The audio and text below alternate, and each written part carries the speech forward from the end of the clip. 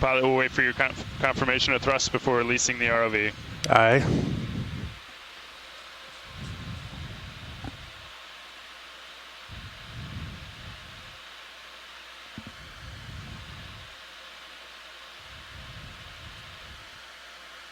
Pilot has control.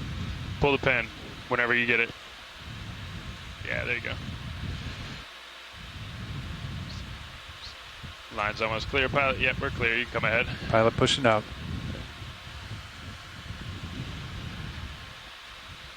Looking good, pilot. You're clear of the transom. Let's go ahead and bring our head towards center line. Understood. And keep pushing ahead. Pushing ahead.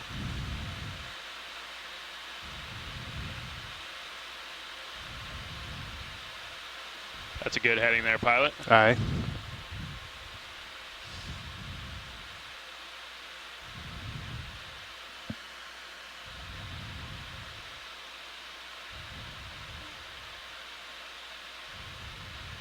And then punch an auto head and bring it to starboard. Yeah. Looking good, pilot. Beautiful. Let's go ahead and lock in auto head inverse the ship, please. Auto head engaged. Inverse the ship. All right, we'll stand by for streaming here.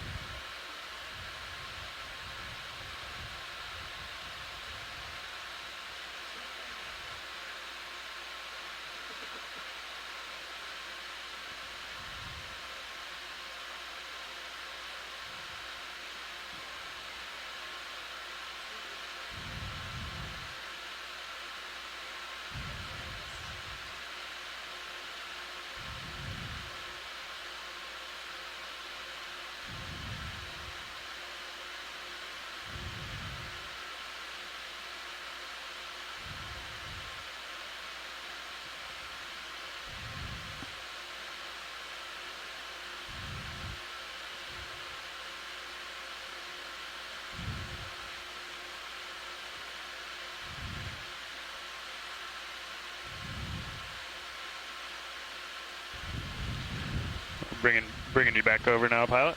Good copy.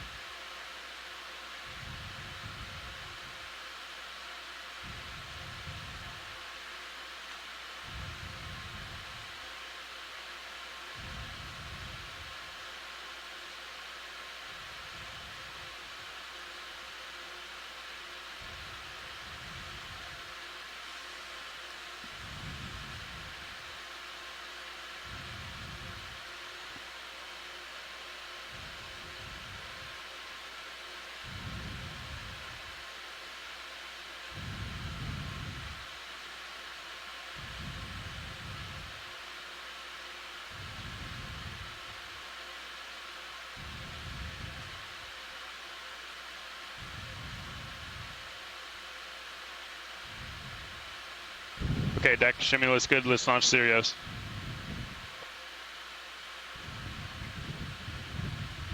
Pilot, if you could provide some slack in the tether. Copy.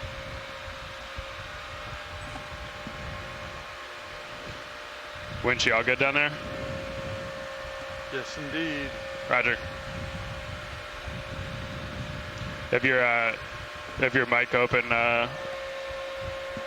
Winch. Thanks.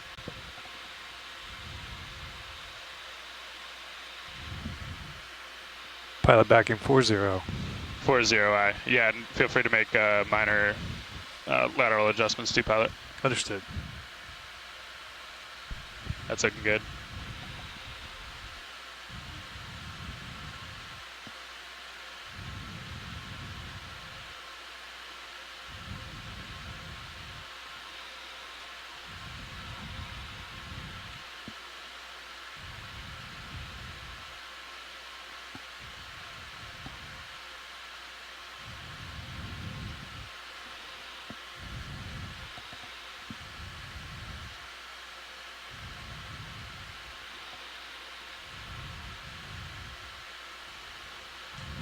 The slack looks good, pilot. We're bumping up forward speed on the ship just a little. Good copy.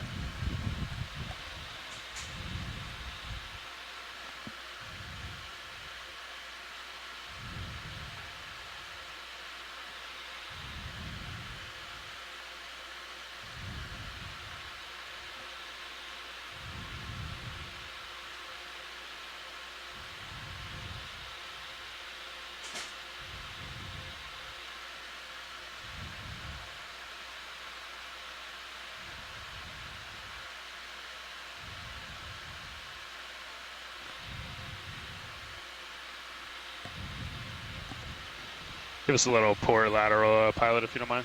Copy. Coming to port. Yeah, that looks good. That looks good, pilot. You can go off. Pilot off stick.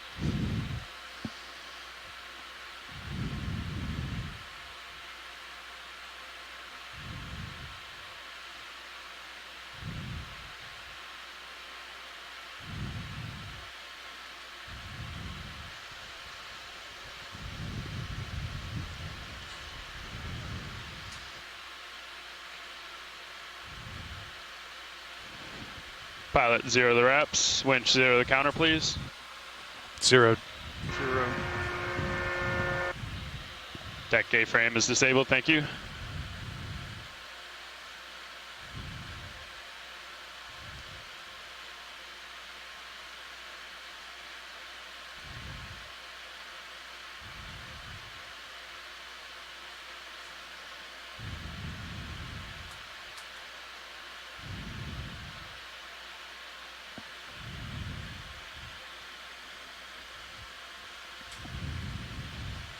Pilot, are you ready to descend? Pilot's ready. All right, let's go down to 50 meters and hold at 15 meters a minute. Winch will do the same. Good copy.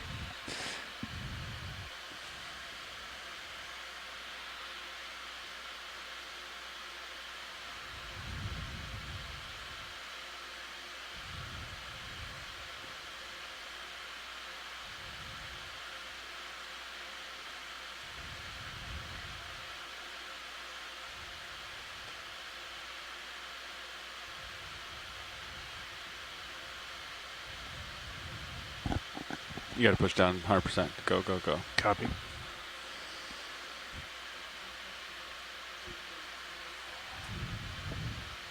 Punch out auto head. 10 meters, wire out. D2 catching up. 80 meters. 8 meters. Excuse me. 08 meters. 08I.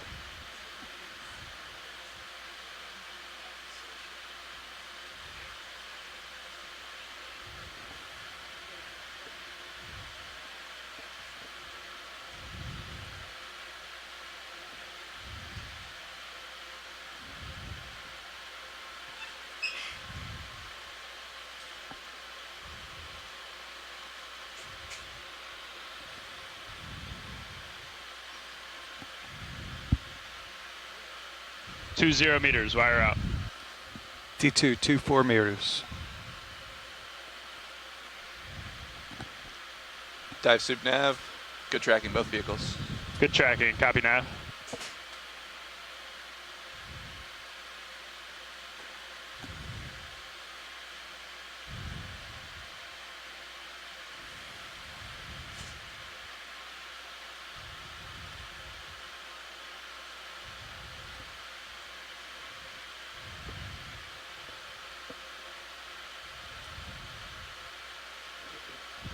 Three 0 meters. Wire out. D234.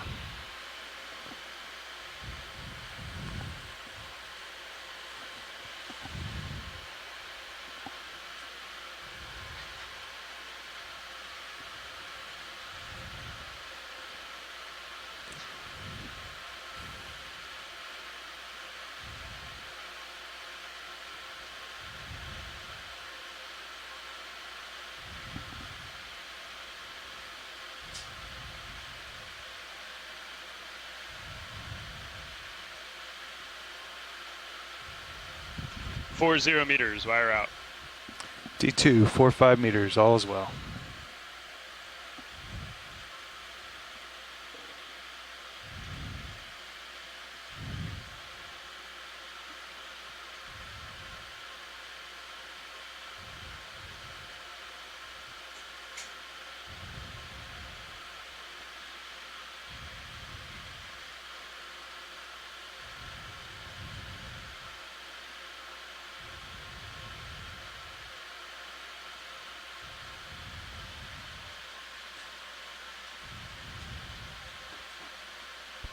Winch all stop. 50 meters. Winch. Dive super.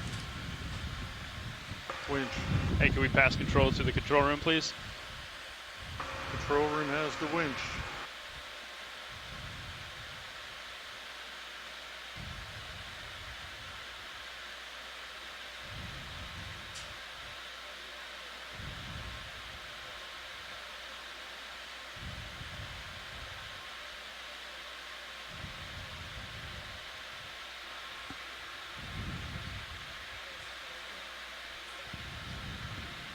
Co-pilot, you got winch control in there?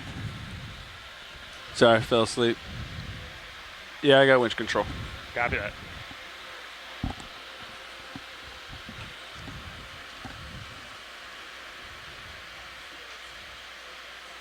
Nav, dive super. Go ahead, Dive Super. Hey, how's our approach to waypoint 1? We're a little to the west of waypoint 1, but the correct distance. We can probably bring the ship to an easy stop whenever you're comfortable, or you can just pass it to me after you talk to Bridge. Okay, let me talk to AFCOM Becker. Raj.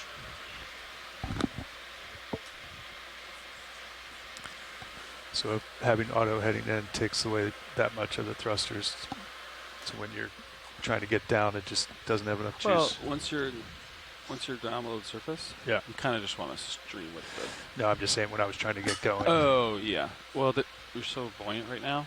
It's hard to get away from the surface. Gotcha. Okay. Okay. It just sticks you there. Yeah. So that's why. I thought maybe the heading was taking just enough from the thrusters to not allow me to get And down. Mostly it's just like a surface force. Yeah.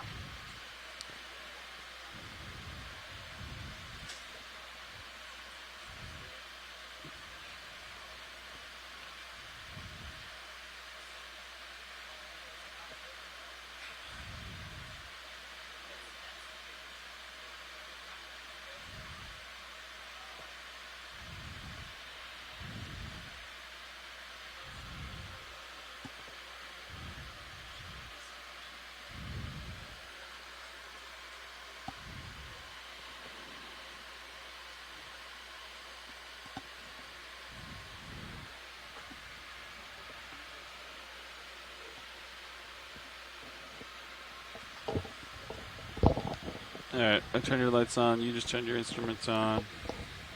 My lights are on. I can tilt this sucker down. Don't turn that on. Right. Okay. Understood. Is that an emergency? No. Not yet. All right.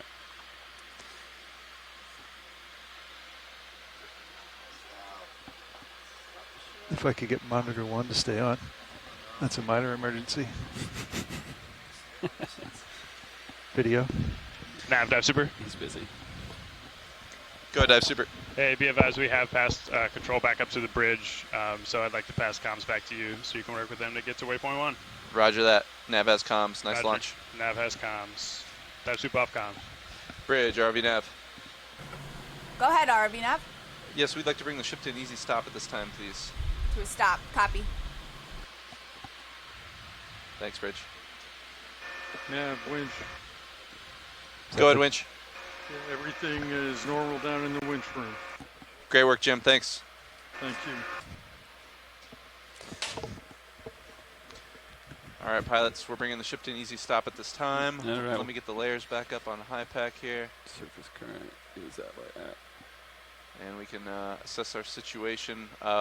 My recommendation is we'll probably want to get a move to the north in as you guys descend, if you're comfortable with it. Sounds good to me, Nav. Just to, yeah, make sure we can hit all the targets we want to today. ROV Nav, bridge. Go ahead, Bridge. Are you ready for port prop and port rudder at this time? Yes, you can re-engage us at this time. Thank you. Copy. And can you confirm center of rotation is still midships? Yes, center of rotation is still midship. Roger, thanks. How far off are we? Eh. It's pretty close, right? Yeah, I mean, like, Send the it's along noise. the same gradient line. Yeah. So I'll probably just move us north and get us to, like, right in that area. Is that a hard waypoint? It's not a hard waypoint at all, and Okay. we're trying to make tracks up the hill the best we can, if possible, to reach the top. Copy. So the closer we can get to that, the better, I'd say. Yeah. Wherever you guys are comfortable setting the vehicles down in this plane, I'd say let's try to get there. Okay. You ready to come down? Or you want to wait for the ship? Let's wait for them to come to an easy stop, and then we'll go down. Copy. Thinking, are you guys okay if I try to move the ship to right up in this area? Yeah. Maybe just a little bit northwest of that waypoint? Yeah. Okay. What's the depth we're talking about? Depth is, this was 700 meters. These are 10-meter contours, so that's just shy of 700, like 680, something like that. Pilot, I think I selected the 670 wrong probably up in here. salvo. I'm going to reselect again. I'll get those contour numbers on there for you. Copy video. 1 is 705, so this is 700.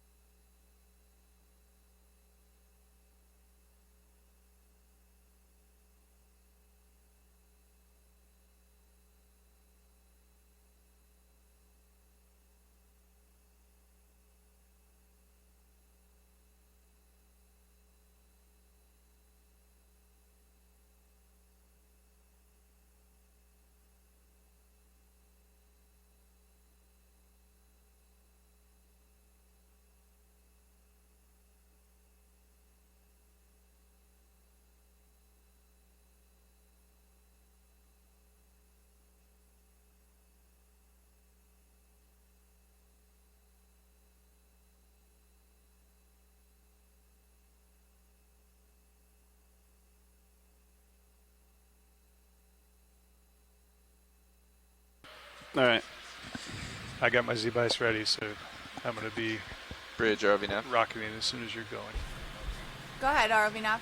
Yeah, would you be able to confirm whenever you guys are at Yeah. easy stop? Go for it. Yeah, Coming we just down. entered auto position. Do you need the lat long? Not at all. You're Just pushing wanted to up, make sure you Chris. guys are good and steady, and then we'll be ready with a ship move when you guys are steadied up. Okay, copy that. Thank you. Thank you. Stopping the wind chute. Good copy. Thank you. Coming back down. I'll let you get a little bit of a delta. Yep. Deck on it. Thought I had it all prepped and ready to go. You tried. I sure did.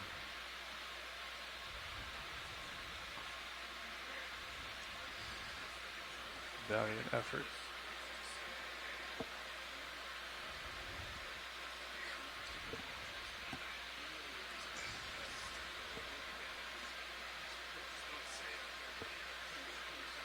$28 on the winch. Trying to tickle the 30. There, 29.30. That's you now. Okay. Ball's in your court. Paying out.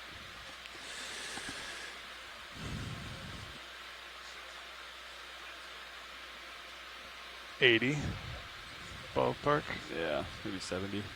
Somewhere between 70 and 80. We'll find out. Hopefully. ROV nav bridge. Go ahead, Bridge. We are ready for a position move if you're ready. Good copy. Stand by 1 second. Thanks. Okay.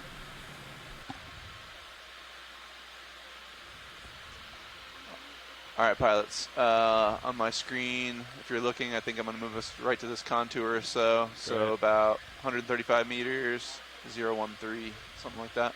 Gosh, Sound good? Copy. that was great. All right, Bridge, ROV nav.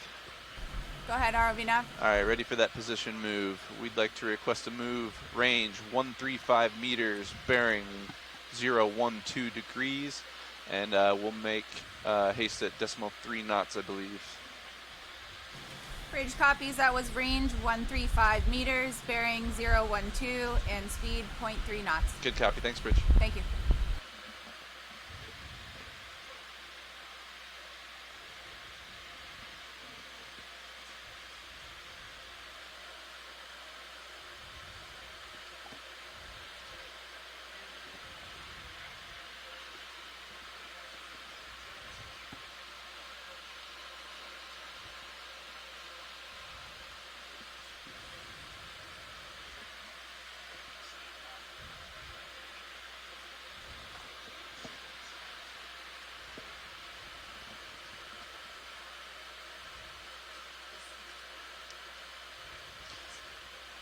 I could probably speed that move up if you want, pilots. It's going to take about 15 minutes, which is basically our descent time. So if you want me to see if I can step that up, I can. I'd let it ride. We can just stop and do white bounce. Copy that.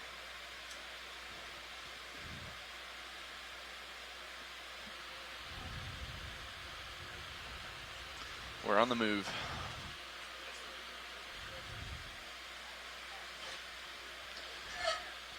It'll put you in position, so you won't have to turn your head. I'll come around. I'm sure we're going to stream out to. We're going that way. Oh, you think we're going to stream? Yeah. All right. Yeah, we'll need to make haste just to get to waypoint 2 from our setup. Will be about 320 meters or so. That's not even the top. Just call 30-meter moves.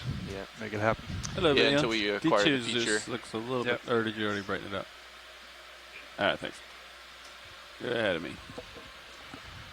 We'll assume there's some steppy steps down there.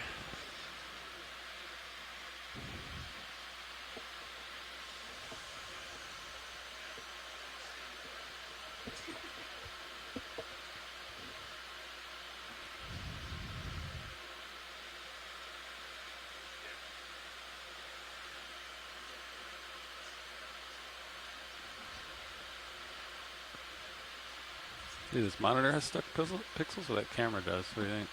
I think it's the. I think it's the monitor. Roger. Delta 7, headings look good. Ship move underway. Descending. Comps look good.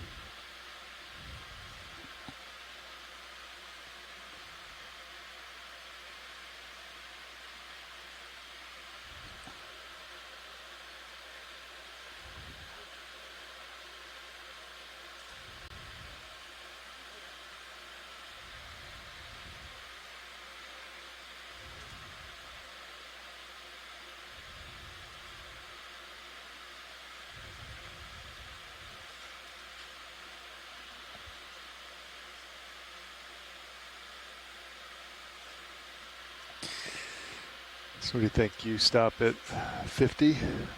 I'll come down to 30. Sure. Or what altitude do you want to stop at for the drag out? Like if we're still moving? That's the first thing we got to do. We're going to get it first, I think. We might beat them. Yeah. I don't know, 100 meters? Okay. Once my altitude starts ringing, Yeah. we'll just come to it easy Yeah. and then have you wet balance if there's the drag.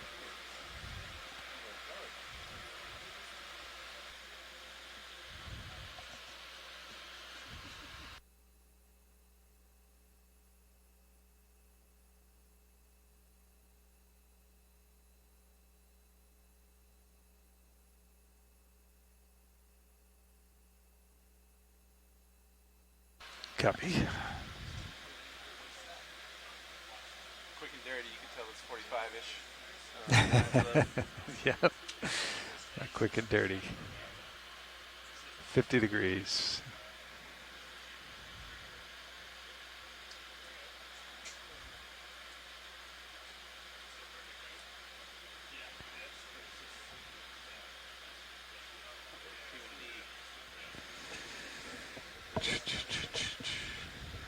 Nice launch, Chris.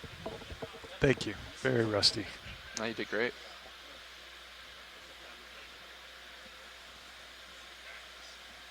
I had what I thought was my Z bias all prepped and ready, and then I was pushing up and not down. Yeah, remember? Yeah. It's like a do that screw. sometimes. Still, yeah. So yes, there's lots of rust to be knocked off. So I've done this. Be good and polished by the next cruise. That's the hope.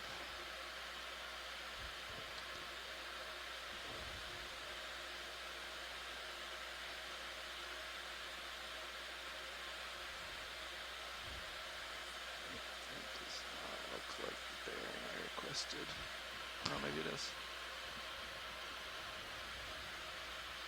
That's right. Yeah, Sirius will be right up here.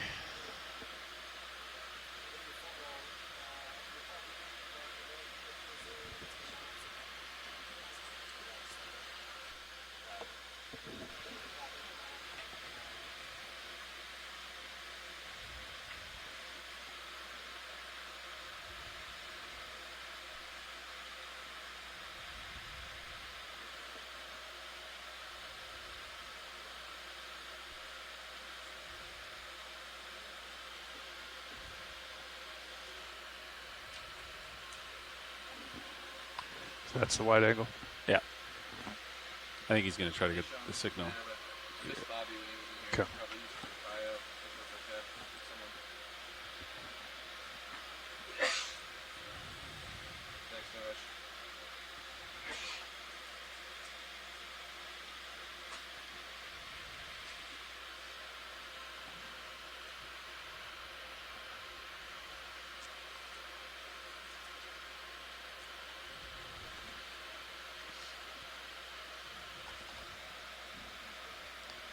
It's bottomed up today, JD.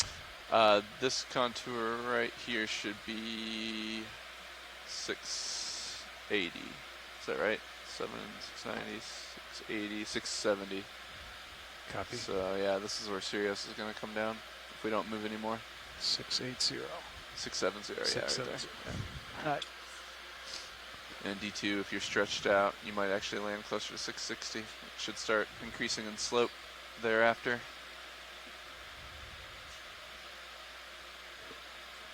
Copy. So 300 meters. Stop for the ship. What's their ETA?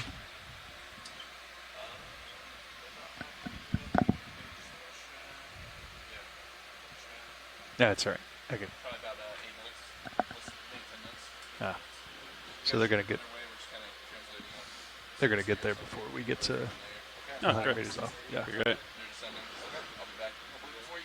If the math is right. Delta 10, headings look good. Streaming looks good. Winch, how's the winch doing? Looks great. 8,000 pounds of tension. That's a Sirius with a little bit of cable. Ooh, I'm going a little fast. You want me to slow down? Nope. You happy with what you got? Happy. Alright, I am doing 31 here. Oh, is the, what am I looking at? Is the Titan camera pointed back to the frame? Yeah. Is it there for a reason? No. Do you want the blue view pointed down? Yes, please. Oh, sorry. I was thinking Mini Zeus. Never mind. Disregard. I was thinking the Mini Zeus is pointed at the frame. That was the Titan. Disregard everything.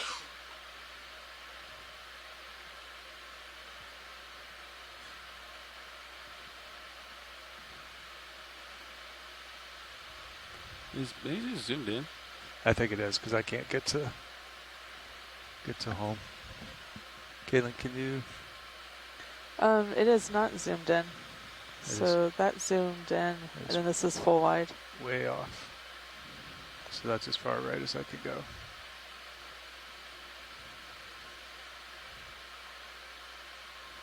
That was a very poor home on my part. Wait, what? I'm trying to wrap my head around what's going on. Did you not home it? I did home it. I went all the way right. I mean, I may have. I waited for the voltage to spike. No, the current's supposed to spike. I made the current. Yeah. What? I'm so confused what's happening with that camera. I'm very confused too. Should I swap it?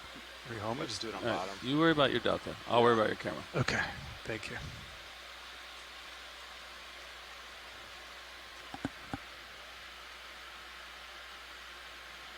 Yeah, okay. Something's going on with that monitor. Look at it. This is what your camera looks Oh, like. so maybe the monitor. That monitor's got issues. Copy. Yeah, this looks I didn't bad. think I was that far off on homing. I was gonna say, I could not wrap my walnut Yeah. around what I was going on like, there. alright. So it's cropping. Monitor 1. That monitor is cropping the image in a funny way. I agree with that statement, yeah. I'll just put the pilot there, I guess.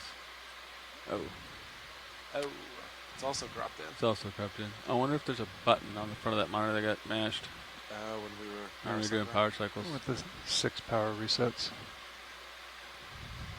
You want to start mashing? It's a nice, extra zoom The patina. on the upper left portion of the... Shilling light. Yep.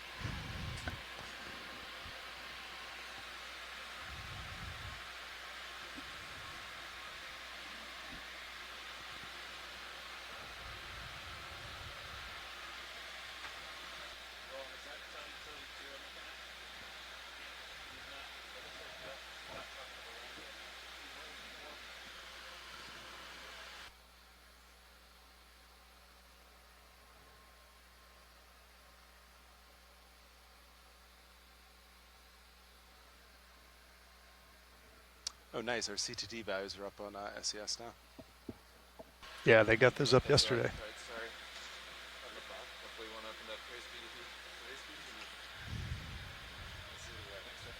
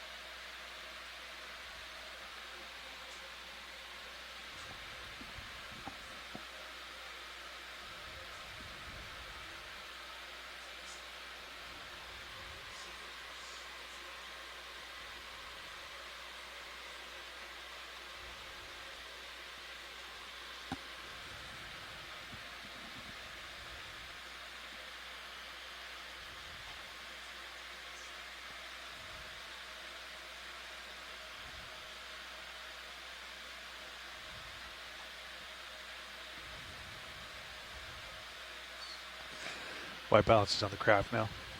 Yes. What's the rough position? I don't remember. You just do it. Okay. I want to say the Zeus is rotated up like 15 or 6 degrees. I know the Zeus camera rotates up a little bit. Okay. A couple degrees. 5, copy. Thanks. All right. I'm at 550 on the wire. We got to go to, we're getting close, huh? 670 for you. Yep. You should be getting bottom here shortly. All right. Let's focus on descent. I can get my right monitor to my new handy dandy Should be steadying up here shortly, pilots. wide angle. Good copy.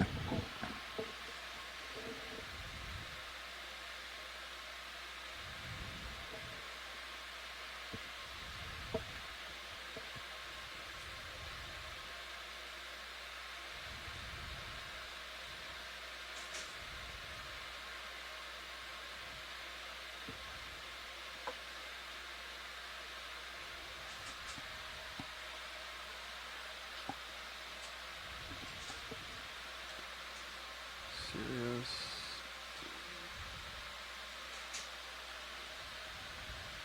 Serious sensors.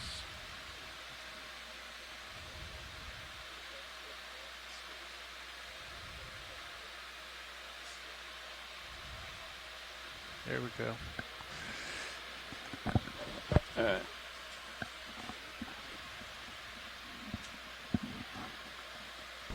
Nav bridge. Go ahead, Bridge. We are finished with that ship movement and we are steadied up on the point. Roger. Thank you for the update. We're steadied up, pilots. Good copy. Take it nav.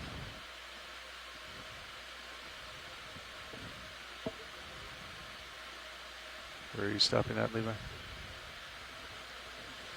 You want me to stop at 40. 40 altitude? Yeah. All right, and then you make a delta from there? I sure will. All right.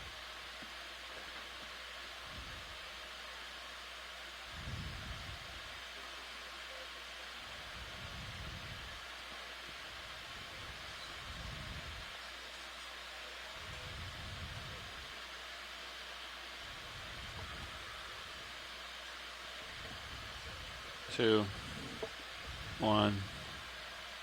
All right, winch easy stop. Good copy. Coming down. I get my delta 20. Roger.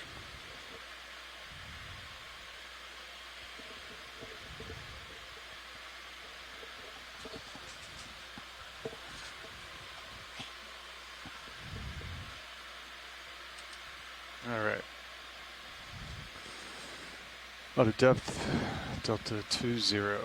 Got you in this tail cam. I can kill your aux. It's a little bit bright. Thank you. Now you can see your heading. Okay. You good? I'm gonna start backing. All right, let's do auto headings then. Auto heading the gauge. All right, my auto heading appears operational. All right, yeah, push back. All right, coming back.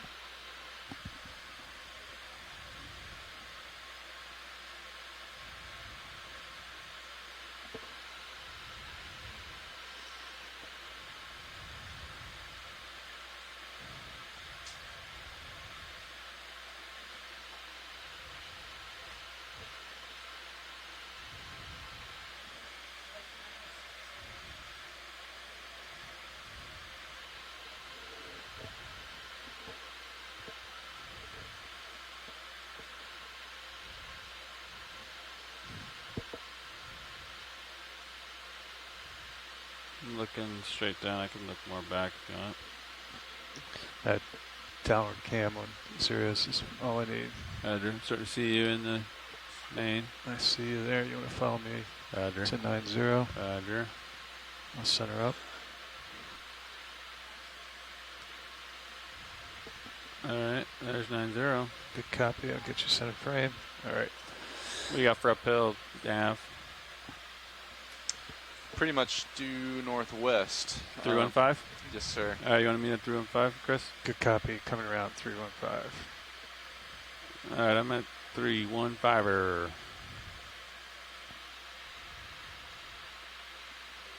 Rotating up a little bit, Understood. and there you are.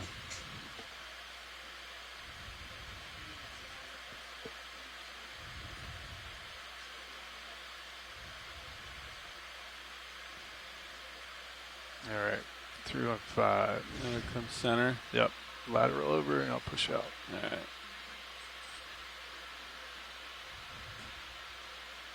And then we'll come down together when you are ready. Understood. All right, let's multi-beam down here. All right. You want to follow me up? I might work on your multi-beam a second.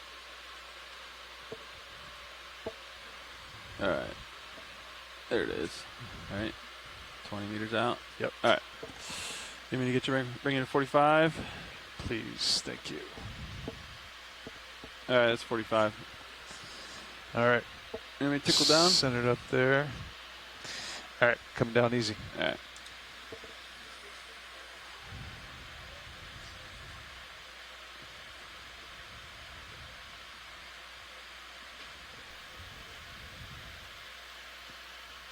You're probably a little too far out there, I imagine. I can back up. Yeah, back up.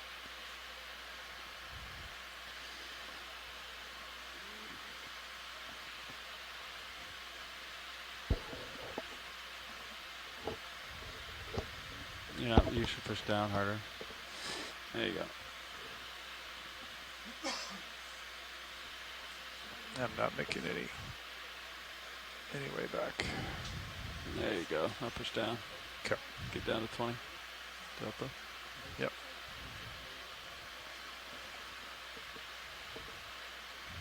There you go.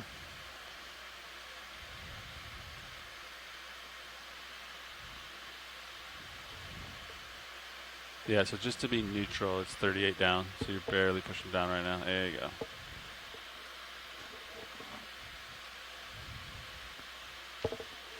Need to find a nice rock to help you out. Yeah.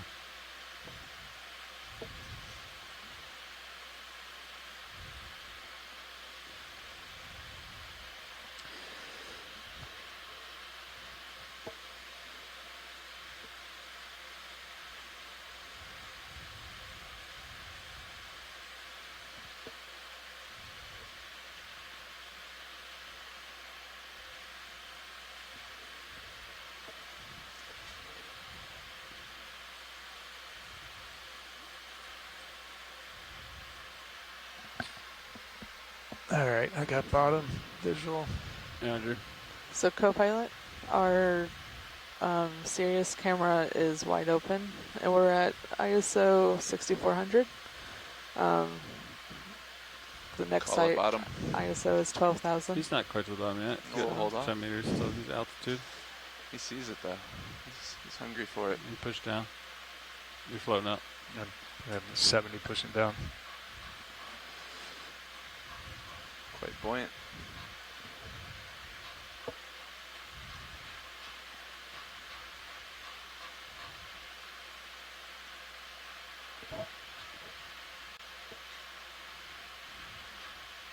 There you go.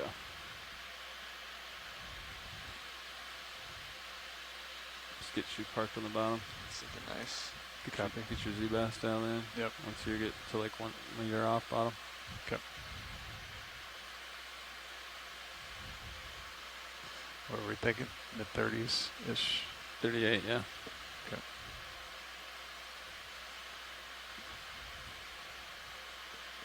On the wreck yesterday, I was noticing like 36 and a half, Yeah. 37, something like that. It's right there then. It was working Okay. for me. All right, I'm stopped here. You can get your Z-Bias dialed in and then do, I get the upper swing arms out if you're okay with that. Yeah, if you want to go and get the... All right.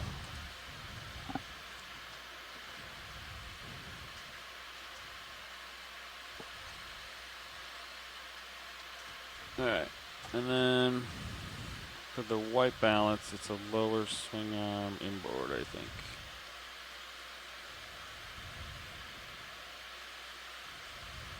Like that.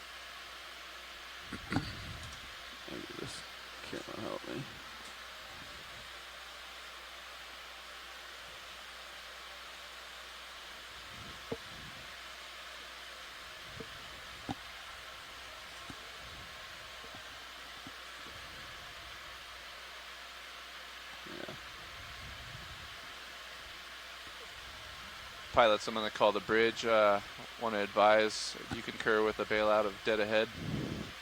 Ship is pointing down contour. Make it easy for him. Good copy, Nav. Bridge confirms with a bailout of 102 to 105. Yeah, I was just confirming with the pilots down here, bridge, but we'll go ahead and set it at that. Thank you. It feels pretty Good stable copy. there. All right, Delta 18, and come down a little bit. Yep.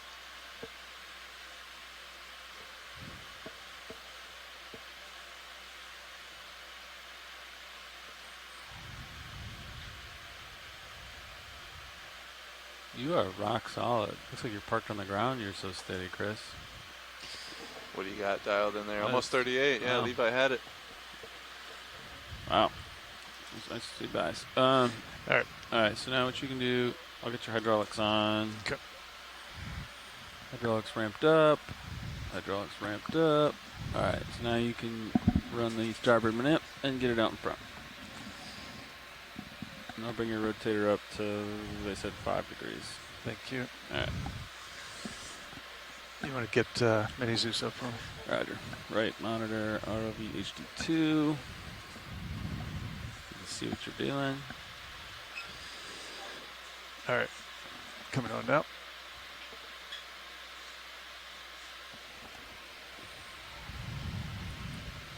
All right, it looks like it snapped to life. There you go.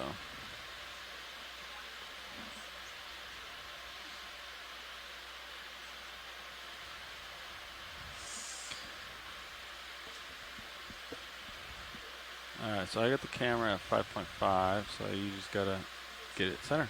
You'll zoom in, and you want it flat, so you might have to shoulder it outboard a little bit, but you'll figure that out once he zooms in.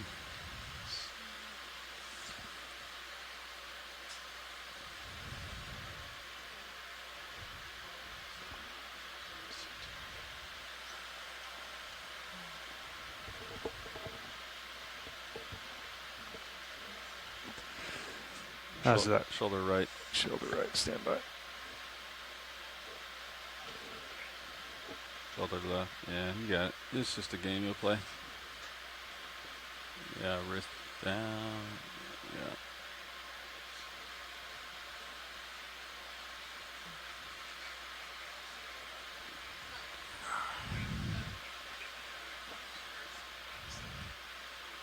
So yeah, it's azimuth, elevation, and elbow. So there's basically just 3 axes that you gotta work with. All right. Yep. It's a small chip chart, isn't it? This is my first craft in a year and a half. That's why we're doing this. It's got to be close.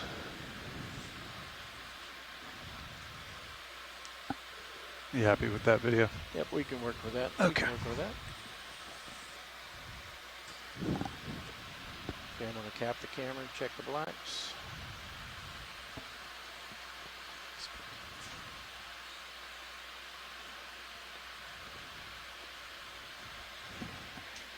That altimeter's spot on with high pack. Was the same way yesterday. It's nice. Copy. Oh yeah, look at that. It's still a little buoyant. Bridge Floating RV up. nav. Go ahead, Nav. Yeah, just wanted to advise in case you didn't hear, we are on bottom now. Good copy. ROV on bottom. Are we looking to shift rotation to A-frame? Yes, let's go ahead and do that at this time, please. Good copy. Thanks.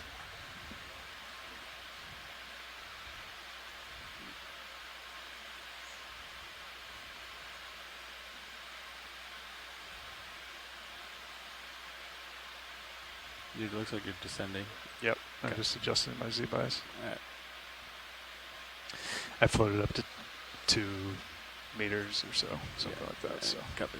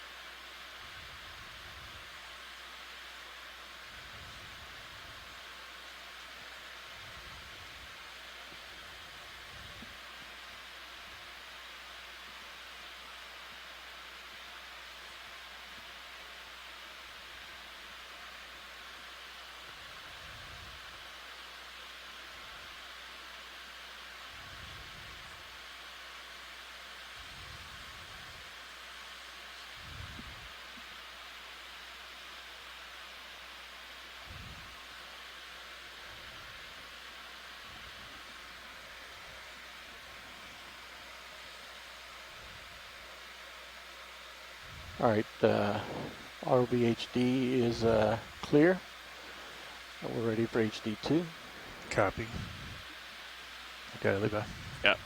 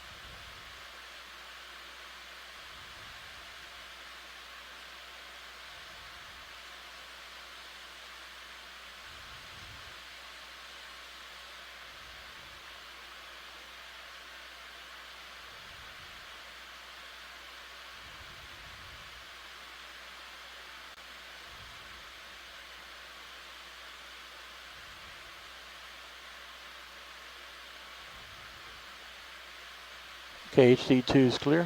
Video's ready. Good copy. All right. Still in the arm. Ready? There you go.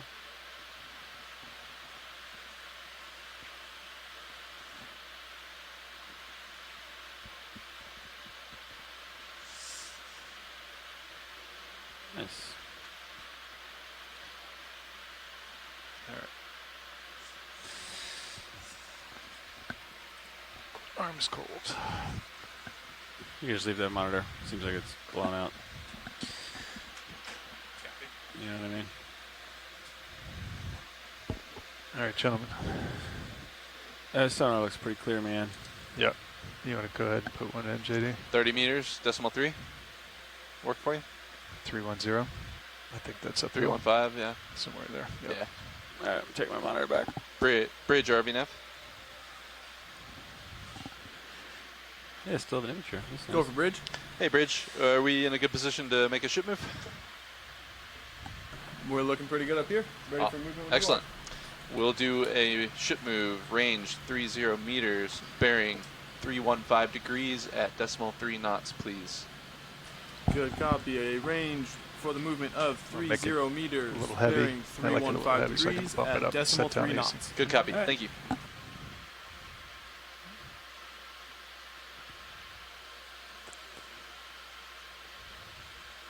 All right, we get your swing arms out. Okay. Lower swing arms. Ship move underway, pilots. Understood. Thanks, John. Yep. Outboard.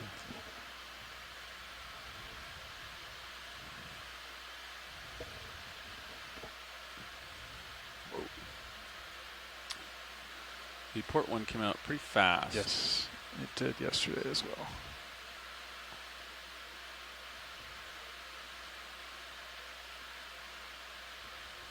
Seems like it's okay. All right, your swing arms are out there, big guy. Understood. And hydraulics are now disabled. And here we go. You know, snap zoom video.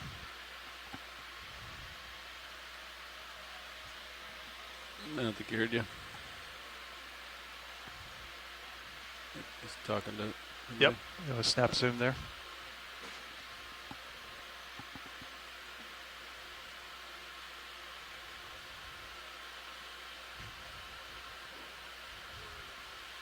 Ooh, I'm gonna get the shilling cam out if you're good with it. Yeah.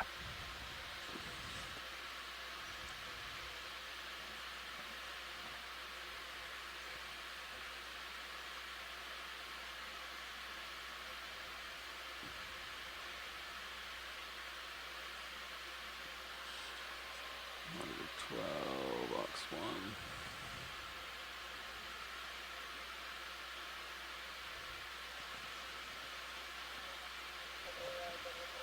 Okay, video's clear. All right, let it go.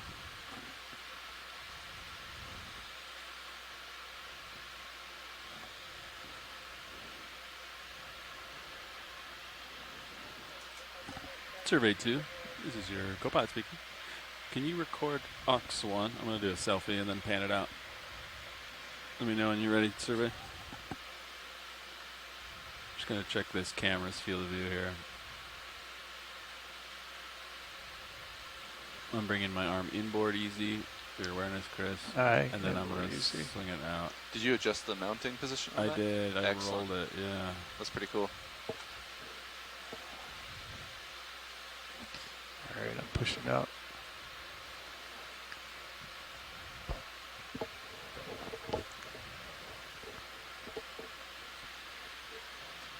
Yeah, he called that moving, I think, at 0.3, so we were moving. Yep. Let me know if you guys prefer a slower speed, but figured we'd make some haste today. Yep. Okay. I can just do a quick snap on this roll and the ship's moving.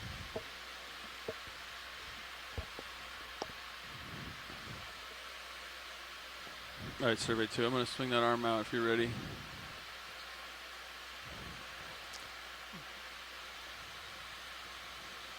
Think he's ready to fly. Just give him a second.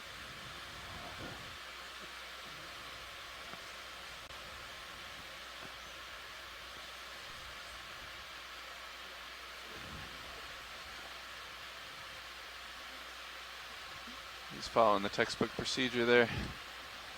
Sure is. We'll let him go. Can you track it, Chris? Yep. Yeah. Stay with him. Okay.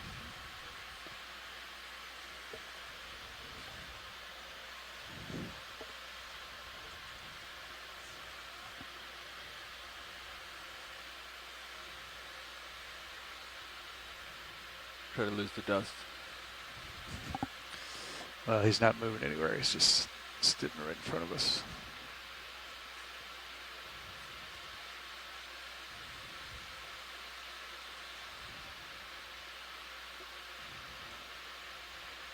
All right. Do you see what I'm trying to do? Yes. You feel you're up for it? Yeah, if I can get out, let him get in front of me.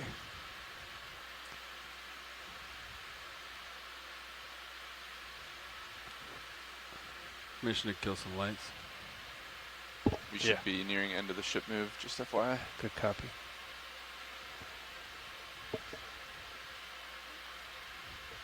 I'm going to do this so you can fly for a second, and then once it gets close, I'll kill it. Go ahead, I got it.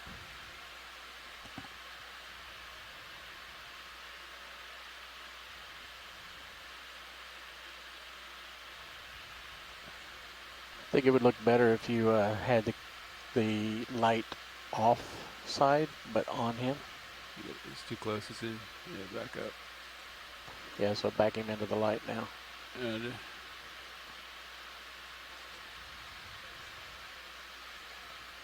oh, the manip cams actually look pretty good still. Is that what you're flying by, Chris? Yeah. All right. You just tell me what you need. Or you want to I just think he's going up. let it go? Yeah, he's 3 meters up. Lights are up. All right.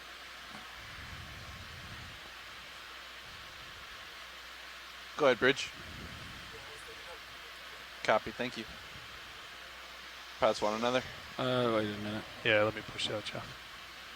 That one kind of went pretty fast for us. Being honest.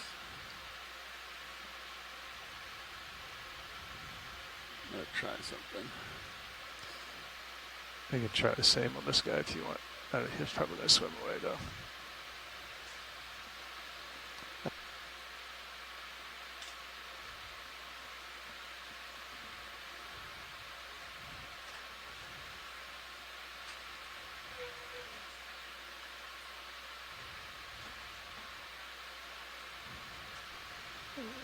Wanna try it? Yeah. Tell me what you need. Let me bring the arm down.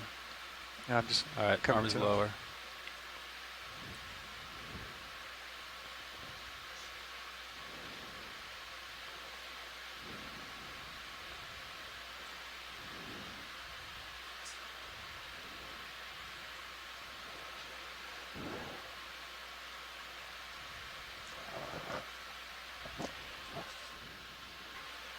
Yeah.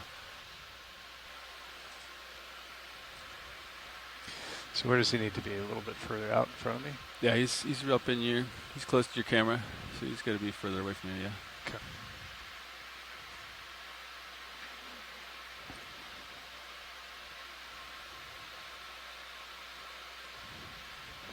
I can zoom in now and it'll look good. Yeah, we're going to get some more prop wash here. Trying to find the sweet spot of where that light is hitting. So if you zoom in, I can bring light closer too. But, you know what I mean? Keep it out of frame. But we can play with something on the ground. Yeah, I was gonna say, it'd be easier stationary target. Let me know if you. Yeah, let's do that. If you wanna. Here we go. All right, you're back. You're a little bit puppied off. Yeah. You wanted a port ladder. Center it up. Yeah.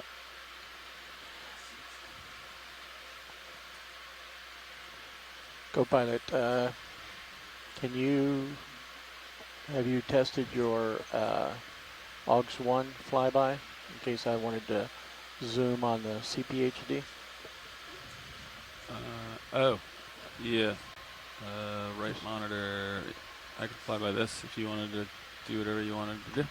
Yeah, Okay. we can fly by this. All right.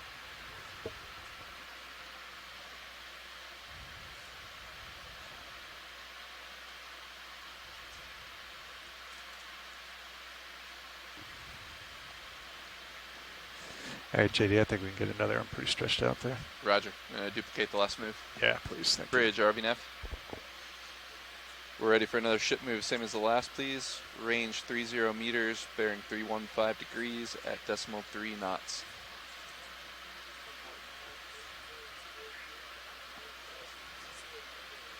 You're stretched out. Good copy, much appreciated. Don't go any further away from me. Nope. That's pretty tight. Yep. Yeah. Ship move coming, pilots. Good copy. It's an interesting little critter there. Little test. Yeah, let me get set up a little bit. He's shading this camera, so that's why this is a little hot. Yeah. Yeah. Okay. All right, you want to try your side light operations, Chris? You just tell me what you want, Yeah, stand by and one. I'll do whatever you want. You know, I wonder if. Yep. Go ahead, Bridge.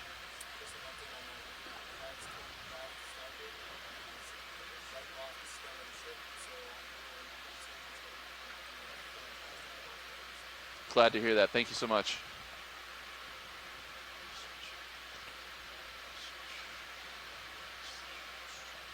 Oh yeah. That's starting to look good.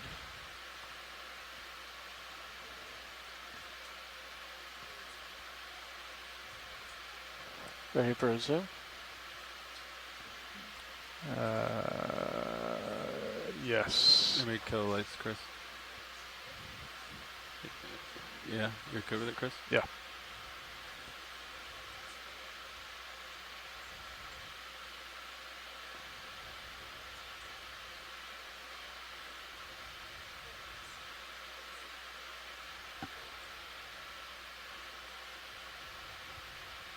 I'm just gonna hold this lighting video. I don't know if you can.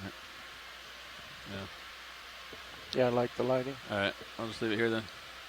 I can give you more lumens if you want, or Yeah, less lumens. No, nope, that's nice. Soft lighting.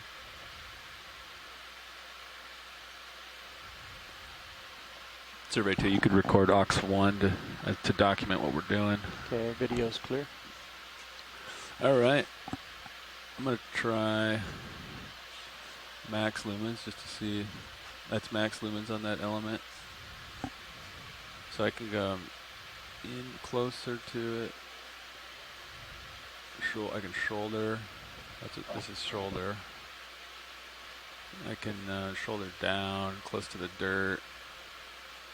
There's quite a few options here. See all that? Yep.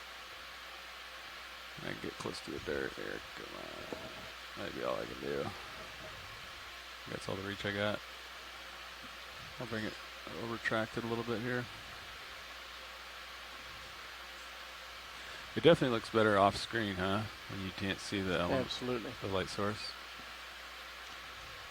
If you center it when he has it off screen, what does that look like?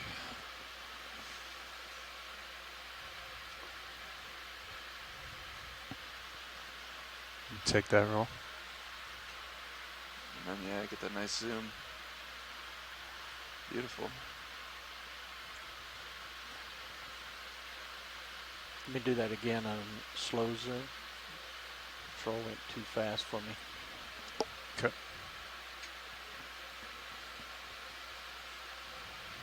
I'll just leave the light here. I feel like once you go for a shot, a take, it's best that I just don't move the light. Yeah. You feel that? Continue to drift to your right. Good job. Nice centering. We're going to go full screen of it and the shrimp. Okay. Here we have the test in its natural environment. Partial.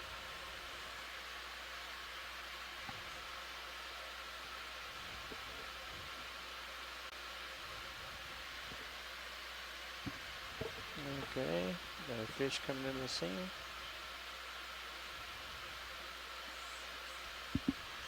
Shipment looks about done, pilots. Video's clear. Copy.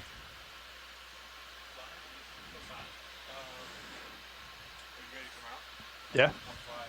Yeah. Chillax on. I'm sitting down. Okay.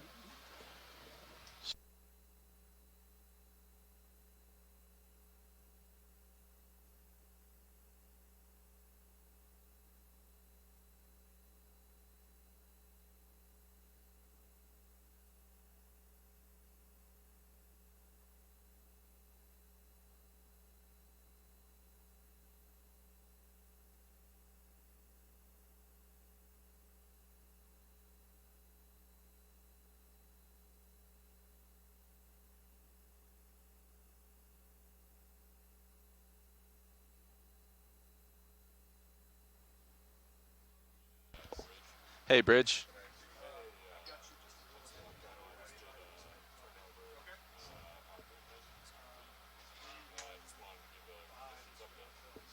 Okay.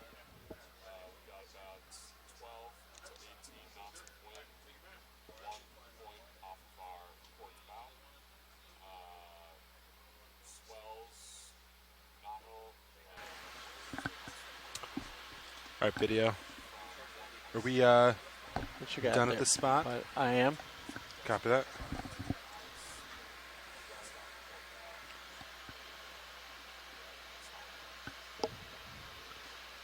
Excellent, Bridge. Thank you for that update. Appreciate that. Sounds like the conditions are lining up nicely for us. And just for your information, we're about to do a shift change in the front row, kind of in the middle of it right now. No, not at all. Thank you very much.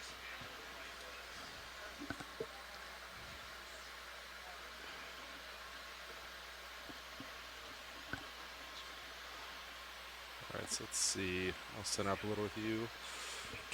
Co-pilot.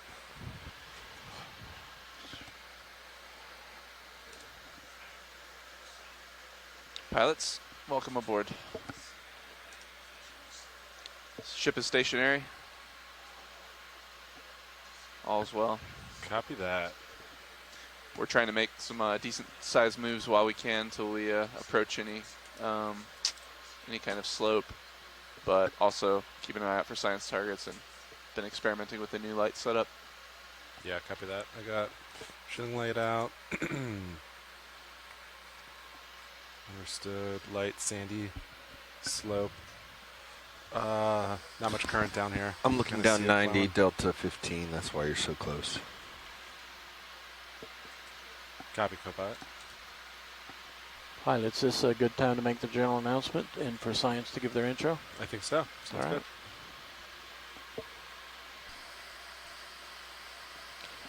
This is Okeanos video engineer Roland Bryan making a general announcement to all those on the ship and the shore. This is a reminder that all audio associated with this dive will be recorded with the archive recordings as well as being streamed to shore via the satellite and the internet. Keep that in mind as we proceed with the dive today and enjoy the dive. Thank you. And Nav Fernando's coming in, so you're not forgotten. Copy.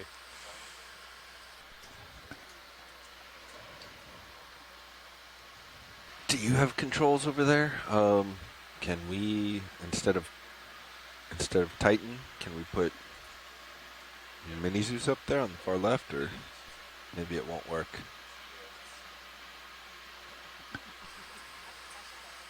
Or I'll work with video. Don't worry about it.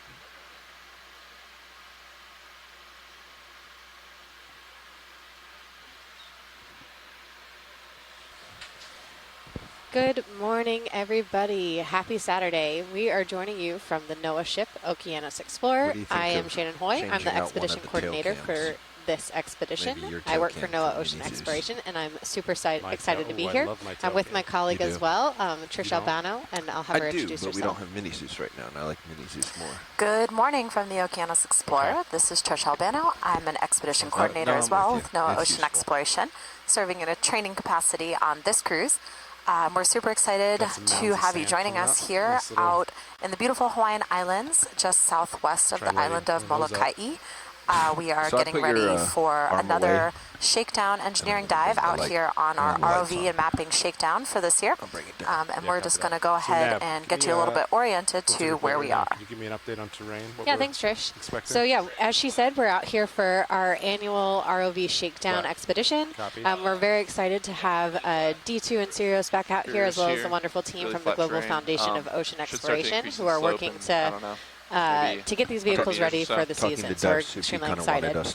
So far we've been out here for about, I don't know, 5 days. It feels longer, 6 days or so now. And we're on our fourth dive of the expedition. So if you take a look at stream 3, I'll give you a bit of a map and overview for where we've been and what we're doing today. Well, let's see. I'll give you guys a second just to get over it there. They want a biosample if possible.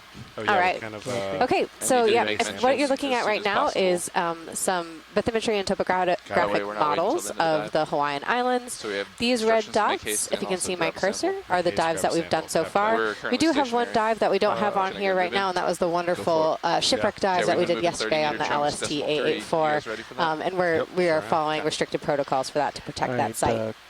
So we are on dive 4, the first dive that we did, and the main goal for this expedition is to shake down these vehicles and get everything ready so we can have a great season. So that first dive was going to be quite shallow. I'm not sure if anyone tuned in for that. We saw a lot of mud at about 500 meters, trying to progressively work on getting into the swing of things. The second dive after that, we went to about 1,000-meter flat area. Again, just checking everything's working well, get some training aboard, yeah, getting used to the ops. That third dive, like I said, was the shipwreck dive. I really had a great time watching that yesterday. Super exciting to see and see that come together. And today we're over here on the south of Penguin Bank, which will have some experts come to talk about later today. Right off the Humpback Sanctuary, the Humpback Whale Sanctuary. Trisha's going to help me fill in here. Yeah, no worries. Thanks, Shannon.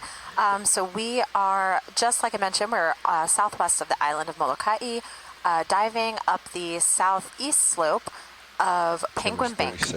Penguin Bank is a submerged shield volcano that is part of the Hawaiian Emperor Seamount chain. It historically made up part of the prehistoric island of Maui Nui, back when some of these islands were actually one landmass. So this Penguin Bank, actually on the top side of the bank, is one of NOAA's national marine sanctuaries. So it's part of the Hawaiian Islands Humpback Whale National Marine Sanctuary. If you're seeing where Shannon's zooming in here, you can see that the contour line here around the edge of the bank, everywhere she's outlining, is actually inside of that is protected and is part of the sanctuary. So this is a really important area for humpback whales that frequent the Hawaiian Islands. And we have some of the humpback whale National Marine Sanctuary folks that will probably be calling in to chat with you a little bit later they're really the subject matter expertise on what the whales are doing in this area. So we're really excited to be here today as we're working through this shakedown dive. So far we've seen some really exciting little grenadier or rat tail fish and we will be with you as we move through the duration of the dive. Yeah, and I'll give you guys a bit of an overview of the feature that we're diving on today. So the main target of here is to kind of practice one of our normal operations, so looking for some nice habitat for deep sea coral and deep sea life. So I'm going to turn on some layers now, so there might be a little bit of pause as I get things set up. Okay, so I'll zoom in here. This is the bathymetry. We actually mapped this overnight with our EM304 deep water multi-beam sonar last night, trying to get some fresh and high resolution data on this feature. So what you're looking at right now is the hot colors, or the reds, are going to be the shallower area. The cooler colors going into the purple is going to be our deeper areas. And we have 100-meter contours on, so you can see it's a pretty steep feature. I think it's about 400 meters of slope that we're going to be transiting up with the D2. The labels are different over here, but nothing comes up. Labels are different from here. So I'll zoom in just a little bit for you here. So the goal here was to land at the base of this feature, see what we can see down here, which has been really interesting so far. A lot of sand and homogeneous sediment, but some interesting creatures as well. We're then going to proceed with going up the slope. So I'm going to transfer over now from a bathymetry map, so where the colors are going to be representing the depth of the seafloor, to a slope map where the colors are going to be representing the slope of the features. Okay, so yeah, so we're looking at some other things different now. We've got that color bar on the right side. So the hotter colors here, the red, are going to be the steeper slope, and the cooler colors going into the purple is going to be the lower slope. So like I said, we wanted to target a flat area to land, and then we're going to be heading up this slope feature, hopefully looking at some of those interesting habitat-forming creatures, taking advantage of the current and the morphology here for the food that is going to be flying around to eat on. Stay tuned. That's what we're hoping to find. So after we climb up this wall, we'll be heading to the plateau again to see what's happening up at the top here. I'm unfortunately not a coral biologist. My background is in seafloor mapping, but I am hopeful that we're able to see some great creatures and learn a lot of great things about the animals that are living here and potentially forming here for around Penguin Bank. I'll do some nice spins as well, so you can see the rest of this feature.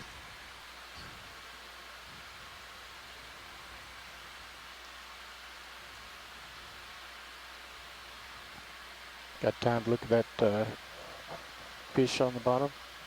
The one swimming away? Yeah, the shark. Actually, looks like we got a little... He's gone.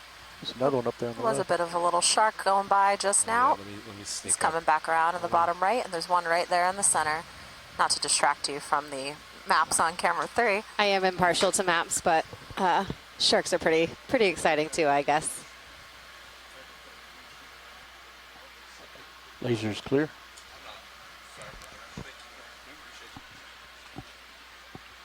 Thanks, Jim.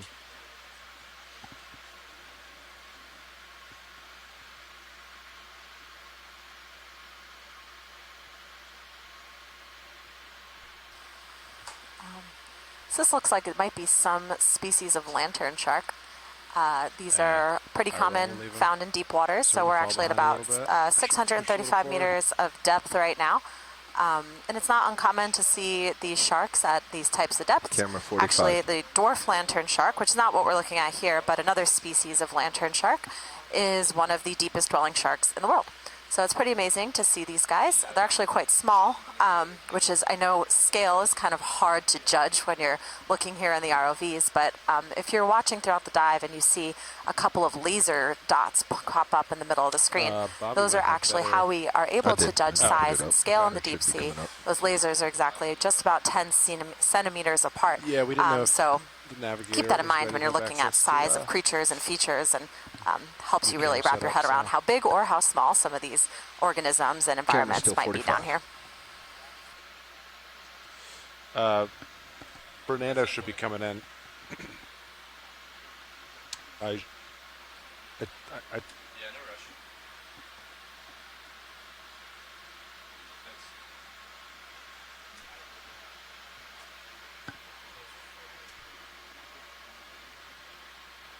Yeah.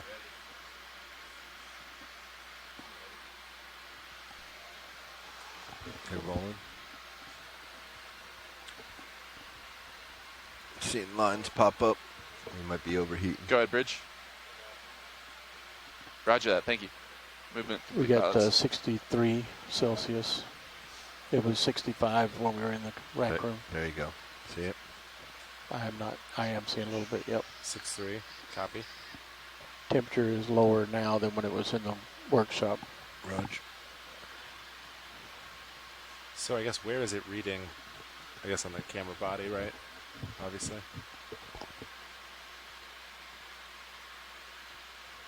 I wonder if we could put, do you have any more temp sensors? We could put like forward. We don't have a way to communicate with them. That's easy. Yeah. It would require a software effort. We can work on that during the upcoming winter period. Yep. Winter period, winter maintenance. You guys ready for another ship move? I think, yeah. I'm sitting here, 45, maybe a couple rocks coming up, but closest one's 10 you want a meters out. shorter move maybe, or is there? Let's do 20 meters. 20 meters, okay. Let me look at these. Maybe there's something there. 20 meters, 315, work. Yeah. Copy. Bridge, RVNF. We'd like another ship move, please. We'll do a range 20 meters this time, bearing 315 at decimal 2 knots, please.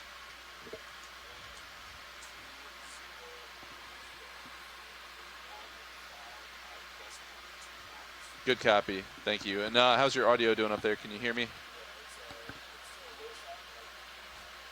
Great. Thank you. Is this fish hunting? What's going on here? Definitely a good shot to get. I'll just kind of try to float with them. How about that? Maybe yeah, so a good one to get with the shilling arm. I'm attempting to be a biologist, and I swear I've seen fish like this before, but all I could come up with sticky up fish. So Trish is working on getting something a little bit more scientific. I think they wanted to maybe experiment with that light. Still really cool to at the pilot's see. discretion, of course. Let's go to the tip. Which upper one? Tip. Upper tip. Looks like it has a active mouth.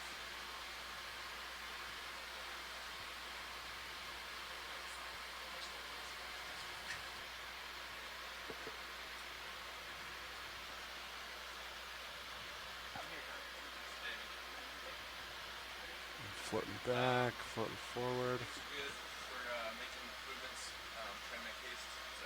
Wow. So cinematic of you, co-pilot.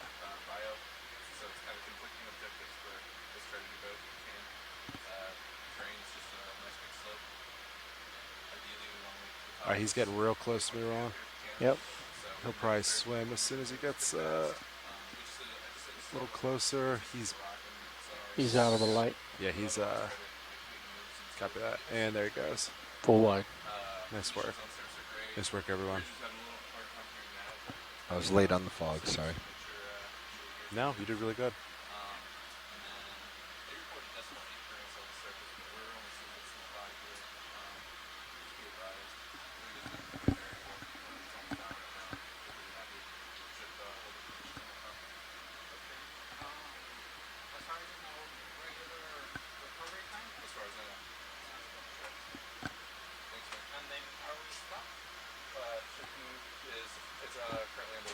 Looking 45.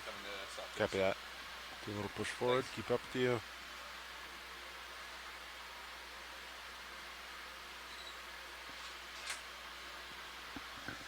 Hey, Nav. You're moving up slope. Very Pilot. sandy. Should get steeper. How's it going? Good, good, good.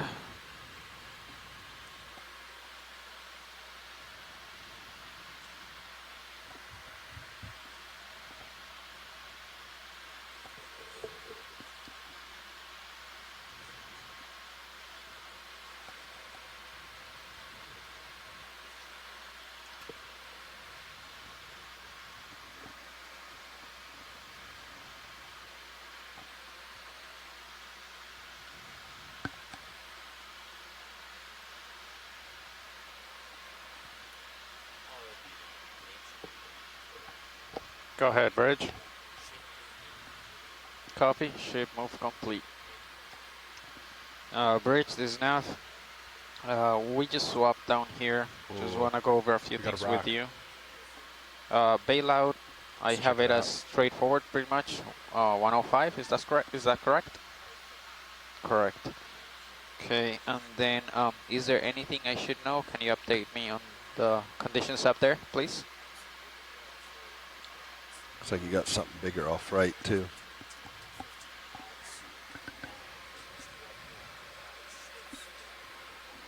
meters. Copy.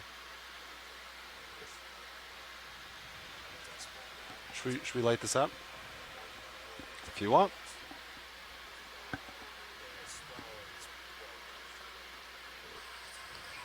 Looks like we might be seeing one of our first corals here in the foreground. Copy. Copy. No. Trying to get an ID on it here in just a sec for you guys, but. Yeah, it looks like we got a Sclerotinian in the back there and a Venus flytrap anemone on this rock formation as we're starting to see some of our first geological features on this dive. Ever so slightly. Yeah.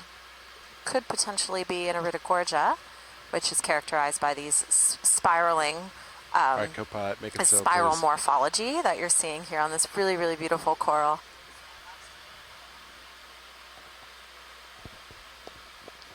Yeah, rotate a little, huh?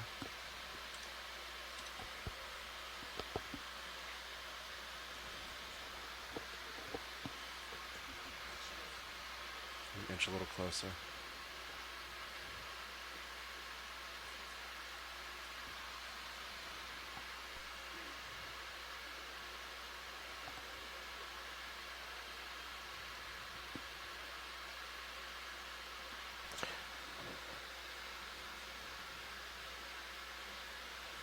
I don't know, video. It's a nice looking rock.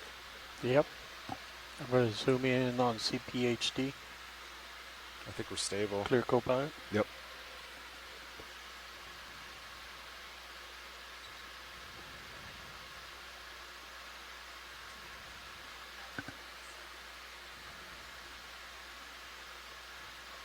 Okay, if you tilt down the main ROV camera, I'll push in on the...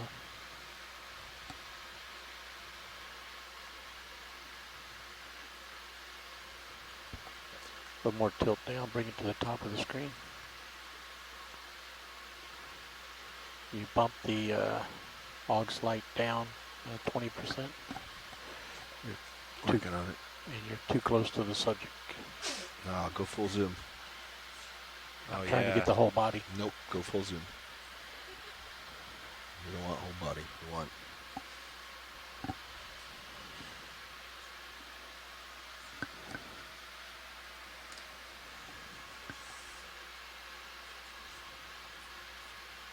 come out until you hit the light. Right. That's the shot. How does it make you feel?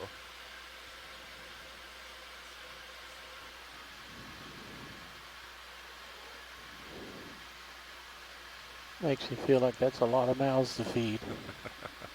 Sure is.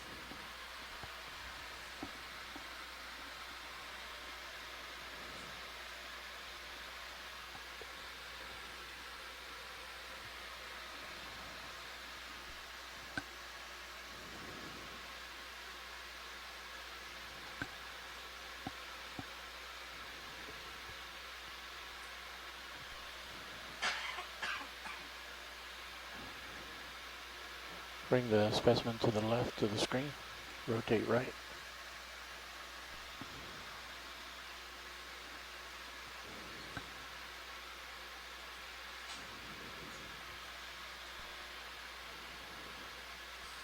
Slight tilt down. This coral is just absolutely gorgeous. Our video team doing a fantastic job of getting set up on it and creating these really, really beautiful shots.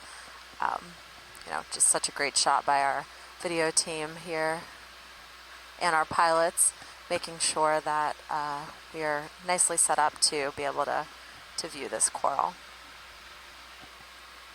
Well done, guys. Let's see what a combination of that light in that position plus the fog lights do.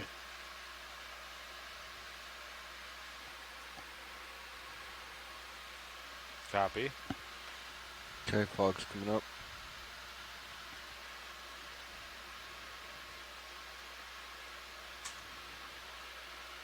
I feel like now I feel overstimulated. That's because you're an ROV pilot and you love this stuff.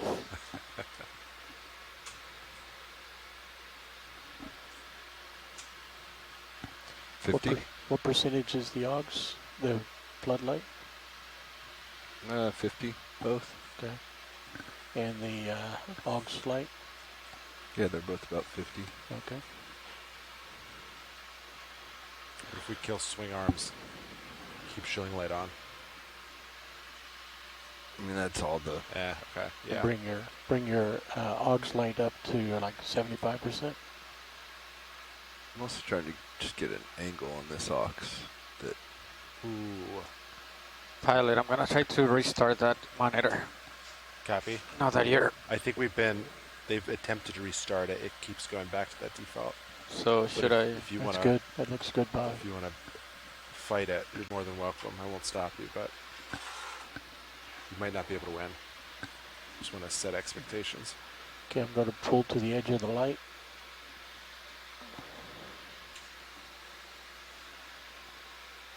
And bring the arm up some. It's not...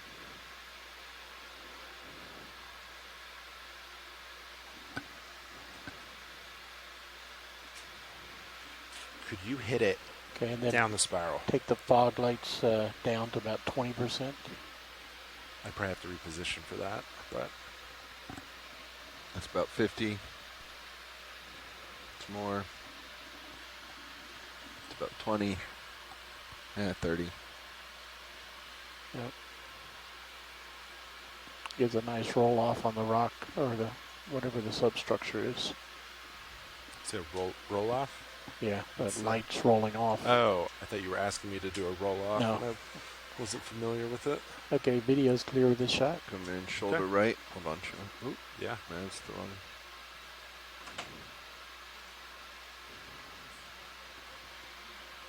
Shoulder right.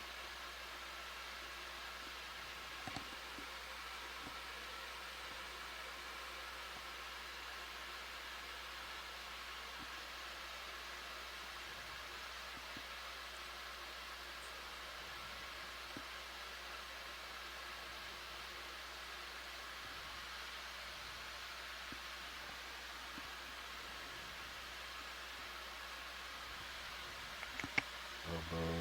Let's do elbow down.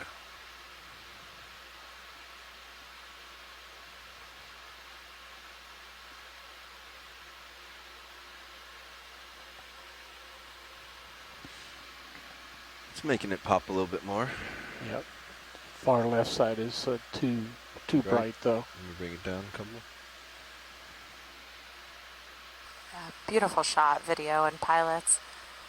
You can really see the spiraling structure of the Iridogorgia coral here. Just so beautiful. The way it spirals from the center and then fans out.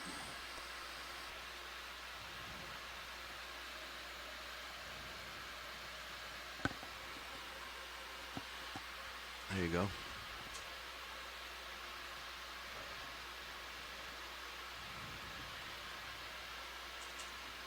It's nice. Fog's coming down. Oh, yep. So then if I cool. The CPHD camera is getting worse. Getting up to 67 and 68. There you go. That's it.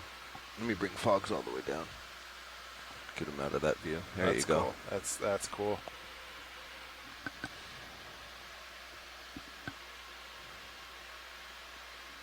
Can I get that anymore? Nice work. Gonna be a little bit of wrist. Oop, wrist the other way. Too much.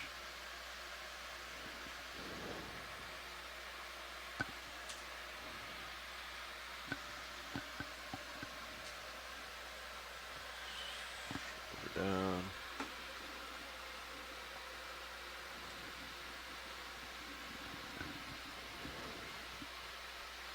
There you go. That's a neat view in that. That's pretty sweet. That's very pleasing. We lose a little bit on the main, but all right. Yeah, I think we're clear. I'm clear, I should say. Copy The that. video was clear for a while. So let me go ahead and put this away. Let's back up. Or at least get it away from the rock.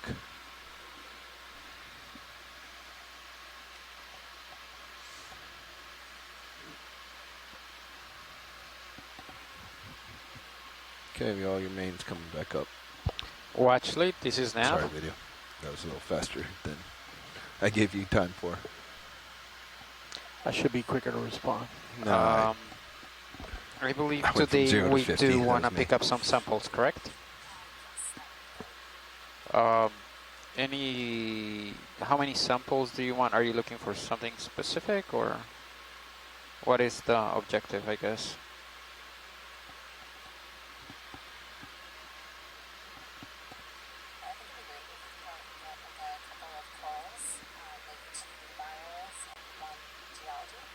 Copy, and then do you want to do water samples? Okay. Copy. All right. Yep. Sorry, actually, you said a couple of corals and then maybe one geo, correct? Copy. Thank you. So I have hydraulics on. Should we just do Niskin now? Sure, we can. Look for, I don't, oh yeah, I see Caitlin. Yep, she's ready.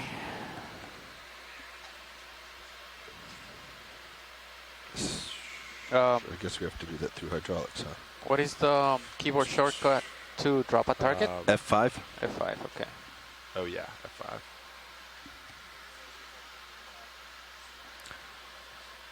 All right. Are we? We'll do it after bridge calls down. Go ahead, Bridge.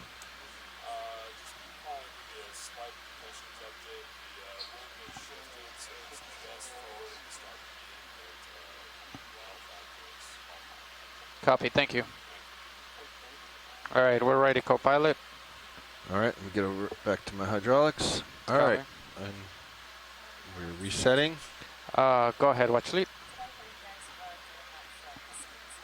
Yes. So I think the clipper is ready.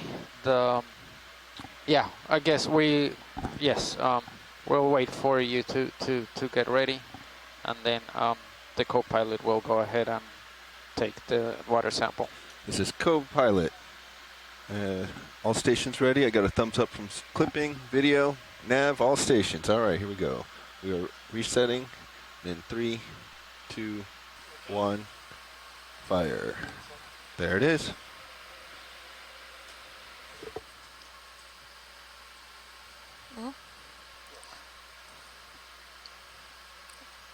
And if you're following along at home and you heard some of that chatter, we actually just took a water sample from this site here. So Deep Discover D2, the ROV is equipped with 5 Niskin bottles, which are have water sampling capacity. So as we fire those bottles, we capture some water from this area. One of the main things that I think Jen and Caitlin could definitely speak to probably a little better than me, but that we're doing with these water samples is filtering them for environmental DNA, or eDNA. eDNA is a really interesting and novel technology that's still in development, but can potentially help us to, the way I think of it is kind of like, it's almost like you're at the scene of a crime and you're looking for evidence of DNA left behind by, those who might have been in the area. So if a creature was potentially in the area, maybe some of its DNA sloughed off as it was swimming by, we might be able to capture some of that in the water sample that we're taking. Then we go ahead and take that into the wet lab, filter it through, and actually send it off to the Smithsonian in Washington, D.C., the Museum of Natural History, where they're able to filter it and hopefully sequence some of that DNA that might have been captured. So it's pretty exciting technology, and we're looking to see how it develops more. Okay, so last move was 20 meters, 315. You were talking about a very long move? Let's just do 30 meters. How about that? Same direction, 315? Yeah, I think that sounds good. Copy, 30 meters, 315. I don't see anything too crazy coming up. Bridge, this is now. Small rock. Next move's gonna be range 30 meters, bearing 315 degrees, speed 0.2 knots.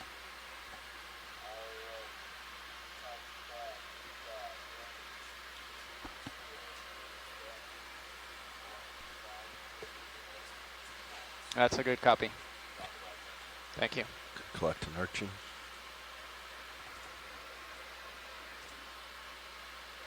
Suction it up. There's a rock with its spines. It may not fit, but yeah. Survey 1, this is Watch Lead 2. Gloves on. I can hear you, you're just really low. Camera's at 45. Yeah, that's better. Copy that. Delta 11, my depth 20. I think we're kind of on a slope still. I feel like I would like to go towards this rock. I think you should.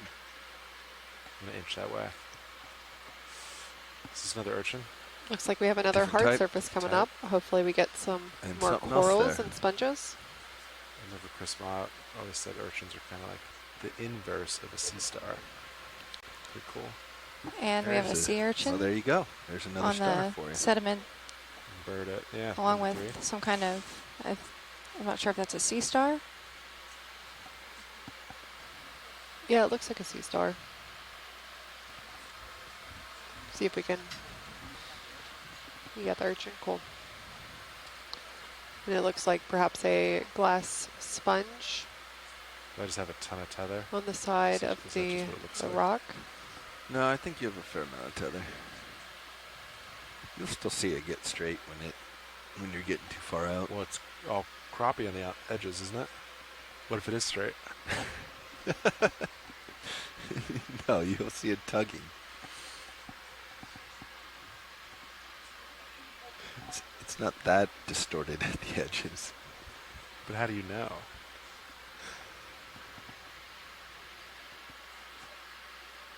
I think Fernando, Roland asked a question about time. Oh, were you talking to me, video? Oh, never mind. Thought I heard your name. Yeah, that's what I thought. So pilot, you chose the smaller rock. Be advised. Oh my gosh, there's a bigger one in the background.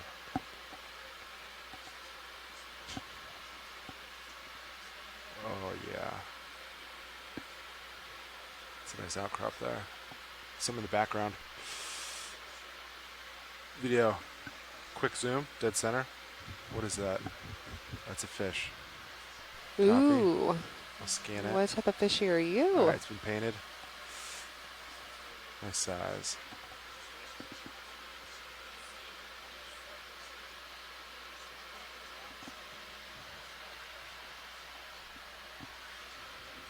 Alright, video, you can come wide. He's pretty far out there, but we're heading that way. Good eye, pilots and video, of spotting that fish in the background there. Let's see. More rocky terrain. This is nice.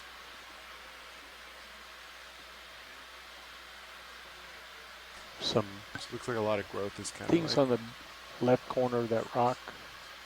Some sort of fuzzy brown. Looks like another Iridogorgia Let's see, left on the corner, rock my to the lasers right are as on. well. Right above the laser. Above the lasers. And You wanna maybe snap in?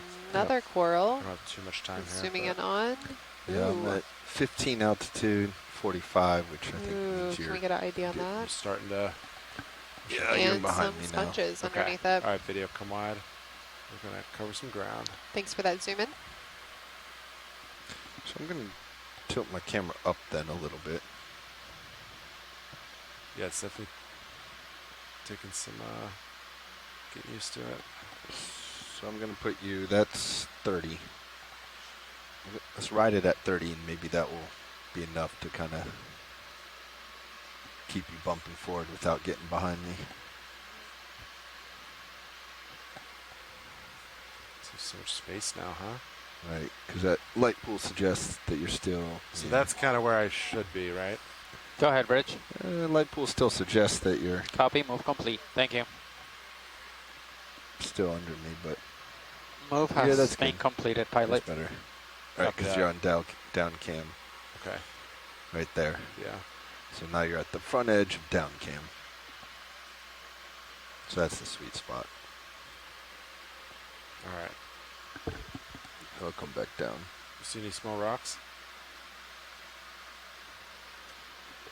Survey 1, where are you trying to reach, Nav?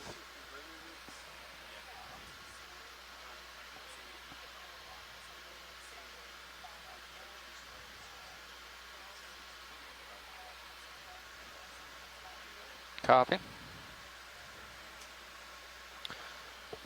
Pilot, a reminder, next time we see some biology maybe, so they wanted to pick up 2 biology samples today. So next time we see something, maybe, if you feel comfortable and the ship's not moving, we might want to try to get something. Let me see if I can find something. Earlier, I asked the watch lead, and they were planning on getting 2 biology samples today, and 1 geo, if possible. 1 geo, 2 bios. Understood. Yep. Hey, Copilot. How you doing? We're looking for 1 geo, 2 bios. Ship just stopped. I'm gonna see if I can find something real quick. Quick sweep. Copy.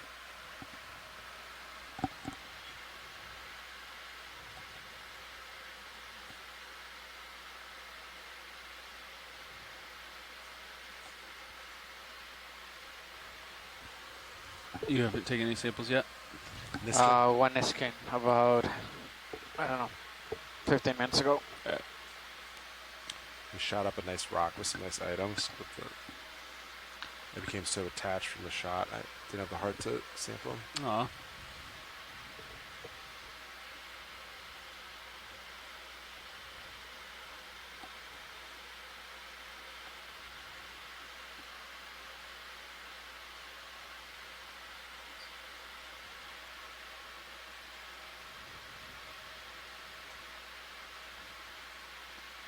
What's this right here?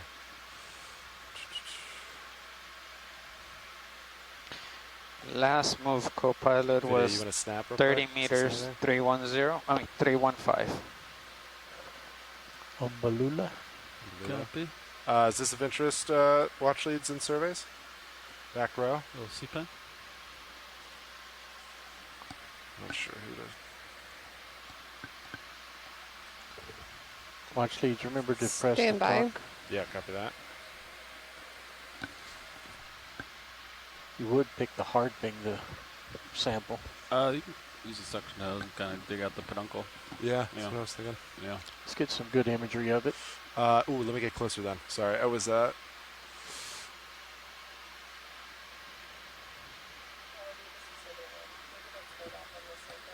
Copy that. Holding off. Yep, you got it.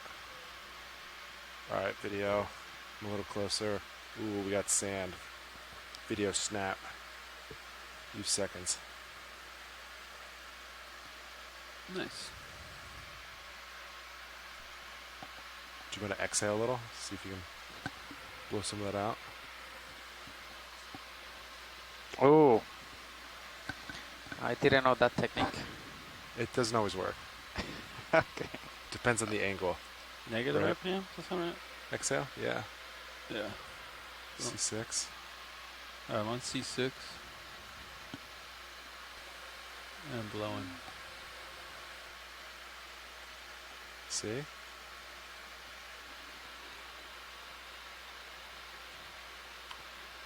Look how much it's blowing.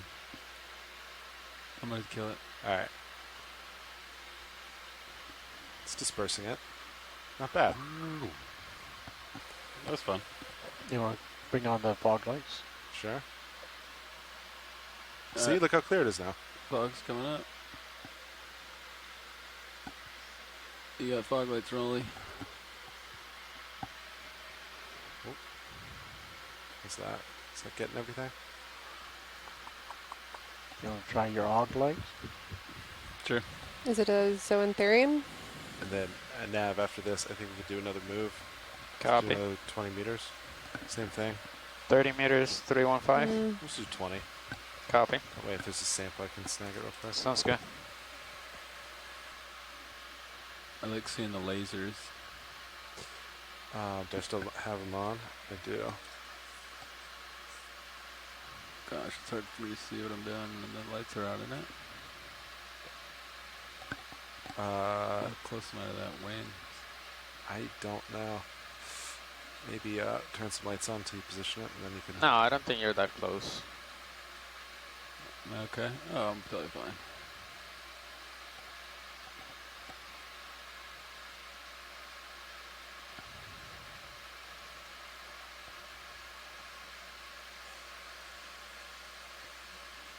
How does that look, Roland?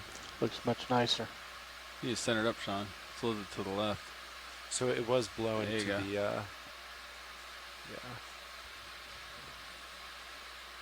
It's hard to get our camera low to the ground, isn't it? All right.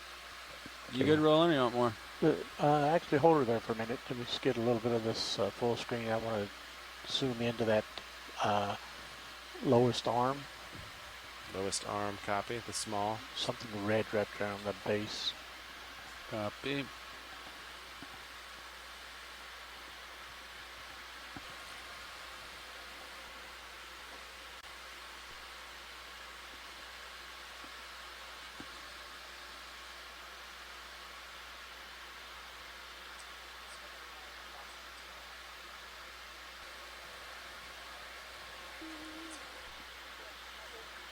Copy.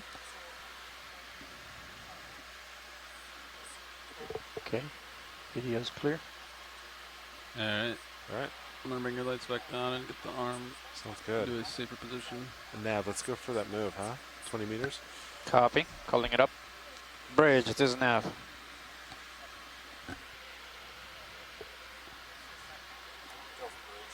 Let's repeat that last. No, actually, sorry. We're not repeating that last move. It's gonna be different range. It's gonna be 20 meters, bearing 215 degrees, speed 0.2.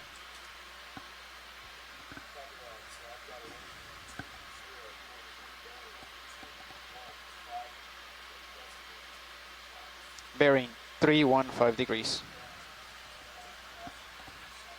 Copy. Thank you.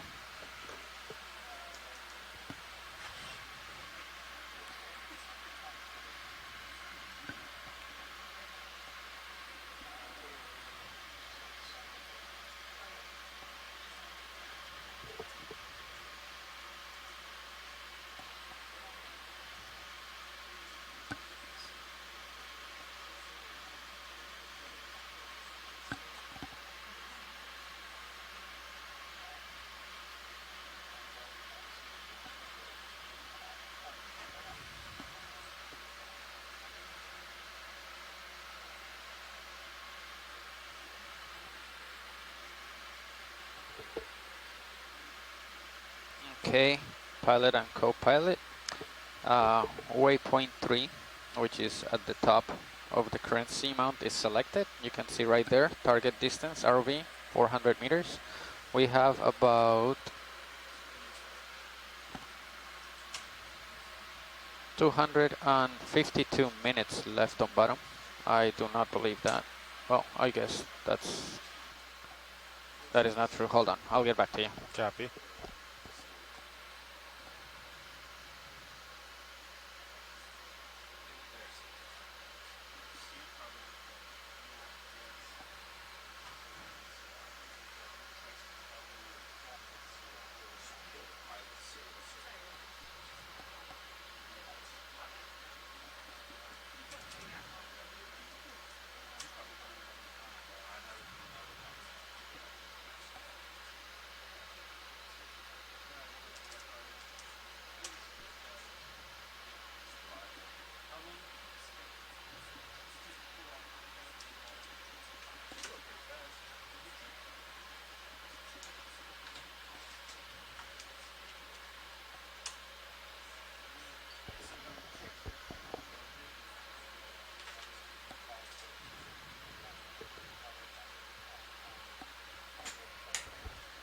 Go pilot.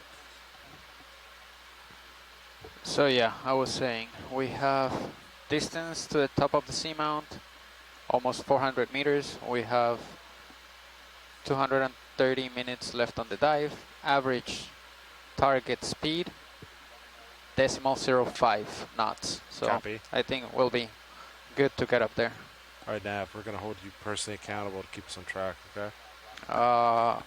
Until I get off this shift. I will be. Can we get that shrimp coming? Can't be responsible for the next navigator. You want a shrimp? Oh, down low. That yeah. Yeah.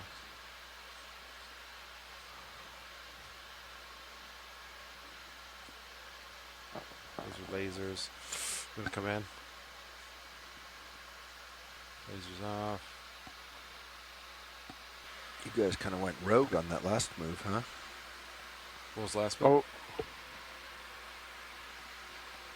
Oh, is it going not where we want to go? Bridge, this nav. Can we come to easy stop, please? I'm going left on your on the Copy. screen. Hey, video, let's come wide. I gotta scooch to my left here. Thank you, sir. Copy. So, bridge, just to understand correctly. So the last move was bearing 315, correct? Yes, sir.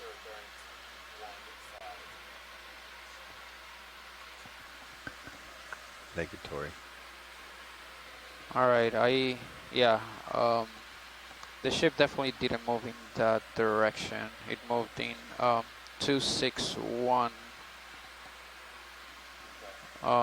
So, yeah, I didn't notice before, but yeah. So I guess let's hold position right here, and then I'll call up with the next move. Well, so we need to figure out if their DP also shows they went west. Yeah. Ask Bridge what they're seeing. We're seeing what we see on HiPAC. Yeah, so ask them what they're seeing on their end. Yeah, okay. Bridge, this nav.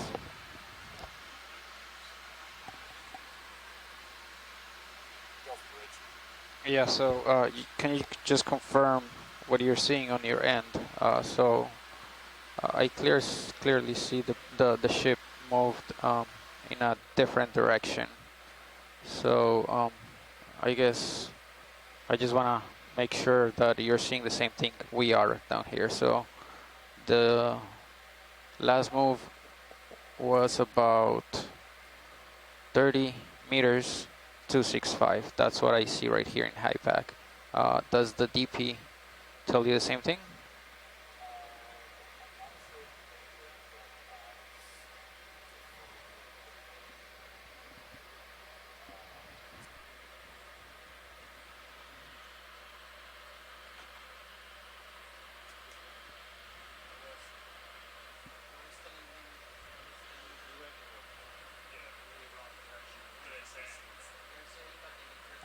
Hey, Bridge, this is co-pilot.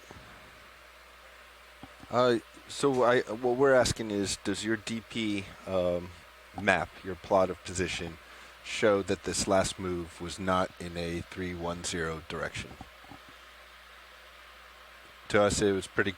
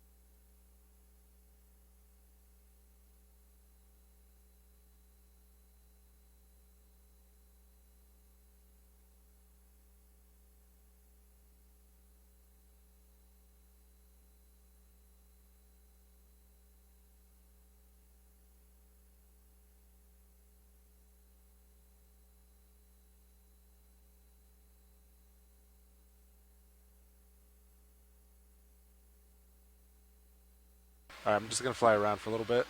See if we can find something. Raj, camera's 40. Copy, Raj. Camera 40, Delta 10. My altitude's 17. I can come up just a hair. Pretty dusty right now. The fish must have disturbed some sand. Swam right by. Saw some big ones earlier.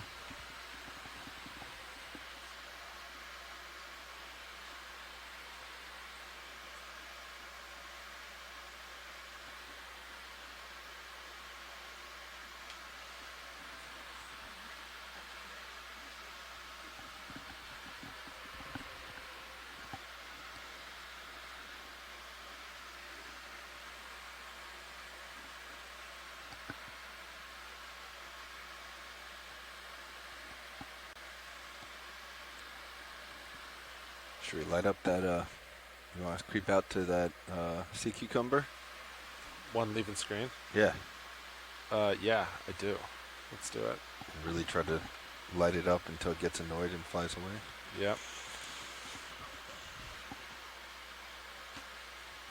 Mostly because these things always get up and fly whenever we get close. They're surprisingly mobile when they become agitated.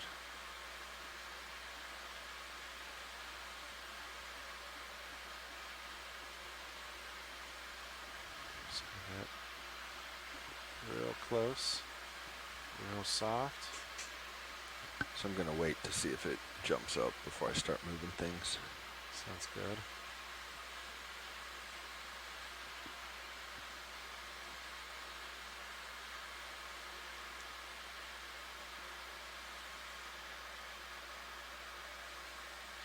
Oh, it's staying. All right, main's coming down. Side light coming up. Upper's coming down. Yeah, video, go for it.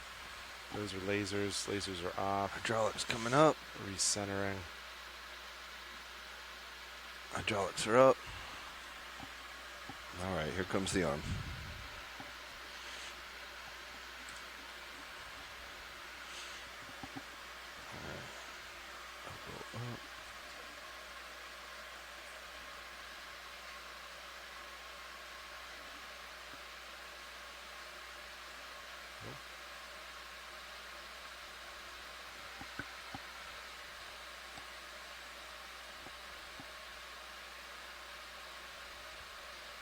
Copy.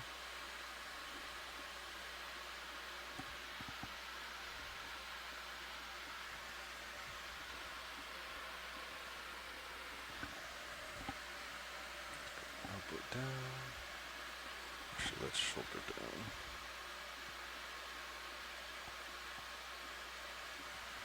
Shoulder right.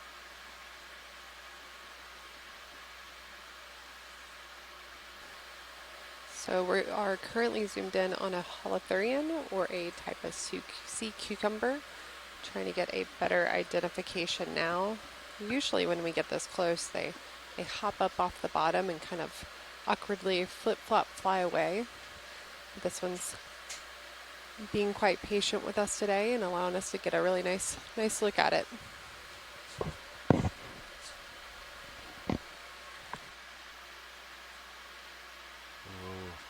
I see some agitation.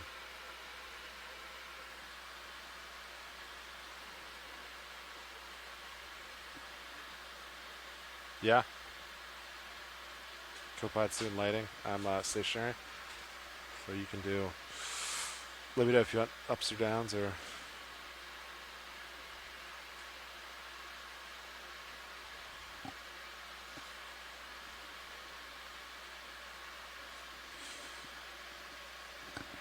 Up and down. Sorry, wrong direction. Coming back. Ooh, I like that reveal. That was cool.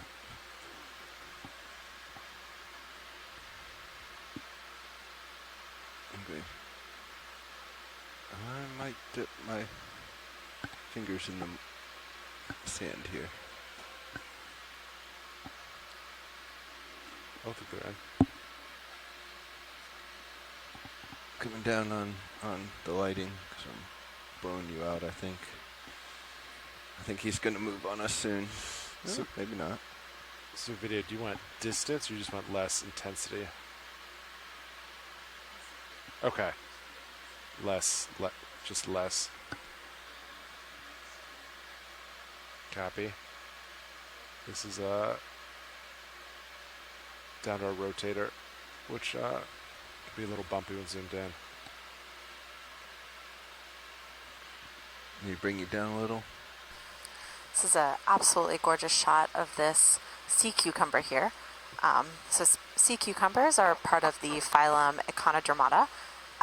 For this nice beauty shot that we're getting here, we can see the close-up kind of bumps and ridges Light levels look and okay? spines on the skin of this creature here, I got the nod. which is part of what the characteristics that give econoderms their name. So the translation of econoderms translates to spiny skin. And we kind of can see that really clearly here as we're zooming in on the sea cucumber. Look at his spines. Yeah, it's 3 different speeds. They're both kind of, I'm sure video, you can see the jitteriness in the coming rotate. off the... Let me see if I can center it up a little too much. I know.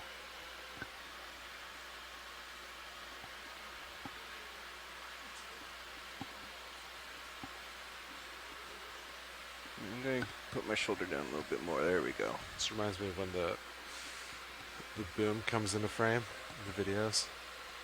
And it hits the subjects. The boom mic.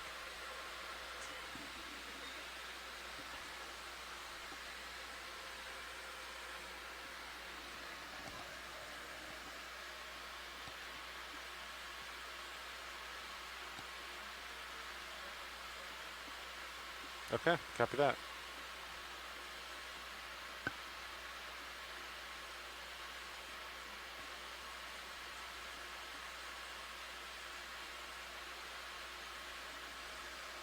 There you go, video.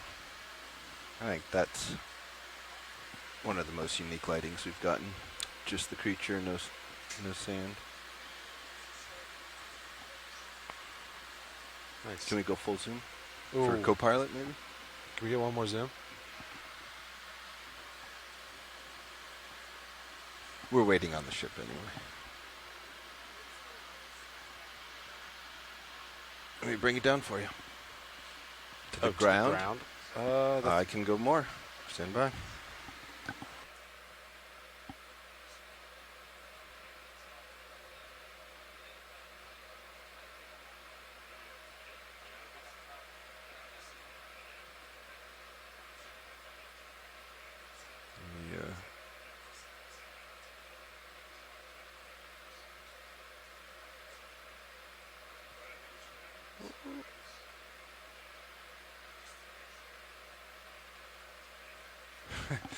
Yeah, oh, that was my arm. Shot. My hydraulics a lot of motion, you know? Didn't give me the fine control. Yeah, I think a couple small ones is fine. Just to make sure they're going to watch.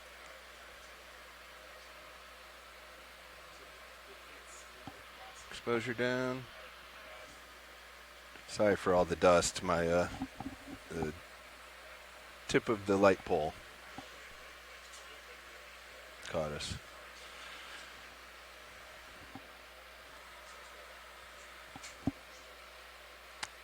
It sounds like we have a solution on nav or on the movement. So I think when you're done video, I think we're ready to come wide again. And we'll find some more things to do to try this with. I'm going to do. All right. I'm going to start bringing the main lights back up, so be advised video. Here comes some main lights coming up. Okay, mains are up. Yep. And the auxiliary going off. I'm stowing for you, pilot, because I believe we're ready to go. Yeah, we can keep going. Or you talked it out with Dive Super and we're clear. I think so. Let's see. After you stow, you gonna fly it all? You gonna switch? Sure, I'll fly. We could reverse and see who does better later. Ooh. I'll fly. We're at a good stopping point. No movement Okay, ship. I'll leave it right here then for you. I mean, you can put it away. That's sort of put away. Okay.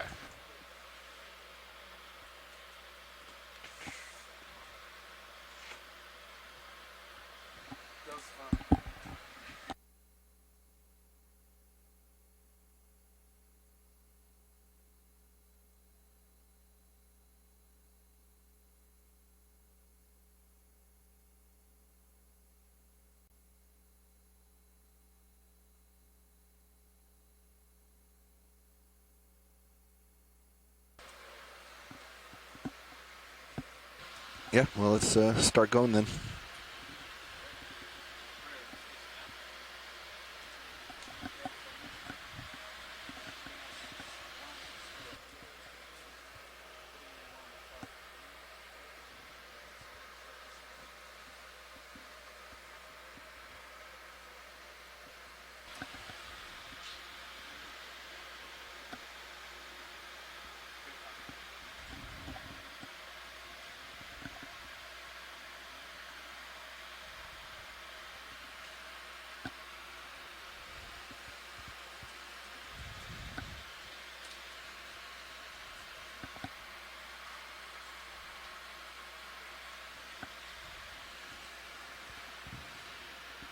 Oh, I put your Z. Okay, you fixed Z-bias. Good. I put it down a little bit for that. Let's see. Fiber values look good.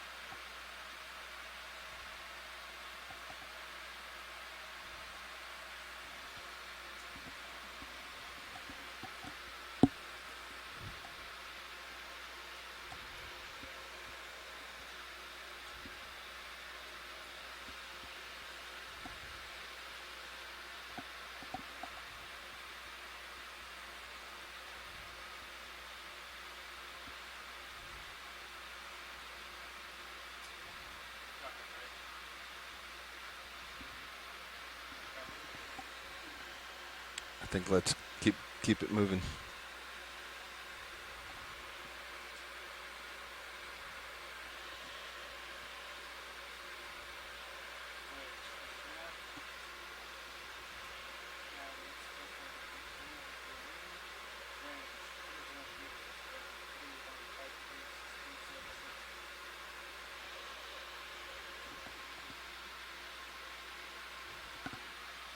Ooh, I'll come up a little bit. Thanks.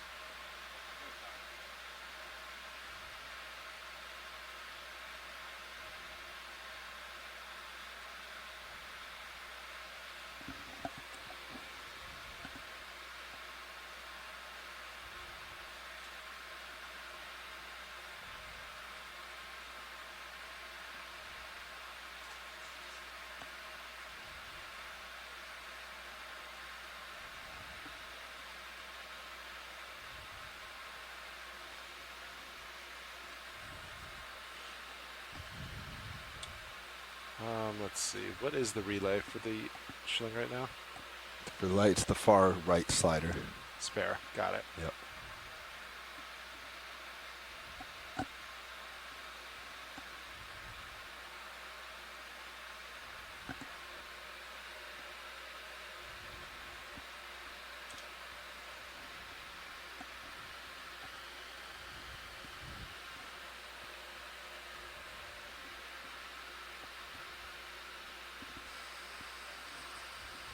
awesome shot of what looks to be some type of grenadier or rat-tail fish, aptly named for its rat-like tail.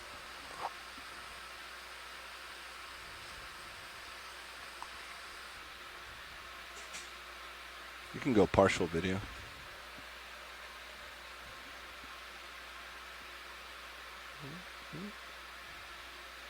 Yeah, it's pretty fun.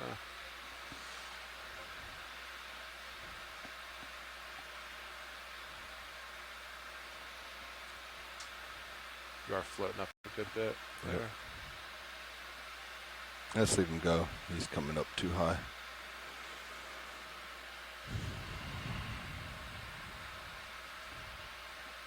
So let's see. What did you have Sirius rotator when I was flying? 40 was the 40. kind of where I was. Copy. Seemed like a good angle because if you start to go off at 40, Yeah. then you're ending up in the down and tail cams. Understood. Kind of reposition your arm now. Let's see. Forearm roll. So you're maxed out there. Okay. Then this left. This right.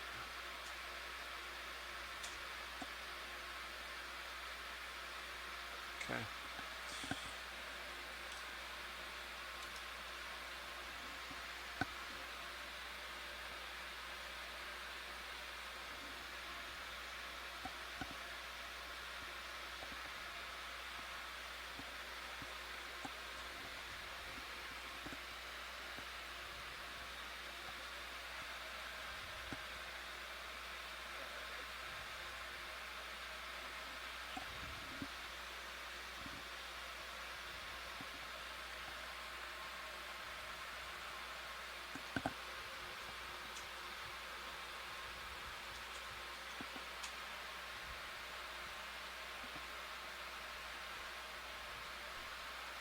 Okay, ship stopped. That's a coral. You might want to ask, depending on how you feel, pilot, you might want to ask to grab one of those.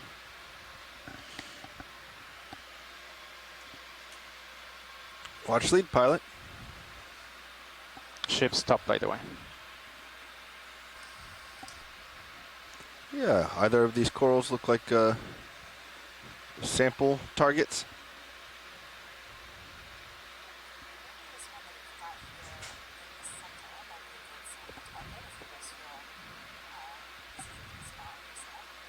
Yeah, maybe just snip a little bit off the top.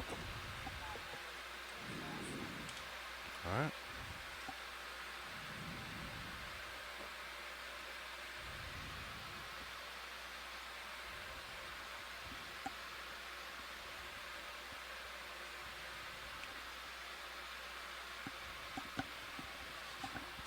Okay, I got your hydraulics up. Boxes are prepped for opening.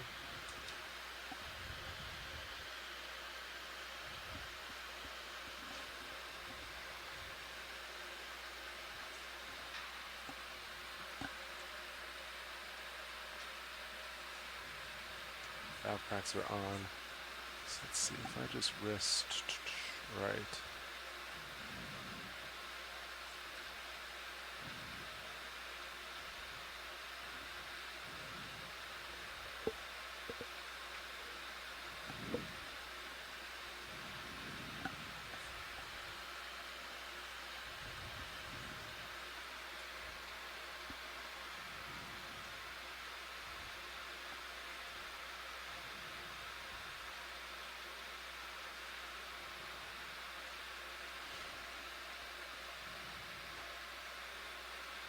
Oh, okay.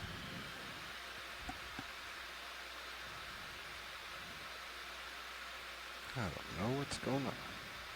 Oh, I'm on 2 rocks there.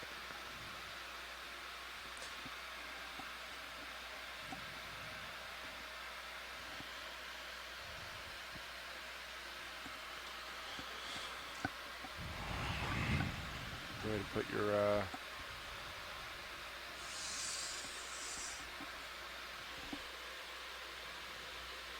No mini Zeus up? If you want, yeah. Well, it's not for me. Do you want? On here? Sure.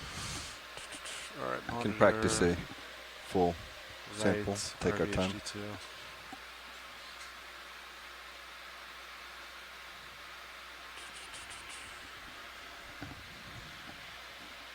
All right.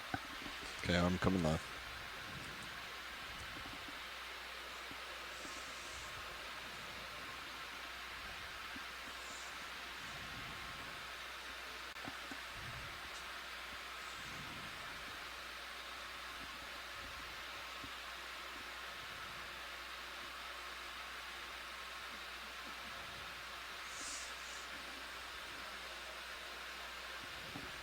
It's a cool shot too from there.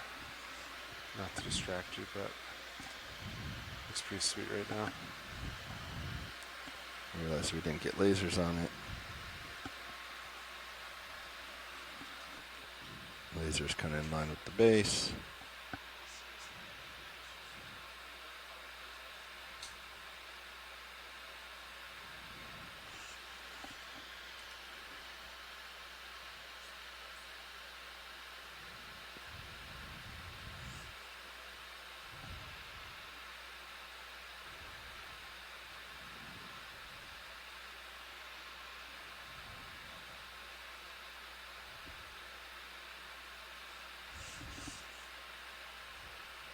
Thing is small.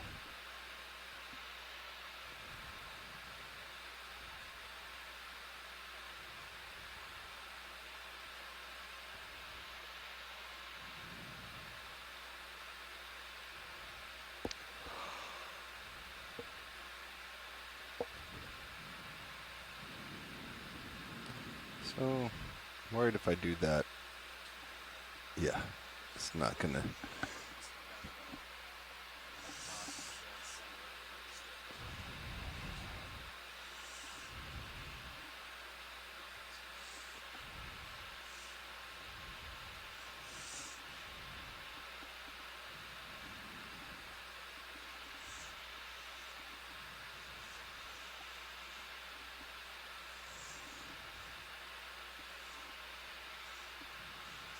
Gotta go. I got way too close.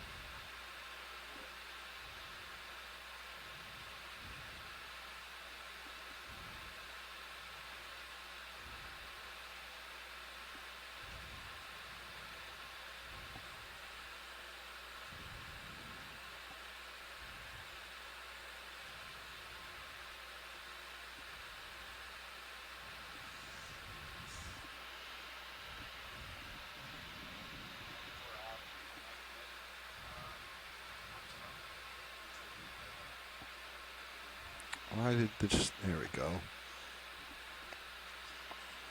Okay. All right. Just realized I was muted that whole time.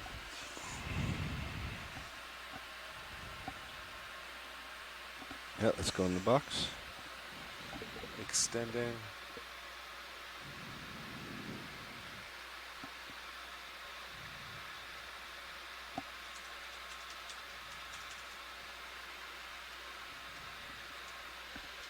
That's full extent. Okay.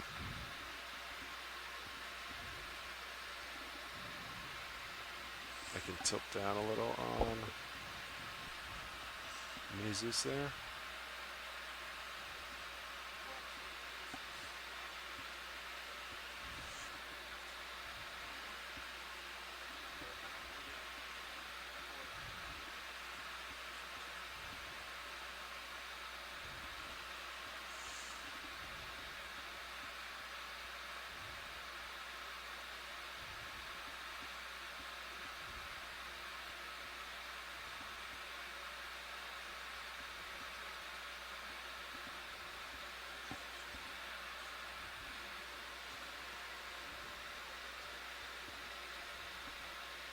And retracting.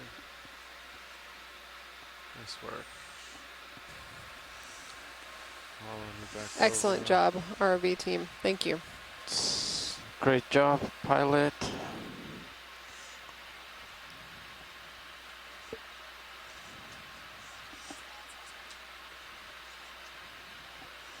Yeah, good to knock off some of the rust as well. Thank you, Watch Sleep.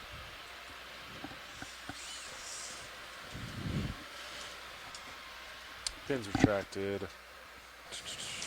So for those of you who are listening in from shore, what we just did was we performed a biological sample collection of this coral.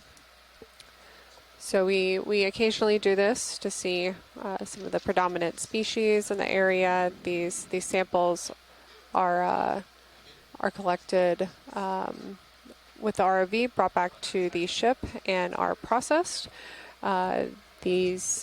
The biological specimens are sent to the Smithsonian Museum and the Bishop Museum in Hawaii for future scientists to check out and do further research on.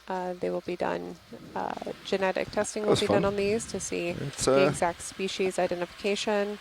All right, I'm going to center up your Let's move on. camera here. And that was an excellent sample collection by the ROV team. Entire specimen didn't pop off there.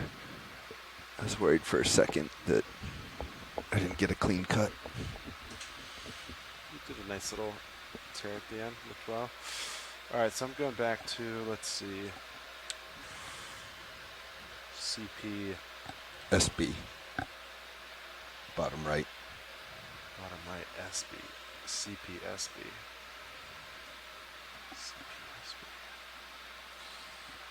Okay, so. I think let's head to the slope. Let's see, I need to rotate Bobby a little to starboard. Yep. I rotated port for Levi wanted some. Gonna make the same move. It's gonna be 20 meters.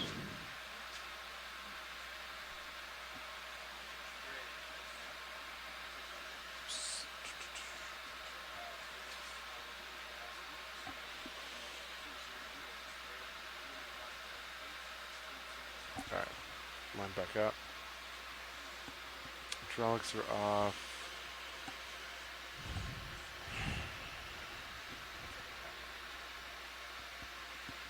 Your shilling's still kind of out. I can move it if you need it, but it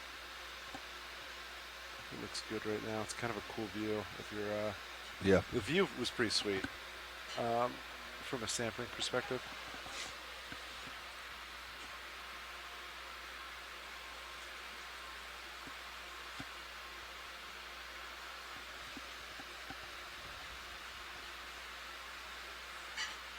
I think I see some ink behind you. I wonder if something inked.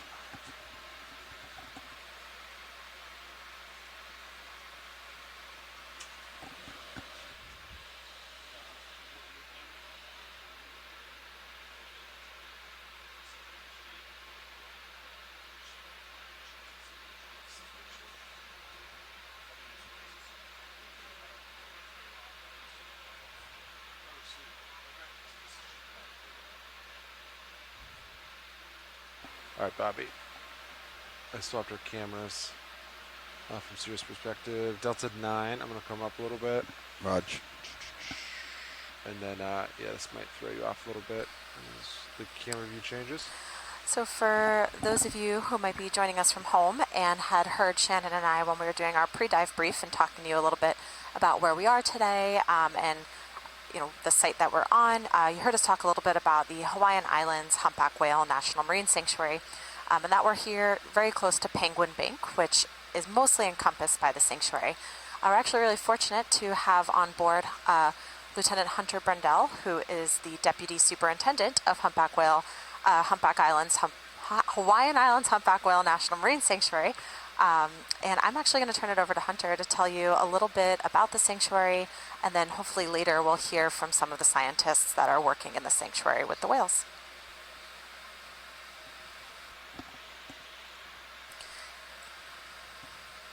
And as Hunter is talking through, you can kind of see us here in the back. Hello. All right, Deb, what's our status? Well, we can also direct your attention to camera 3.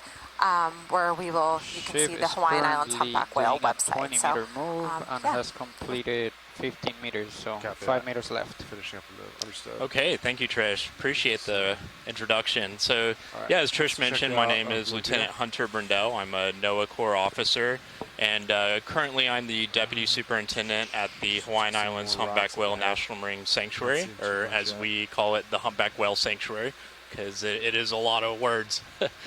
So I have been in this assignment for about a year, but actually before this I was the operations officer on the Okeanos Explorer.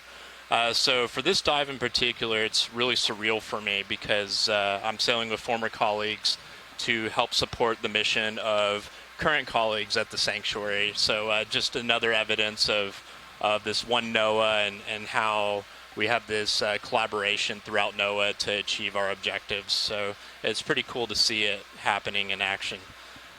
As far as the Humpback Whale Sanctuary, it was founded in 1992 in order to protect humpback whales and their environment. North Pacific humpback whales migrate to Hawaiian waters in the wintertime, which is November through April, in order to give birth and rear their young. And then from there, they return to their feeding grounds in Alaska for the rest of the year.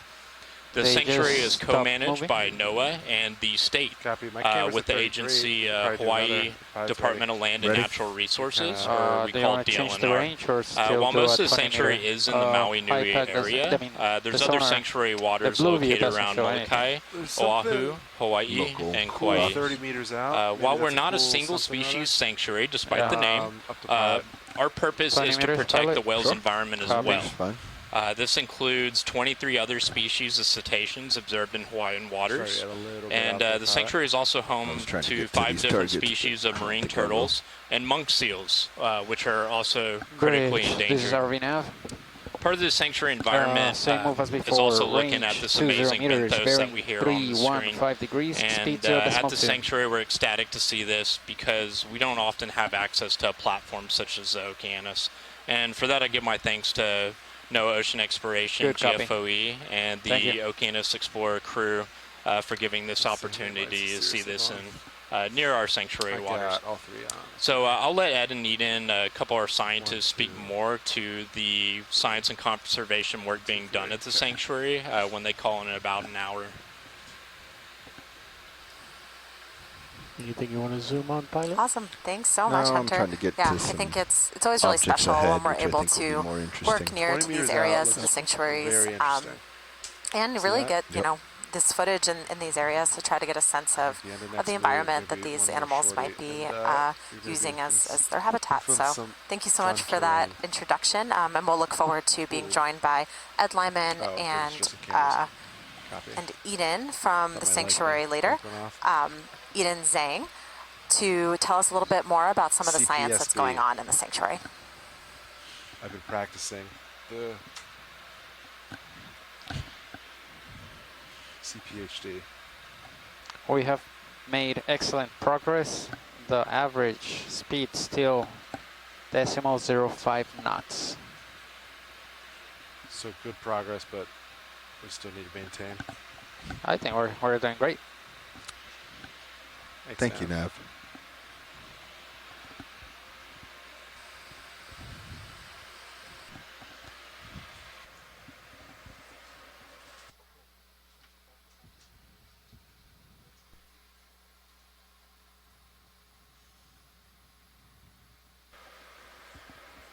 All right, I'm looking 315 going up slope. Yeah, that looks fun. Go ahead, Bridge.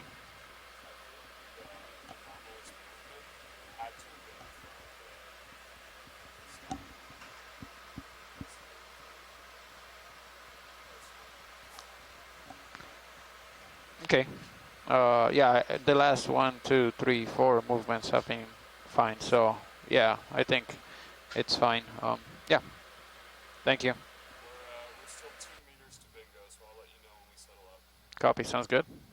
Any updates on the conditions? Anything has changed up there? Yeah, the wind has shifted a little bit more to starboard, as I said earlier, but it's died down a little bit. So current also shifted to current is also shifted to starboard just a tad. Copy, and going no for it, squalls co-pilot. on the distance.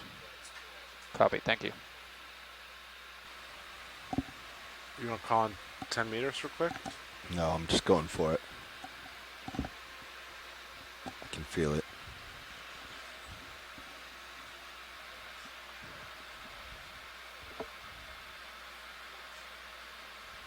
It's coming in, just seeing it materialize in Sirius cam. Go ahead, Bridge. Copy, move complete. Do you want another 10, 20? 20's fine. Copy. Predator vision.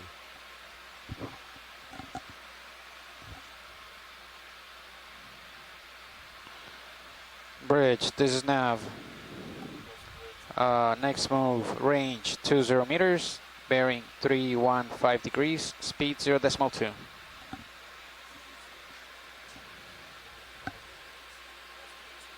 Good copy.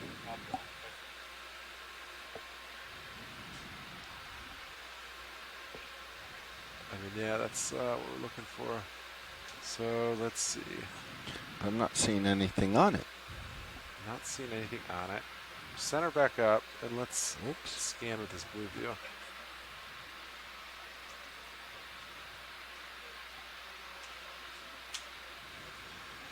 Okay.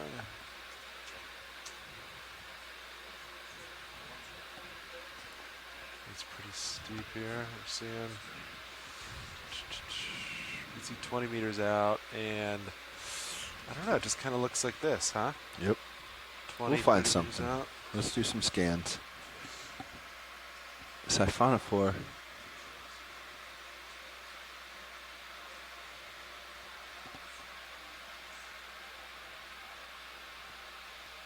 Go ahead, video. Let's get fogs. Fogs. I think you're too high for fogs. Fogs are on. It's 50 for fogs for reference. Yep. Bringing it in.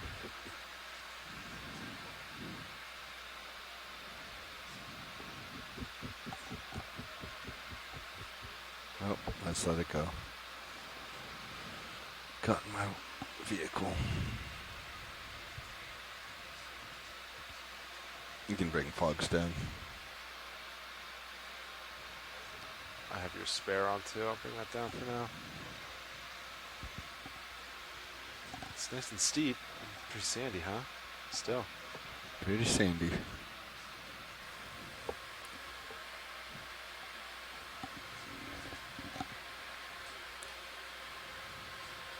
ROV nav, this is survey 1.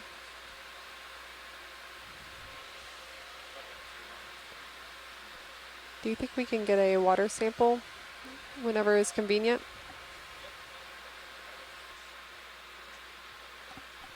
Yeah, I heard water sample, so correct? Yes, they are requesting a water sample. I got a thumbs up from Caitlin. Pilot, you ready for that sample?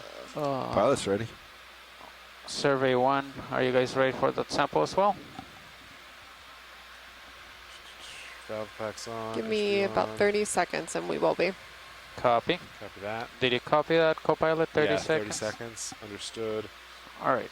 I'm resetting, standing by for fire.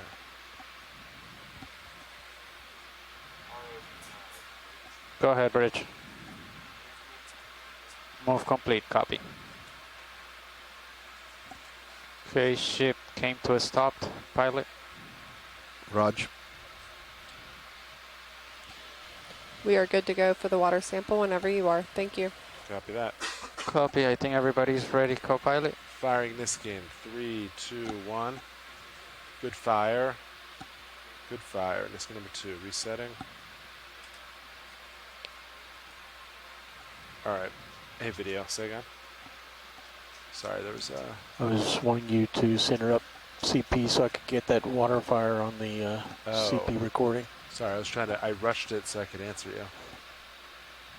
Next time, sorry. Can't see it anyway. Not with that attitude. Okay, nice and steep here. I'm gonna come up a little bit. Get us some delta. It's a partial zoom on Sirius HD. Copy that.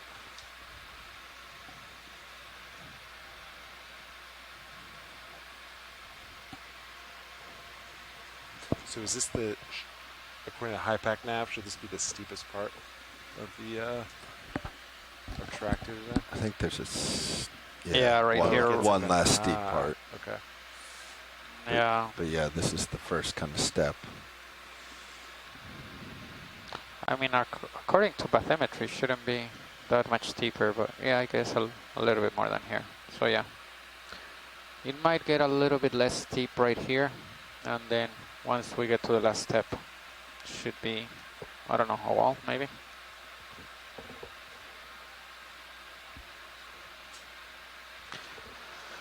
Okay, so the ship is currently holding position. Can we come wide on co-pilot, please? On Sirius. I think that's me. Yep. Oh. Playing with it now. Thank you. Got a walking crab at the top left. Or never mind, that's a shrimp. It's definitely, you can see the tracks of things rolling down. Huh?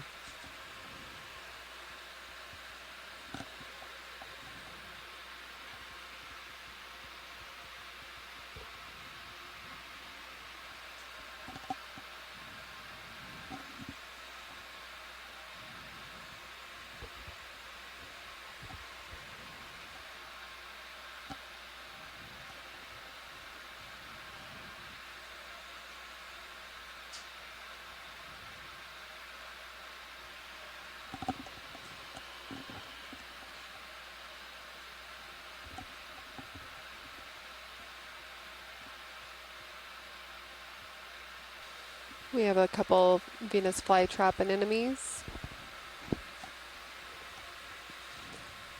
I'm kind of surprised to not see more corals or biology on this rock outcrop, but it does appear to have heavy sedimentation.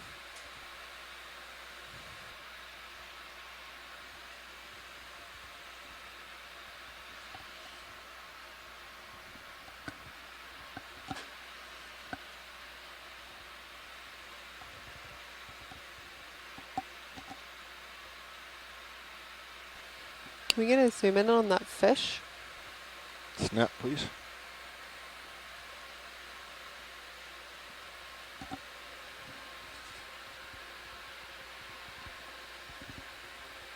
Okay, let's come on. Thanks. All right, pilot, let's see. I can see with the blue view about 10 meters right now ahead. You want to do a 10-meter move? Sure. Same direction, nav, please. 10 meters. Sounds good.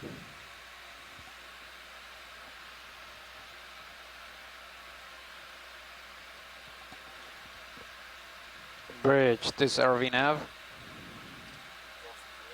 Next move, please. Range 10 meters, bearing 315 degrees, speed 0.2.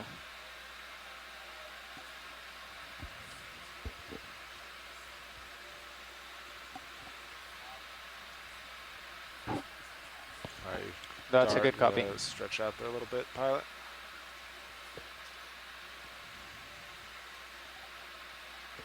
It's got an ever so gentle tug from you.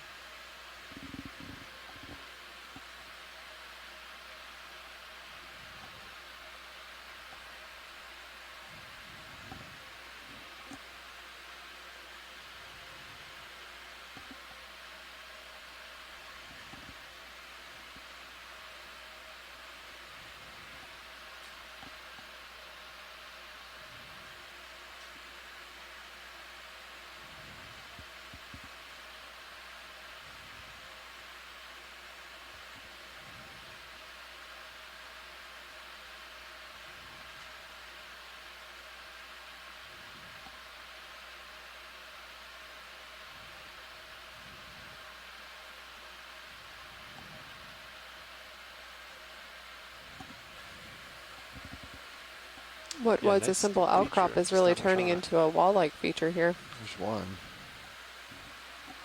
Again, kind of surprised we're not seeing more corals. It's starting to look like flat. I mean, not flatten out, but become not quite steep. There's our first coral. Large coral, I should say. The universe ahead, must have Rich. heard me. Copy, move complete.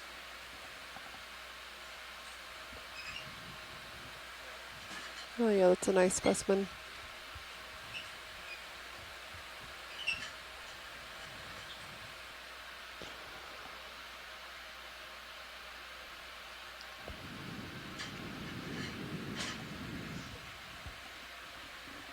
Do you want to bring your shilling in?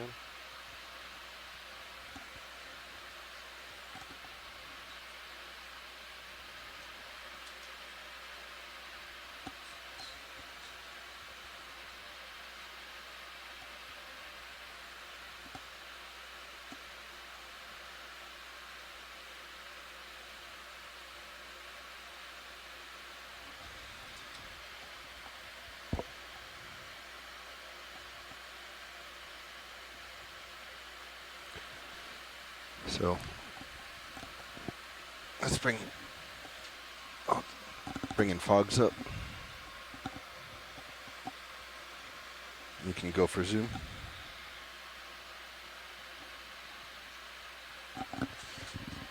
So you're just in, what are you in? Just auto heading in, joy lock? Nice.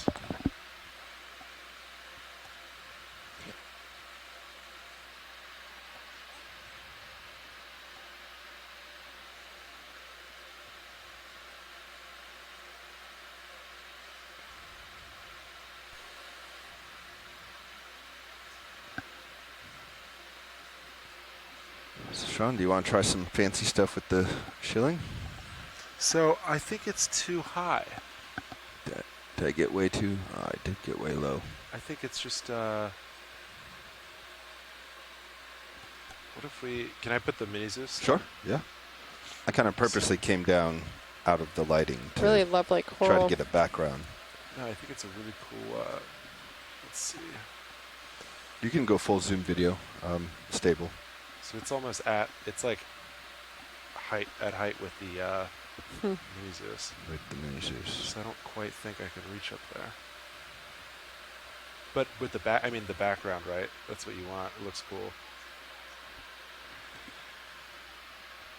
Really interesting looking coral. The polyps are different design than what we've been seeing from previous corals in the dive.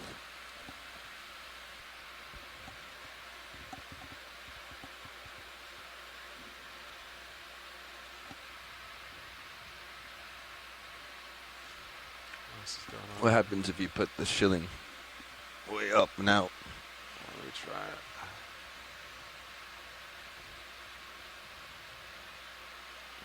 This is our only specimen so far, so I think we should take a moment to just kind of hydraulics up. Try some things again.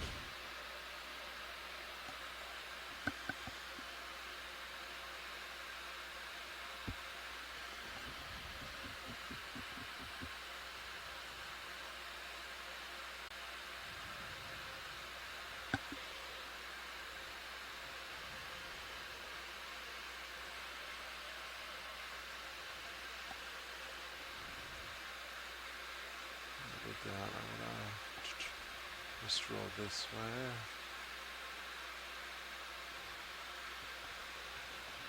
Okay. You said that was full video? Yeah, all right.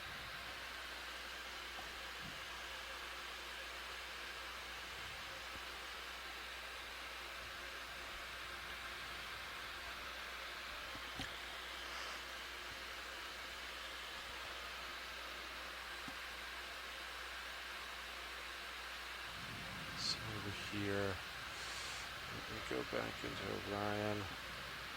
Just wrist left.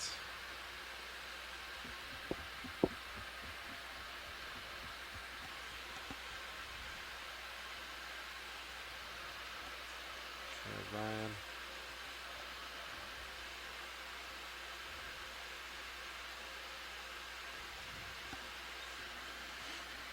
Elbow up. And shoulder right.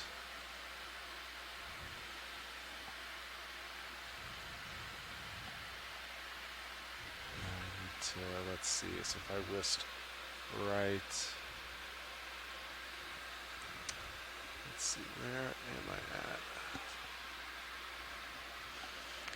at? Kind of seeing Titan, way up there. Is Titan a better one? So I would. So this beam relative to here, where is it hitting? Let's see. I'm looking at that view, center. I would maybe just shoulder. If I shoulder in, though, I think it's going to start hitting. Let's see. I think I'm going past it now.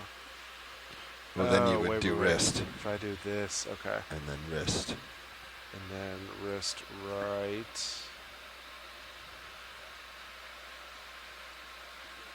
And then wrist roll.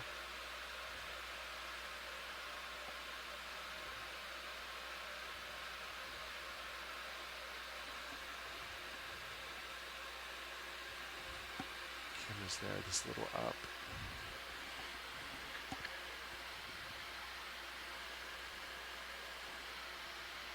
Wrist right.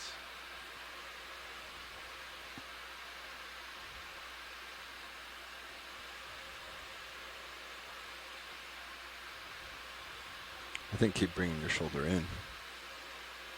If I bring it in,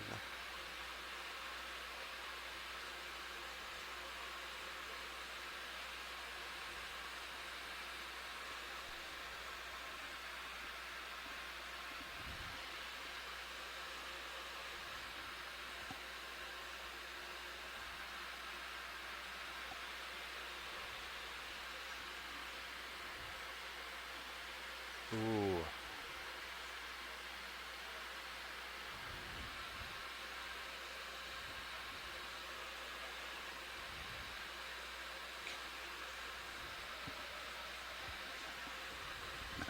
Okay. Staying put. Lower right.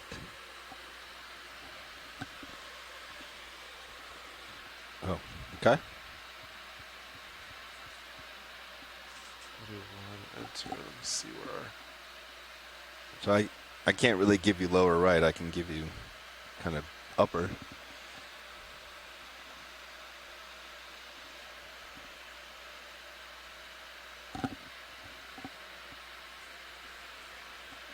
Oh, I thought that was you moving. Just lost for a second there. Just flowing.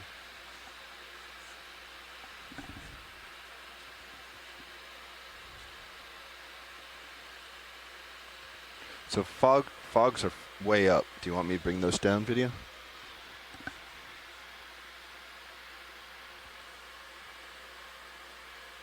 It's about 50. That aux light's at about 75. There's more.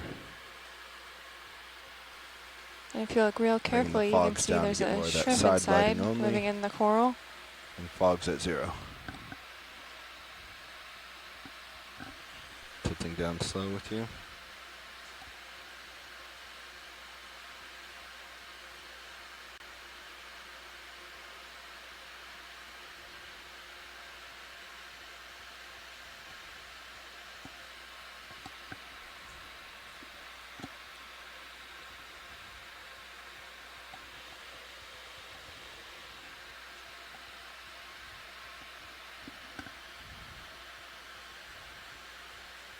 Go ahead.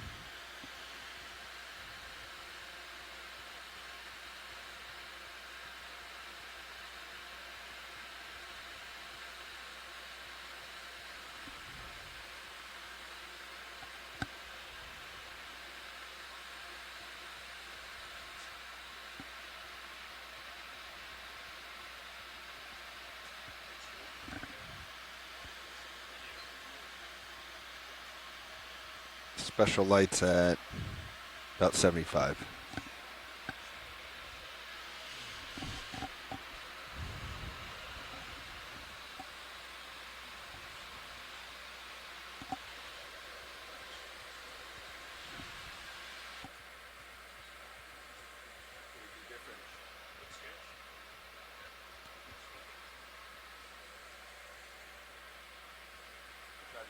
closer? Or?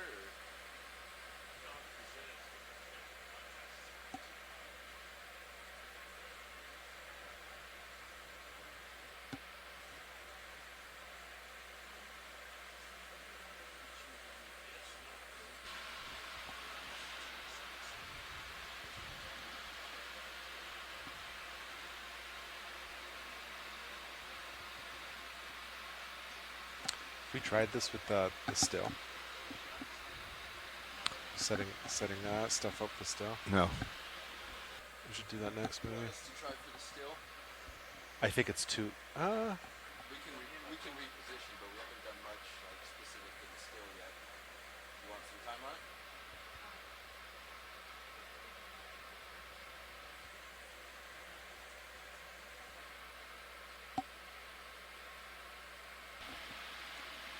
So you want to try to get it behind the coral? I can aim it. Let's see. So I'm gonna wrist left. Yeah, wrist right here. We can try.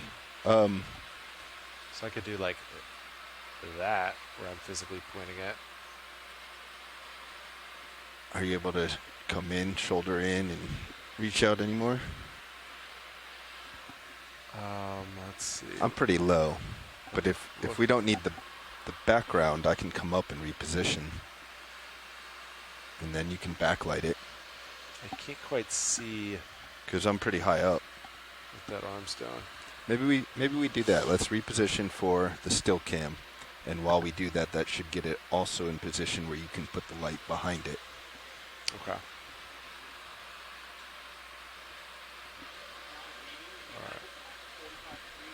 Yeah, but right now our arm's way up like this because I'm so far down. All right, let's bring lights on. Let's come wide on all cams and I'll reposition. Main's coming up. There you go. Sean, are you safe for me to maneuver? Yeah. Okay. All right, so my toe's coming off.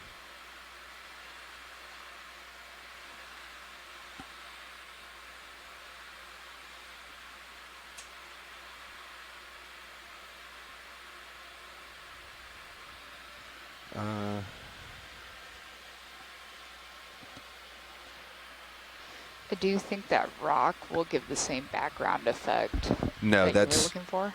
Do you want to put? That's why I was very low, was try to get that black background. Unfortunately, where this thing's positioned, getting closer is going to mean less background, or busier background. Copy.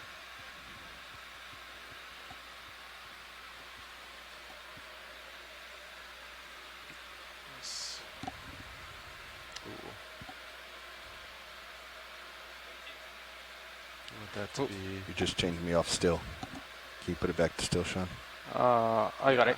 Got it. I was doing that now.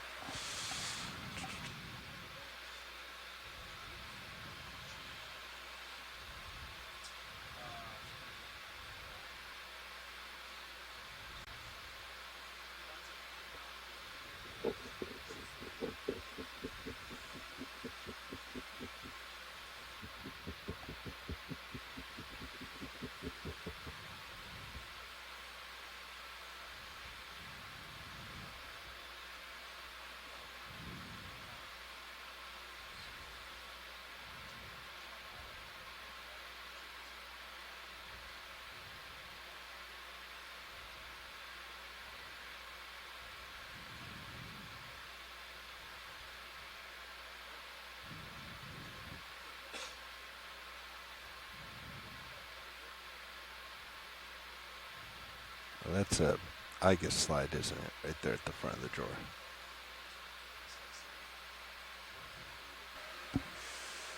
Yes, I shouldn't put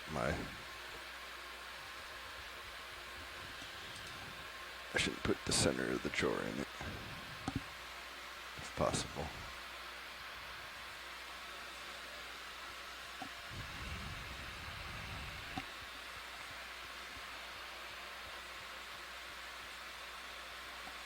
I kind of blocked you off. Hold on, let me put my other toe in.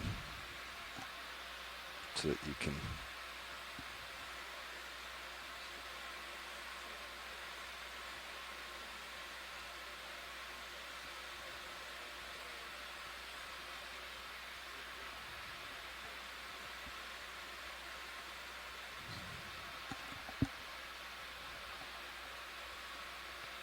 This is tricky.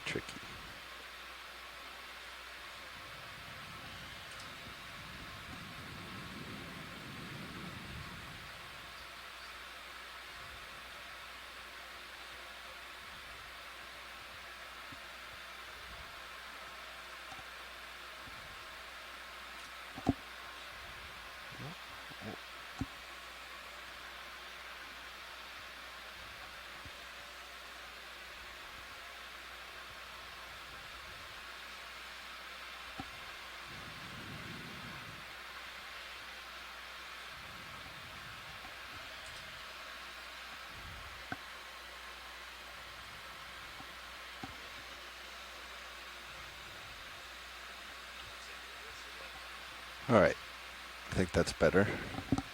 You're just kind of floaty, right? I'm drifting off.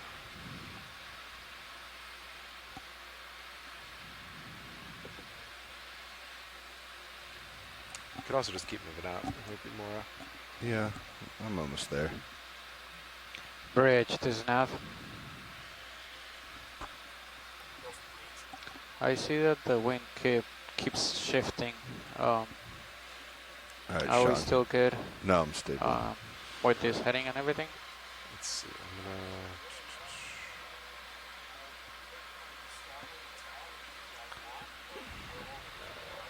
No, it's up to you. I was just seeing the wind. Okay. Sounds good. Thank you.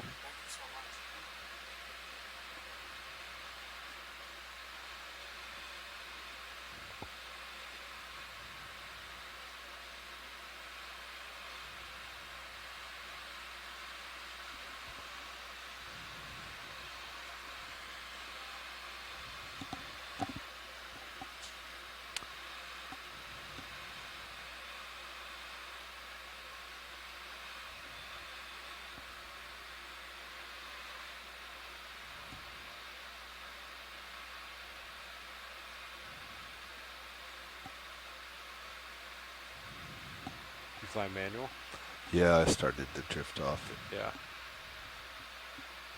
I kind of paused the, I didn't want to get the Orion to in there. Yeah, I don't know that I can get a clean kind of picture of the still. It's a pretty curvy, Maybe I just come in like this and try to come down on it.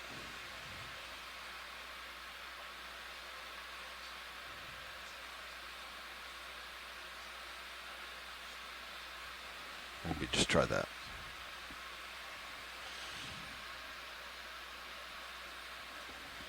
Oop. Straighten you up still, sorry. Very good. Yep. Okay. So let's see.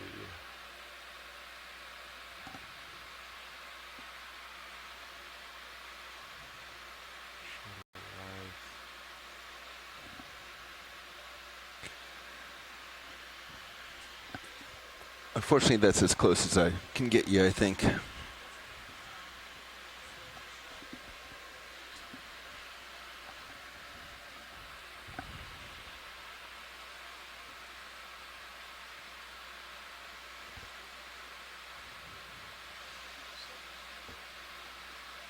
Am I clear to zoom in?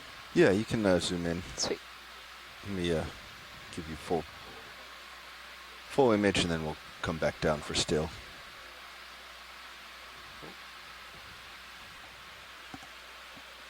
Am I too close? Can't get over that ridge? I was bumping it. Let me, let's see. I need to wrist all the way left. How far left can I go? Oh, that is my left. Can you just elbow down a little?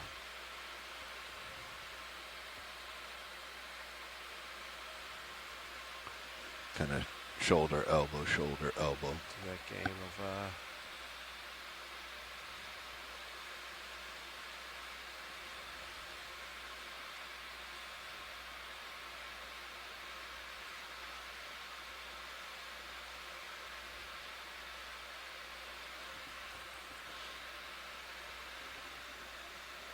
Okay. Does that look like... I mean, you're way clear of the box, so if you shoulder or elbow down, you'd be fine.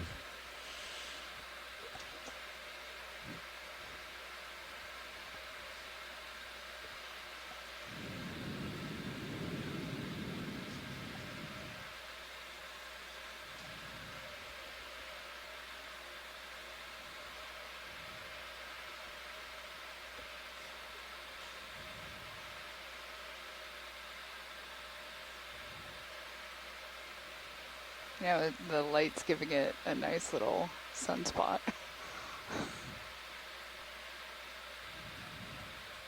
Okay, my mains are up, so I'm going to start taking them down.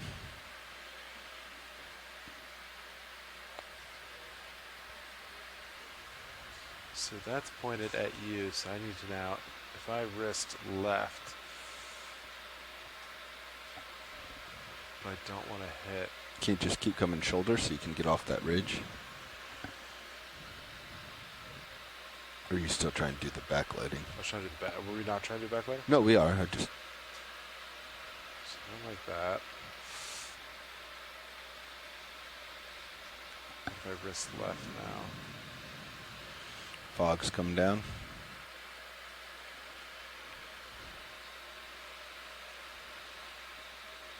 Wrist right. Okay. Easy. Backing off that. Sorry, Sean, I didn't make this easy for you, did I? No, that's okay. This is fun. So I think if I go any further, I'm going to hit. What if you... Where am I aiming at? If I wrist right anymore, I think I'm going to just... What if you elbow up and then wrist right? If I elbow up, so it's going up still. So let me see, if I elbow up. The angle's almost there, but it's hitting, it's above it. If you elbow up and then wrist or forearm, right, that should get you up and off the... Yeah, now if you do some wrist removal. Forearm, yeah. Okay, and then if I do, let's see, a slight shoulder down. And maybe some wrist now, so that you're not shining up into my camera. Wrist right, forearm. Too far, too far. So now shoulder right, right, towards me, and then wrist. Oh, I think you're there. Where am I? Okay. Should I shoulder right more? Yeah, if you shoulder right and then bend your wrist away, that should get it out of, get the flare out of my camera. All right, a little more. And then I'm going to back wrist right here. Yeah, yeah. Maybe a little forearm roll.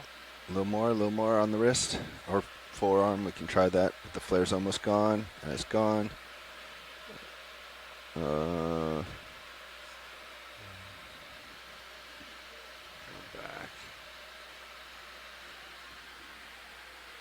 Shoulder down. What do you think? I'm not sure. Video some, what are we thinking? Here, shoulder down. Little wrist. What's that give us? But I got glare now. It's a little hot. Hot, okay.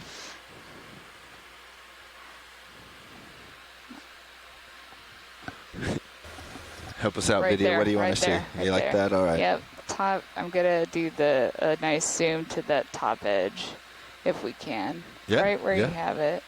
She felt bad since she Let's just see. said right there. We don't know what we're doing over here, so. No. Our You only- guys are doing great. Actually, that shrimp. We've let's only see. seen movies, so that's our qualification. You guys are doing great. It's all good knowledge. It's a little hot again, so if we Yep. can pull back. My fogs are still up There as we well. go. You want me to take those out? Ooh, I like that. That's front lights are fully out. Wow. Okay, let's leave it here for a minute. Okay. Get some nice cinematic coral. My co-pilot's more of a Michael Bay, movie buff, so. It's true. Big explosions. Exactly, so. Yeah. It's nice cinematic.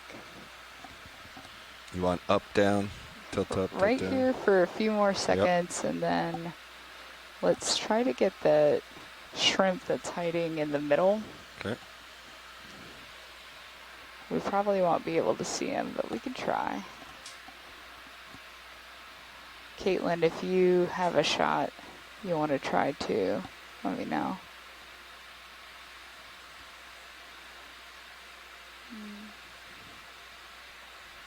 So I can't give you much heading control because I'm pretty locked in, and with the arm where it is, I can't really change my heading.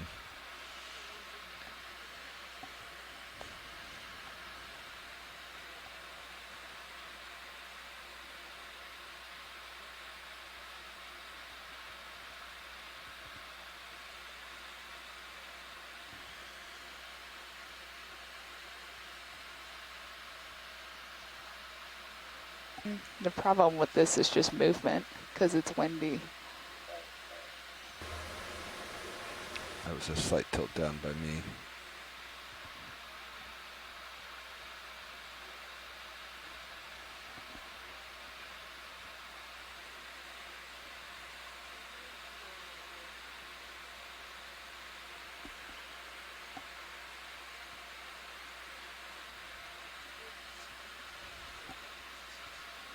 Okay, I'm gonna zoom out since it's moving a lot, therefore the focus isn't. Do you want any front light, or do you like just this side here? Side's at about 50%. Right now the side is going okay, especially with the coral coming in and out. Let's try a little bit of the front light to give it some more. It's about 20%. Zoom, slow zoom in again. It's about 30. Yeah, let's leave it there for a minute. Nav, do you want to survey if you want to sample this once we're on? You want to survey if they want to sample this once we're on? Since we're here. Is it survey 1 leading back there? Not sure. Ah, copy that. Watch lead 2, this is Nav.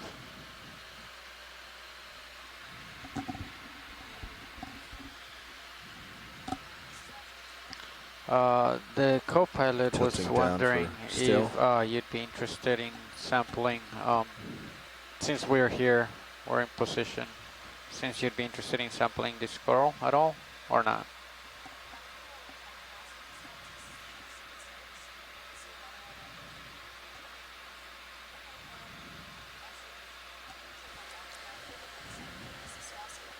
Sorry, I just walked away for a second. Did you copy that, co-pilot? Yeah, small sample. I didn't hear. Small sample when we're done. Small sample, okay. Yeah. Jen, do you want to get it on C-Tube? I'll get it on the web rocks form. Yet, huh?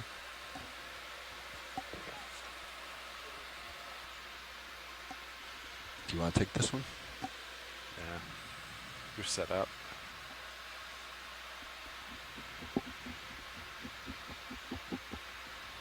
I don't know if I can open my drawer though, but we'll figure that out later.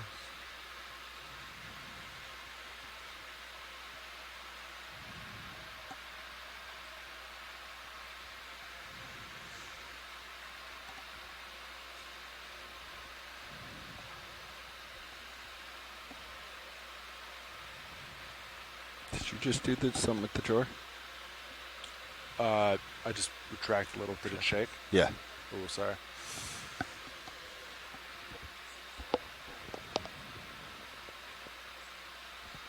Rotate the light around. I can rotate the light around.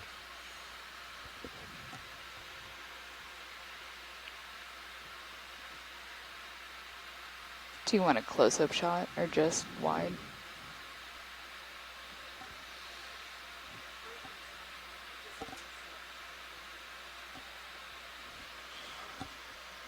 Set. I'll just kind of do some motions. Here, let me bring fogs down. Fogs are off. It's all you, Sean. Are we looking on main cam or Zeus? Still. Okay. No, I just didn't know which one to center. I was looking at the mini Zeus.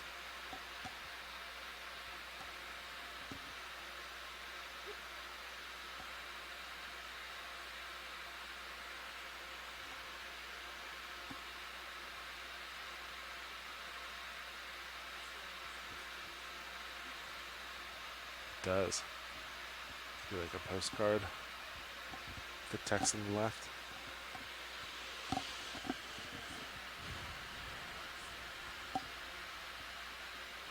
Yeah.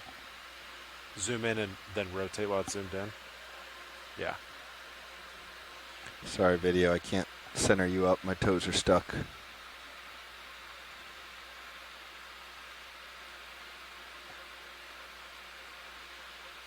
Do some light rotation.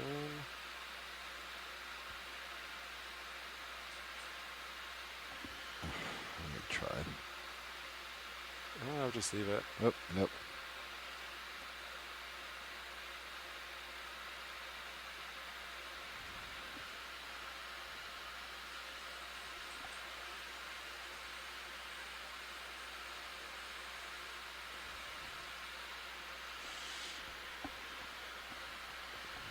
Can't believe it settled off center.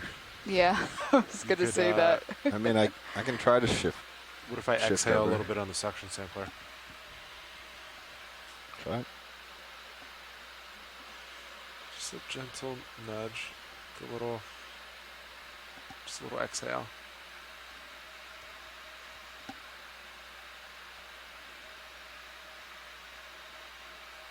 Just a little breeze.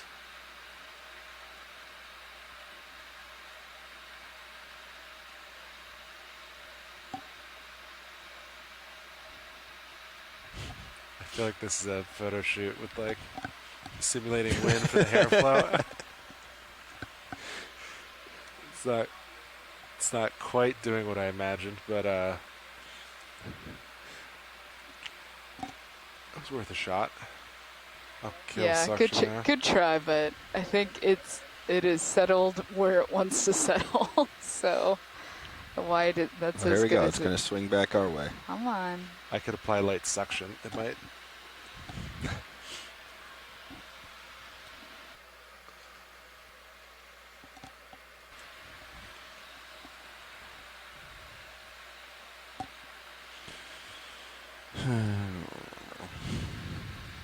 Yeah, it's not really doing what we want it to. What we want it to. But that's okay. I mean, if you think it's worthwhile for your test to recenter it, we can. It's your call, video. I think we've spent enough on this one. Yep. Okay. Let's bring all the lights up. We're going to take a sample. Let's get lights. We got mains. Yes. We got uppers. Yes, thank you so much for that, pilots, and video. Let's see.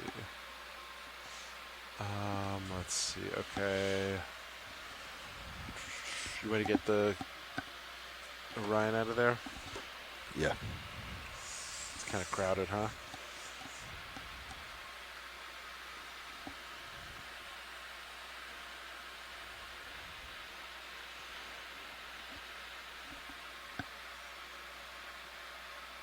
This might take me a second. Let's see. If I point up real quick.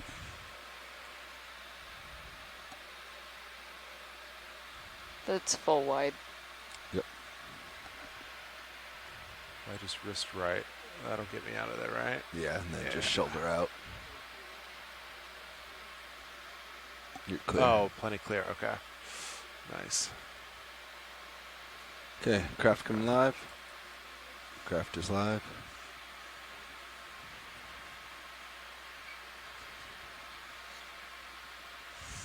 Oh, it's smaller, huh? Well, I thought the jaws are up there.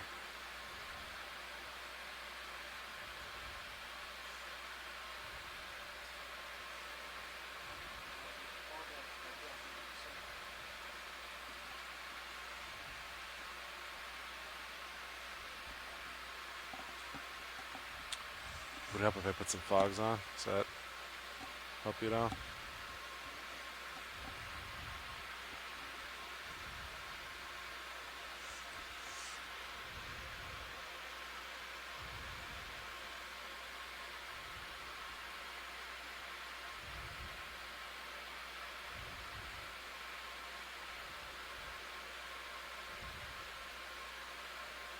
Get around that one. There you go. Just down like that. What do you think? Yeah. Watch leads, pilot. I'm aiming to just kind of trim. Copy. This is survey 1. I'm aiming to trim just kind of downward motion. You can see where my blades are on the jaw. You think that will be enough for what you need, or do we need a bigger piece? To the right of the jaws is what you're thinking? Yeah, so it would be the tips to the right of the jaws. I think that'll suffice. Thank you.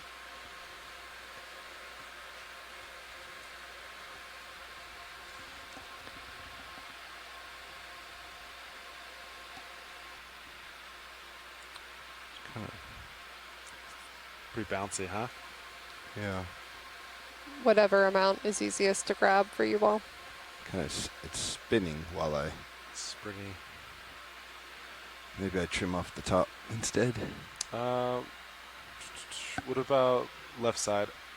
Flip your blades, go left side, and like in a down motion. Does that buy you anything? Yeah, something like that. Angles might be tight.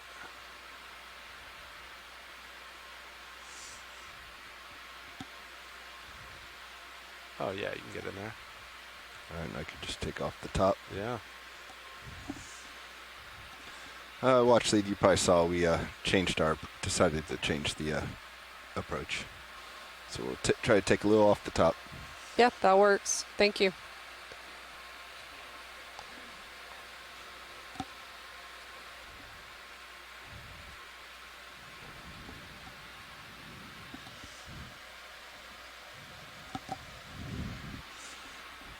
Okay, here we go.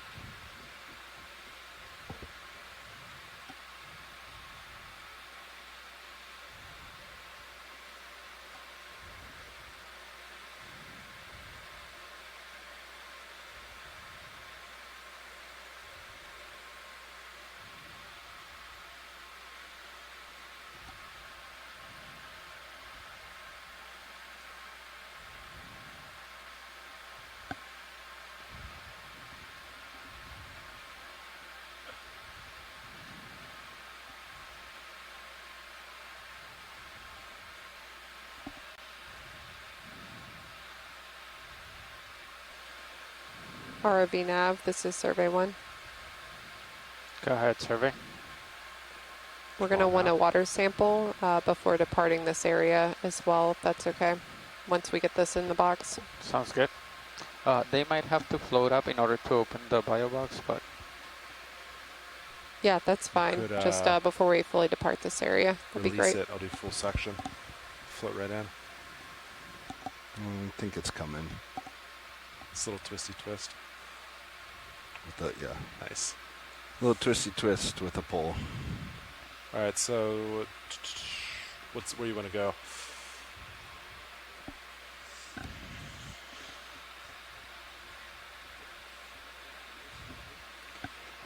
Let's fill out the port box. We're going port. Okay, so I'm gonna extend that pin. I'm ready to extend drawer. I'll see how far I get. Or do you want to move and go into autos? No, we'll go with autos because you're not going to get very far. Actually, port extend pin on port. All right, you ready? Okay. That looks good. Your arm's clear. All right. My arm's clear. It's over there. There we go. Do you want the other camera up for now? While you fly? Are you happy as this? I'm okay with this. Okay. Okay, and when you're finished that, we'll do a bottle sample, water sample. Copy this. After that, or copy that after this bottle. Another Niskin. Understood. Don't think I have lock right now, so that's not happy. We're just going to creep forward over this area. Let's just look for, yeah, a little tail hold.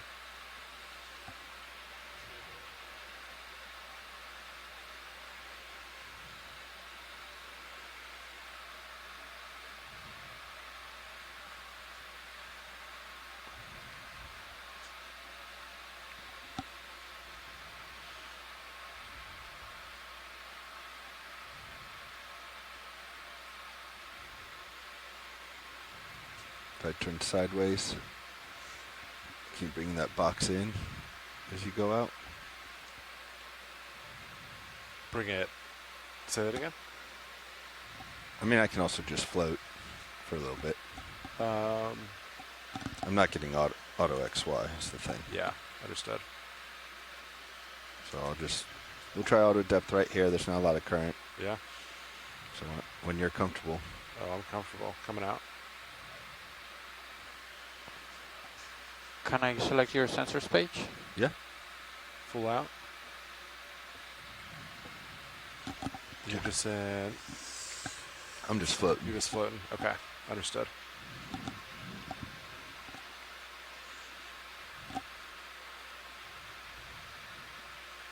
Okay, Saver 1, they're going on the port outer.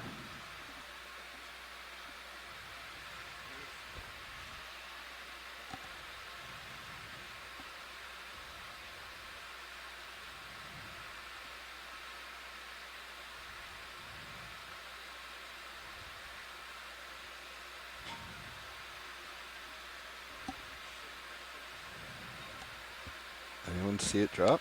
I did see it drop, yep. You did? Yeah, I did. Okay, I'm retracting.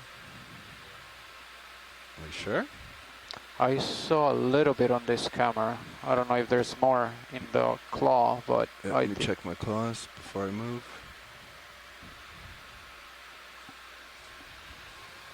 I don't see anything in the claws, but I didn't see it drop in the box either. I did see part of it fall, so there's at least part of it. I don't know how much. Copy. Okay. You guys did see it? All right. Video confirms. Awesome. Thank you, video. I was surprised I didn't see it. And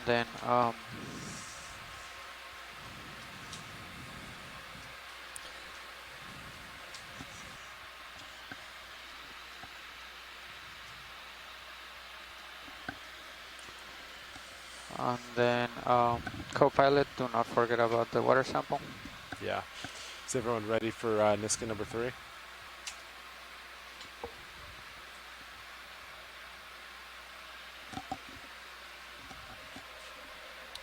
Caitlin, you good for Niskin number 3?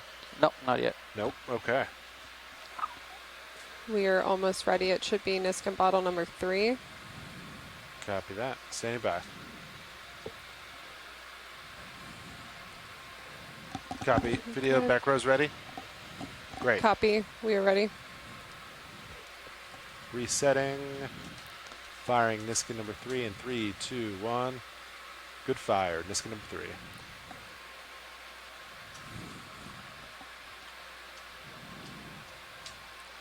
Captured it back here. Thank you.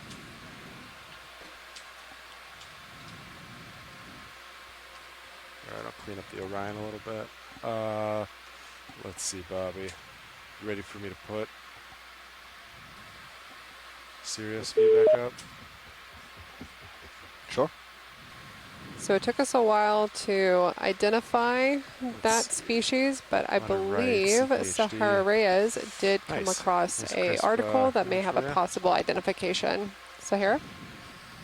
That's right. We're not 100% sure, but it might be related to another species there it is, one more time. called Umbella patis litocrata from the Pacific. So it might be some sort of black coral. Thank you so much, Sahara. And for those tuning in from onshore, we just performed a biological and a water sample collection. Hydraulics So we routinely collect biological, geological, and water specimens to help us better characterize the seafloor environments in which we are exploring today. That black coral that we just took a sample of appeared to be fairly unique to this area. So we decided to take a small snippet to which we will bring up to our wet lab on the ship, and we'll further analyze it, further take some photos, and then we will package it up and send a snippet of it to the Smithsonian Museum in DC, and then another snippet to the Bishop Museum in Hawaii for further analysis and a true identification, because what we're doing here is very challenging to do. We've been pretty much the entire time that the ROV team was zooming in and getting their wonderful photos of what we believe is a black coral. We were back here researching and messaging our friends back on shore, trying to get a good identification. But it's extremely challenging to do just live and through a video. Yeah, 315. Yeah, sounds good. Copy. Bridge to 0 VNAV.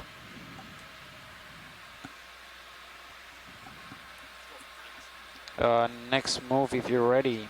Range 20 meters. Bearing 315 degrees. Speed 0.2.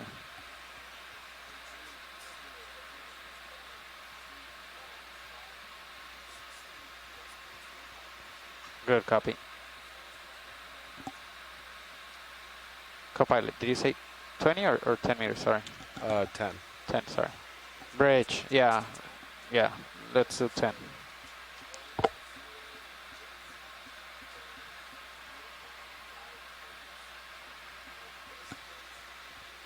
Yeah, that's correct. 10 meters. Thank you. Watch your brow. I can't tell if that's how much of a, if any, shoot that is. I was thinking that was the top. Are you thinking it's an overhang? I can't tell. So that's why I just said be careful. Because it kind of, takes liability away from me no matter what. Ooh, watch. It is an overhang. It's a little overhang.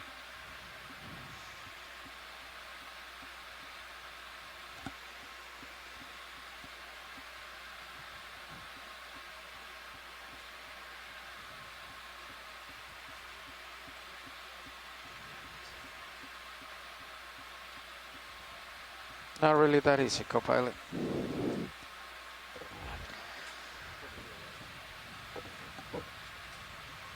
Yeah, we were knocked in there. Huh? We were. Be helpful to have mini Zeus right now.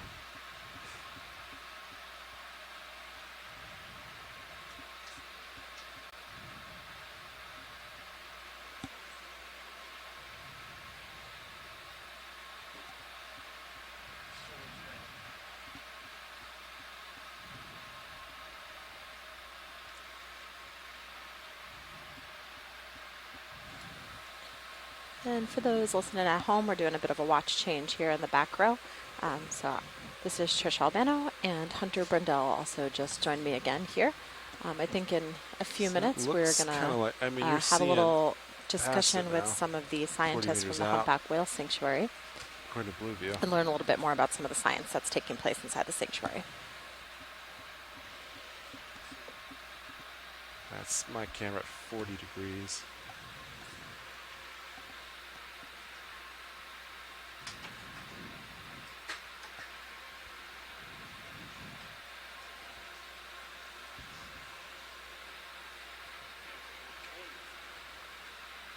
This little indent.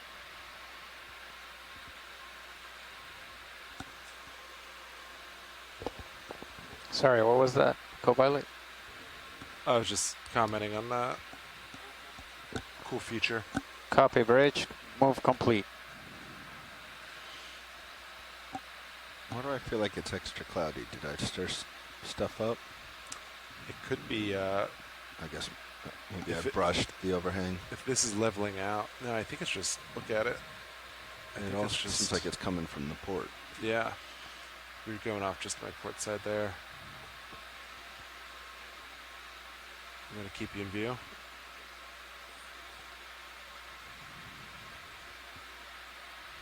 No, I'll come back your way. Copy that.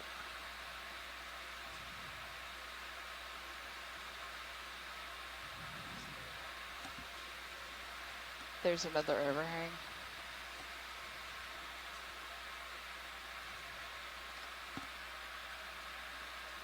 Hey, why don't you come my way, because it looks more interesting. Yeah. Go ahead, video. Or survey one. Sorry. I'm video.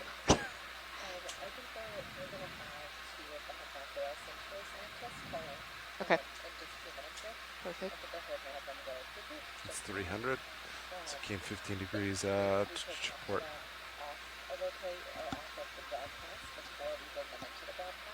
Copy. Copy. Are those Yep. some of these clams that we've been seeing? Let's snap here video. Yeah. Give me 1 second.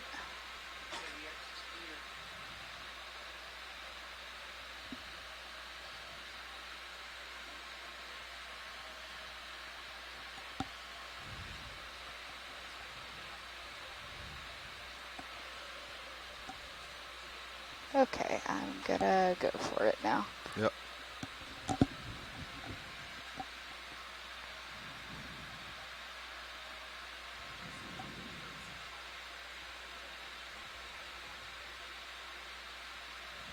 Partial.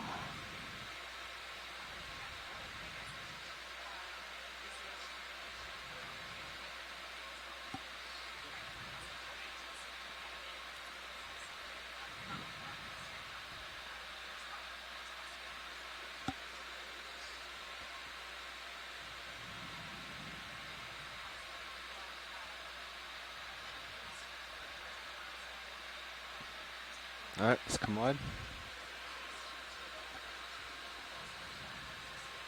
Full wide. Ooh, coral.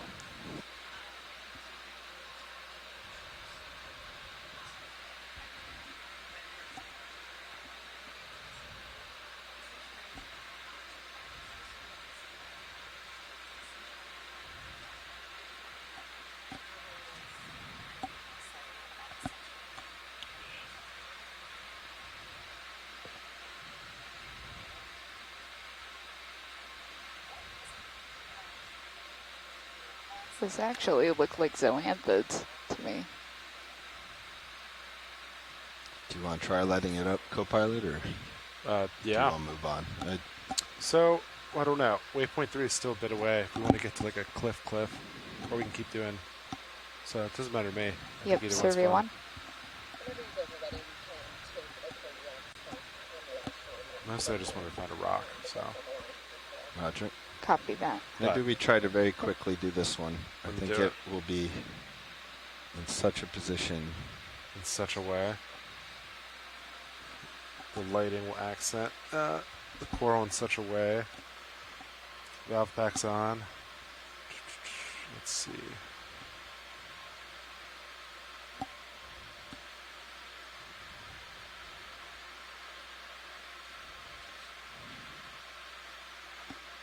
I was kind of hoping to.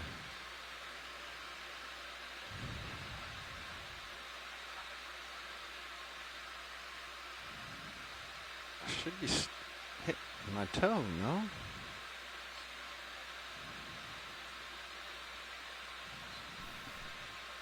Okay, I thought I could rest my right toe, but apparently that's not going to be it. Yeah, altitude's in and out too. So it's not Can you bring my Titan or Mini Zeus over so I can see what's happening over by my craft? I think I'm okay, but I'm losing my manip just at the top of the craft.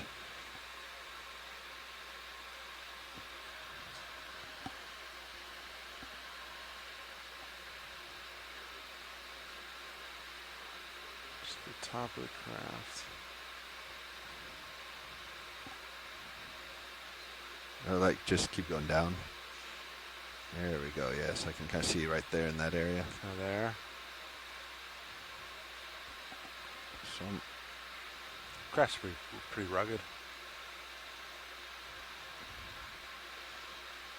Type 2 anodized aluminum. I don't know if I can get a toe in here the way it's... No, it looks like it's pretty tricky. I think it's just kind of sliding there.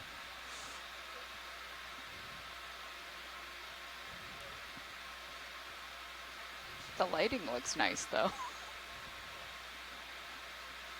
Right there, that's contact with the... Am I on the craft? Yeah.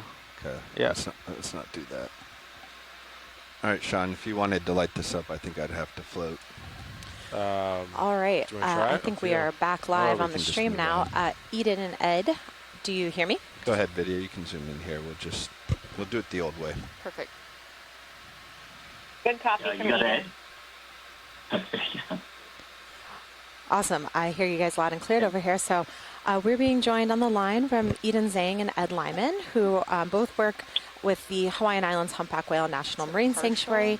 As we discussed earlier, we're here very close to the southeastern slope of Penguin Bank. So I will turn it over to Eden and Ed to introduce themselves and talk a little bit more about the work that they do in the sanctuary and why it's so important.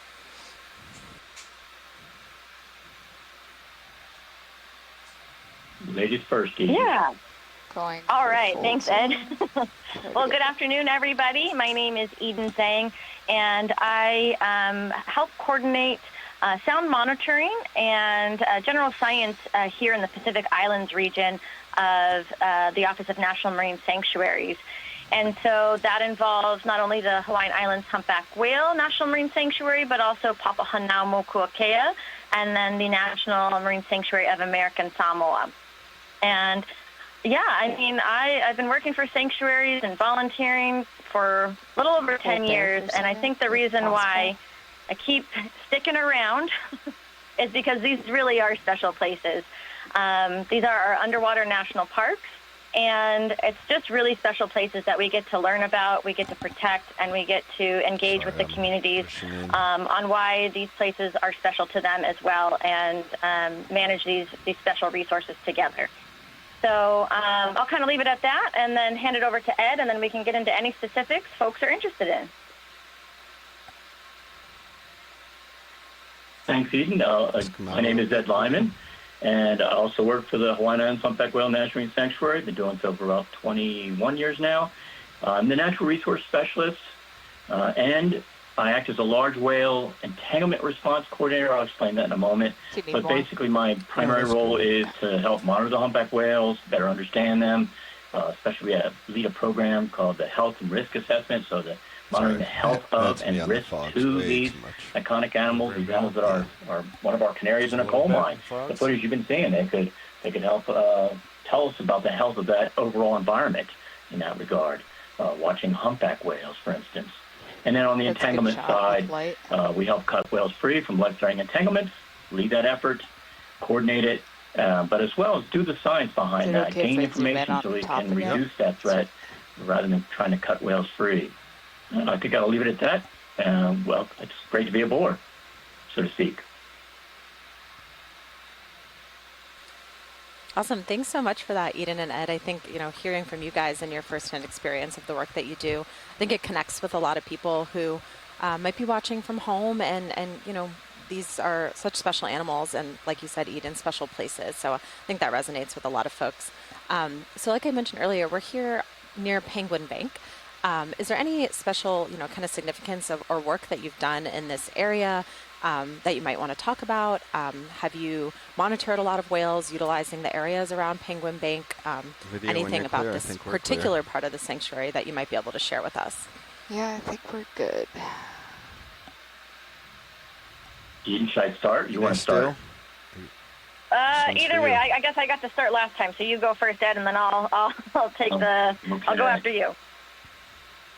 Well, I'll start with that Penguin Bank is one of those primary habitats for the humpback whales here and around the Hawaiian Islands. It's a shallow bank that lies kind of south of Oahu there to the west of Molokai, and it's part of the Hawaiian Islands Humpback Whale National Marine Sanctuary. It'll be in that shallow bank. And again, prime habitat, part of their principal breeding calving ground here in the North Pacific.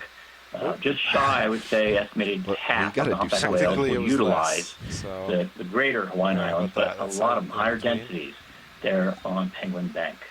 And maybe I'll pass it on to Eden there. We'll tag team. Perfect. Yeah. So, for the reasons that Ed said, we have been trying to monitor over there. So one of the things that I mentioned that I do is I coordinate underwater sound monitoring. And so we put out instruments called sound traps, and we can leave them on the ocean floor, and they record for usually about 6 months continuously. So they're recording 24/7. And again, for the reasons that Ed said, this is prime habitat for humpback whales. And so we really wanted to get those instruments out there. And in an area like Penguin Bank, that's a little bit harder for our small boat to get out to. It's a little rougher, it's a little farther from land. Acoustic monitoring is a perfect choice for remote locations, kind of like Penguin Bank. And we had some sites installed in 2018.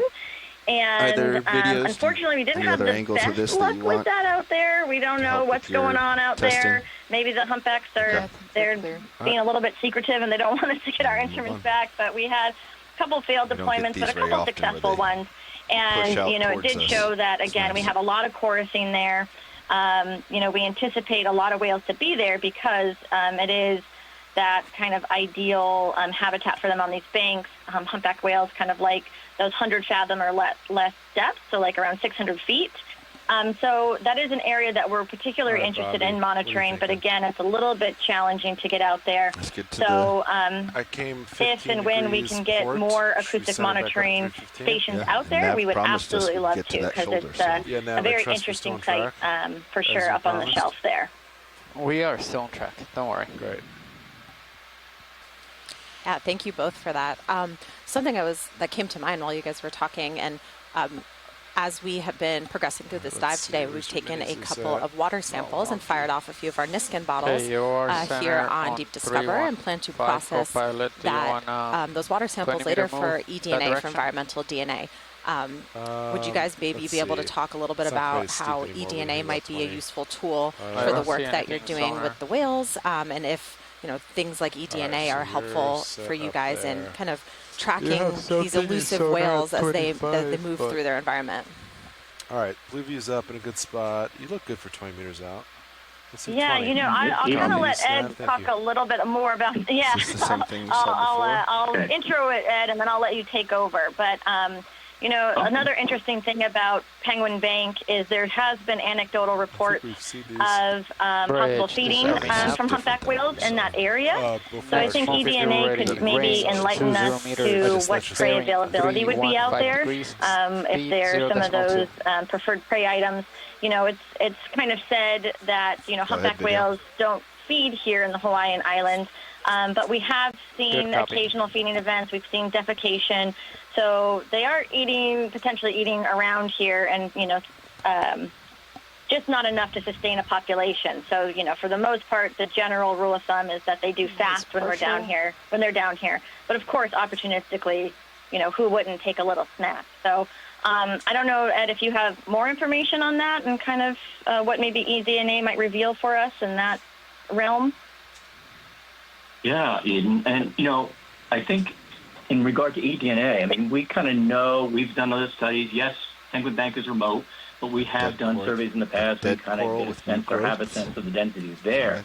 But as far as using that tool elsewhere, with some of the more remote seamounts, actually, that are around the islands, that may even be more productive. The seamounts changing bathymetry, current, sweeping over, and bringing more nutrient-rich waters to the surface, and taking off a bit of a food chain there that may, whether it's opportunistic, as Eden mentioned, or directed, because things are changing. The environment's changing a little bit, I'll leave it at that, as well as the animals are changing. Numbers, generally speaking, for humpback whales in the North Pacific are climbing, are higher. And so that might mean fewer resources, more competition, and maybe, as Eden mentioned, whether it's, again, opportunistic, there's a bait ball, a bunch of schooling fish in a relatively depauperate environment, but still it's there. It's like the donut on the table that I want to eat. Or it's directed. We have to do this now. We want to know more about it, because that's a big change. And as you said, if you go back and read in the textbooks and things like that, it pretty much says, oh, they're fasting when they're on their breeding calving ground. They may lose 20% of their weight. Well, maybe that's no longer the case. Maybe, again, things are changing, and we want to explore that. Tilting down. Thanks, Eden and Ed. This is Hunter talking to you. Thanks again for joining us here on the ship. As a follow-up, you know, the humpback whales are a migratory species, heading up north and then back down to Hawaii during the winter. What tools do you have in place and collaborations in order to make sure that you keep up with the species throughout the year, rather than when they're just in these waters? Ed, I'll let you take that one. Hey, Bob, I'm okay, I'm going to give one example because it comes right to mind. And that is it's artificial intelligence. It's the flukes. The underside of a humpback whale's tail is differentially pigmented. Stop short. Unique. It's their fingerprint. Big fingerprint, 15 foot wide. Copy, bridge. And sure, that was kind of tough for us to do matching, over a basin, over the North Pacific Basin. But now with AI, artificial intelligence, and a digital catalog like Happy Whale, we can do that much more efficiently. So we can track the whales, their movement patterns, and we can get population estimates through, again, the animal. You can use mark and recapture ratio analysis. So it's a simple technique, but one that provides a wealth of data. And I was going to start with that one as my example, Eden and Hunter. You can go ahead and put the lights back on. I think that's a great one, just kind of the partnerships and, Ed, I guess I'll kind of plug you a little bit. He is the large whale entanglement coordinator, and that involves, working with teams along the West Coast and up in Alaska. And these whales, they do go up and, migrate through that area. So coordinating with those folks, having good relationships, everybody works as a team. And so, like Ed mentioned, contributing flukes to, software that we can all contribute to. I think that's been a really cool advancement in the last several years. It's just everybody being really open to that collaborative work and that collaborative spirit, knowing that, our shared data kind of makes a bigger impact, right? So that we can all learn from it. And our ultimate goal is to learn more about these animals, protect these animals. And so having the collaborative spirit and teamwork, I think we're very fortunate here in the Pacific to have wonderful partners all along the basin, which is a huge area that we're covering for this North Pacific population. So.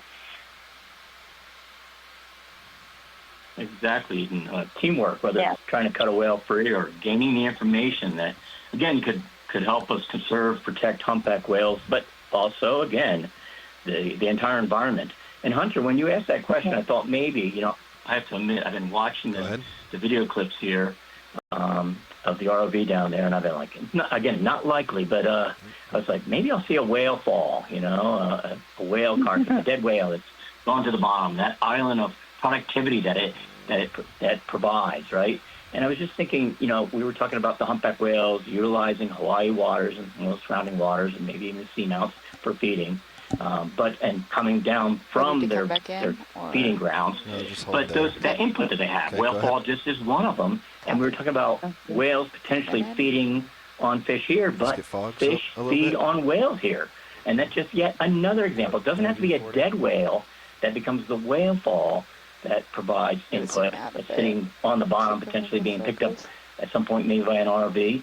But it can be just the fish feeding off the skin of a live humpback whale, or the barnacles coming off when they're down here, or I think Eden mentioned defecation, and things like that. There's all these placentas from the afterbirth, from giving birth down here in the breeding campground. So there's all this input into what is relatively speaking, again, a depauperate environment, part of that clear blue water that we're seeing there.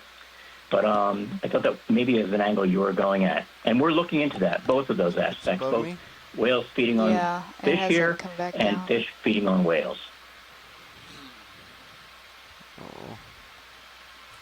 Yeah, thank you, Ed. And as you know, my background is in maritime archaeology, and Yesterday we had a dive on the LST-884, which I consider a positive example of how human material can interact with its survivings to create a new ecosystem, much like you said, the whale fall. Working with the entanglement response program, I could see as being a negative example of human material interacting with the whales. Can you elaborate a little bit about entanglements and sort of our approach to respond to those? I wanted that one, Sean. Sure can, Hunter. Yeah. We'll start with saying we had a busy season this year in the Hawaiian Islands. Again, the sanctuary leads that effort. We had 16 different cases, 2 to 3 times as many reports, but it ended up being 16 different animals. And again, these are large animals. Humpback whales, an adult is around 45 feet long, 40 tons of weight. And they're getting entangled in anything and everything out there. I mean, a lot of it is fishing gear because just by the nature of what's out there in the water, much of it is fishing gear, whether active or not actively being used, and that brings in marine debris. But it can be anything. I know they've gotten caught in scientific gear, aquaculture, netting and things of that nature, cables and anchors and anchor lines or roads. So the threat is very broad in that sense. And when these animals get entangled, the impact is typically not immediate. I mean, again, 45 feet long. Meters, in most cases, they're able to rip the gear off the ocean floor, swim off with it, get that next breath of air. And in some cases, we've had them carry that gear from their feeding grounds over 2,000 miles down here to Hawaii to the breeding calving grounds. And then when it comes to cutting them free, again, because they're big, because they're mobile, a lot of times we have to try to, and we do this very methodically, try to rein them back, if you will. We're actually using an old whaling technique called kegging, and where they would throw harpoons at a whale, not to kill it, but to grab it, and then add barrels or kegs to it to slow it down and keep it surface. We throw grapples into the entangling gear, add polyballs, big balloon buoys, and slow the whale down very methodically, very carefully. And once we have access to the whale, we can pull up behind them, reach out with a hook knife on the end of a long pole, make the cuts, free the animal. Those kegging polyballs that, again, the modified whaling technique, hold our gear at the surface so it doesn't just sink away from us. Move it out of the ocean, and here comes the science. Now we have the gear in our hands, some excellent data, and we figure out where that gear came from, what its source was, what part of the gear, how did the whale get entangled, answers the questions of who, where, when, why, and how. So it's a combination of hands-on, cut a whale free, and do the science to reduce the threat. Wide. Yeah, thanks for that, Ed. And can you also highlight on sort of how to reduce a threat by working with, fishers and other folks who the gear belongs to, and maybe, getting people involved where the source of the material comes from? Excellent question, Hunter. Yeah, because it's, the teamwork is not just in the aspect of, cutting the whale free, but that science. For instance, you mentioned the fishermen. We want them aboard, and they want to be aboard. They don't want to catch a whale. It's the last thing they want.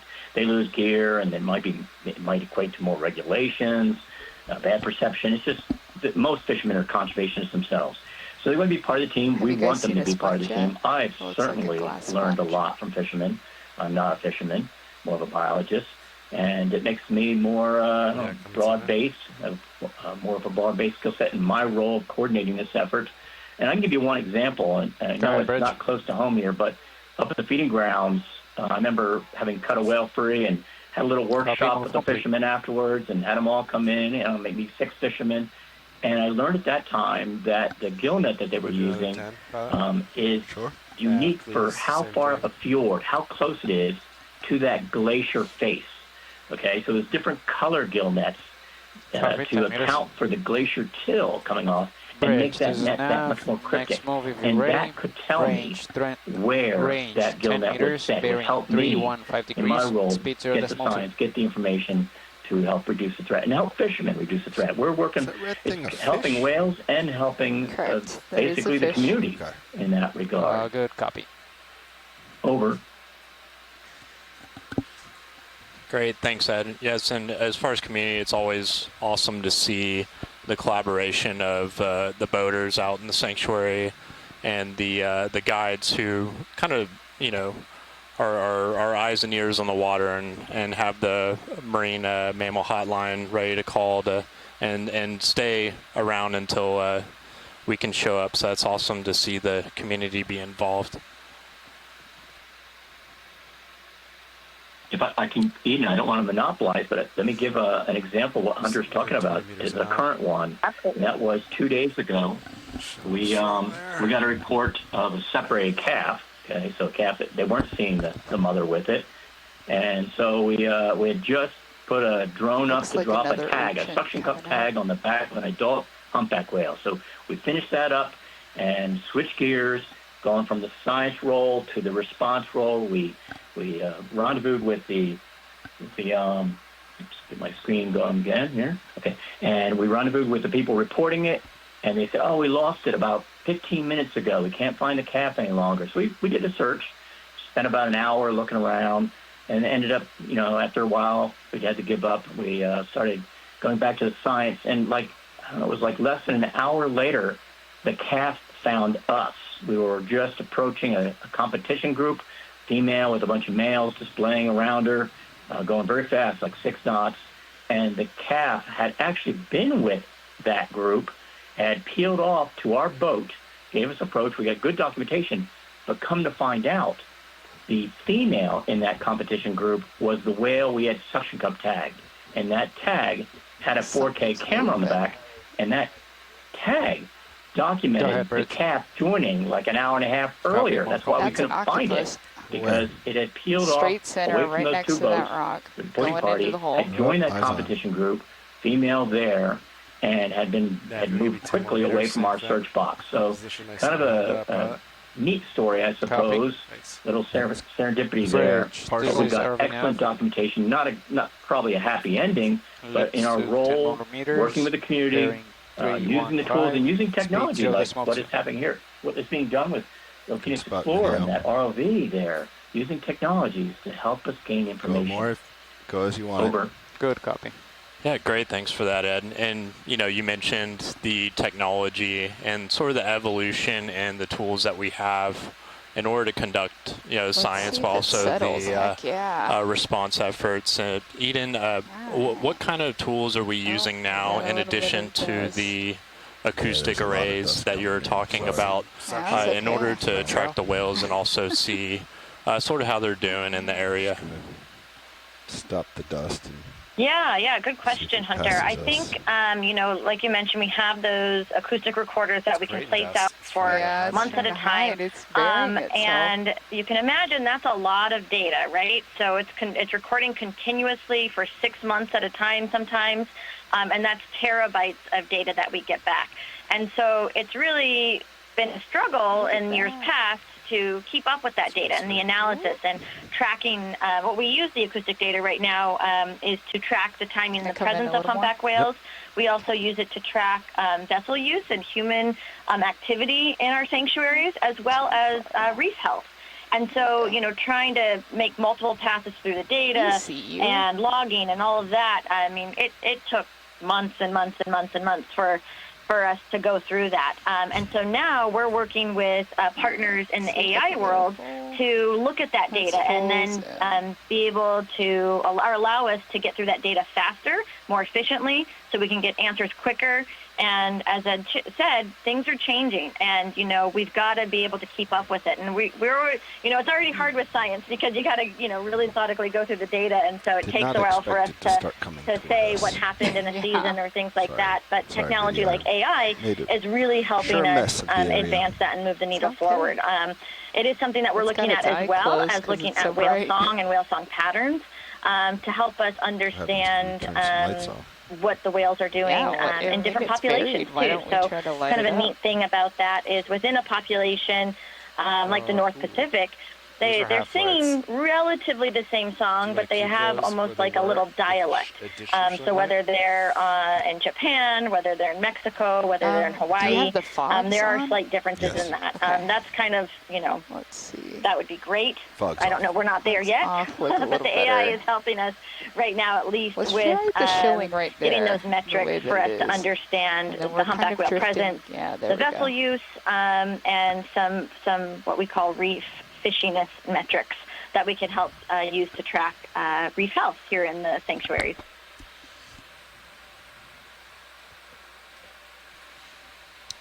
Great, thanks, Eden.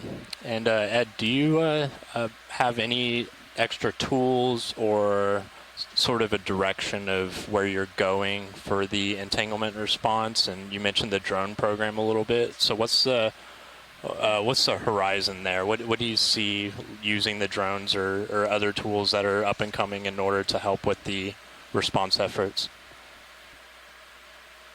Gotcha, Hunter. And it's perfect because I was just, again, I'm watching the ROV, and you know, people ask me all the time, by the way, just to make a connection between the Okeanos Explorer and what's happening here on, as I watch this. Great science on the question data. You know, people ask, oh, could you use drones, or sorry, use ROVs to cut the whale free? And we did investigate that, and it just, they weren't quite responsive enough, and you know, get up close to that whale, and that's moving at 4+ knots and things of that nature, and then not, of course, you have its own tether in some cases, many cases, to deal with, and could become part of the entanglement, and it ended up happening. But instead, though, and you mentioned it, are the drones. We've been using the drones to help us assess the entanglements in the animal, get a bird's eye view for the last decade. But now, working with our partners, and a big partner is the Ocean Alliance here, drone specialists in that regard, working with the marine mammals, is can the drones deliver, I think I mentioned, you know, the grapple that would grab the entangling gear, that would let us get a hold of the whale and maybe rein it back. So for the last 3 years, we've been testing different, you know, modifications of those grapples, of the cutting tools, like cutting grapples, that the drone could fly over and drop that tool, get it into play, and remotely, maybe the drone can't have enough force to make the cut, but they can certainly carry some line, carry a drogue or a small sea anchor, funnel-like device that when dropped in the water would open up and provide enough drag onto the cutting tool to make the cut more remotely. So there's a couple things going on here. One is just being less invasive for the animal in these techniques, being, you know, having a longer reach. That's good for the animal, good for the responder. You're not close to the 45-foot whale that might not know you're there to help it. Rich. And as Eden said, keeping up with the changes, the evolving tool set that you have. We're sort of the whale doctors here when it comes to cutting whales free. And, you know, it's like hand me the scalpel kind of thing. You have to have the right tools. So these drones are coming up, and I think in a matter of years we may be using them to help us cut whales free. In some cases, it'll be just another tool in the toolbox, I should say. I should emphasize that. It won't be the tool. It'll be one of the many tools that we have at our disposal as science advances and technology marches forward to help us, well, again, cut whales free, but help us with the science as well. I mentioned the drone dropping the suction cup tag on the back of the whale. Full lights after. In that regard as well. Looks like a spotlight on this guy. Over. Great, thank you, Ed. So for those listeners out there, Eden and Ed, is there a website or a number or something that folks can follow up on to, you know, keep in touch with the good things you're doing at the sanctuary and follow up? And I know there's a lot of folks always asking for volunteer opportunities and how they can help. Is there any information you can pass on about that?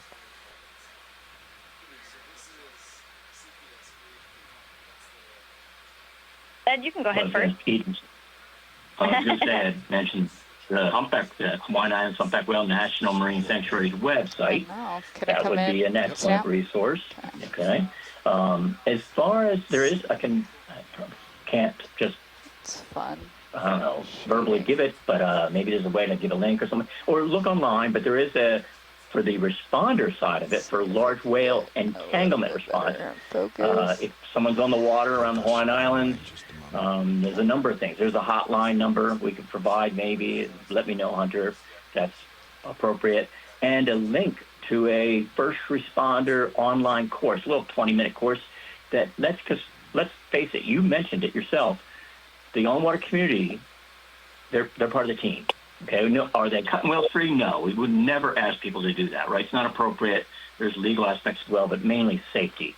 But they can be first responders, okay? And they are, no doubt. I have to acknowledge that. They're the foundation of many of our response efforts because they're out in the water, whether it's a fisherman, a tour boat operator, Joe Public, anyone on the water comes across that big needle in a big haystack, a humpback whale, it's entangled, in distress, but it's the North Pacific Ocean. They can call the hotline number, and that online course gives them the basics of what they need to know in order to assess that animal appropriately and provide the information we might need to mount a response. And I'll pass the baton on to Have you guys been fully stowing it? Or? No, just can add. Sure.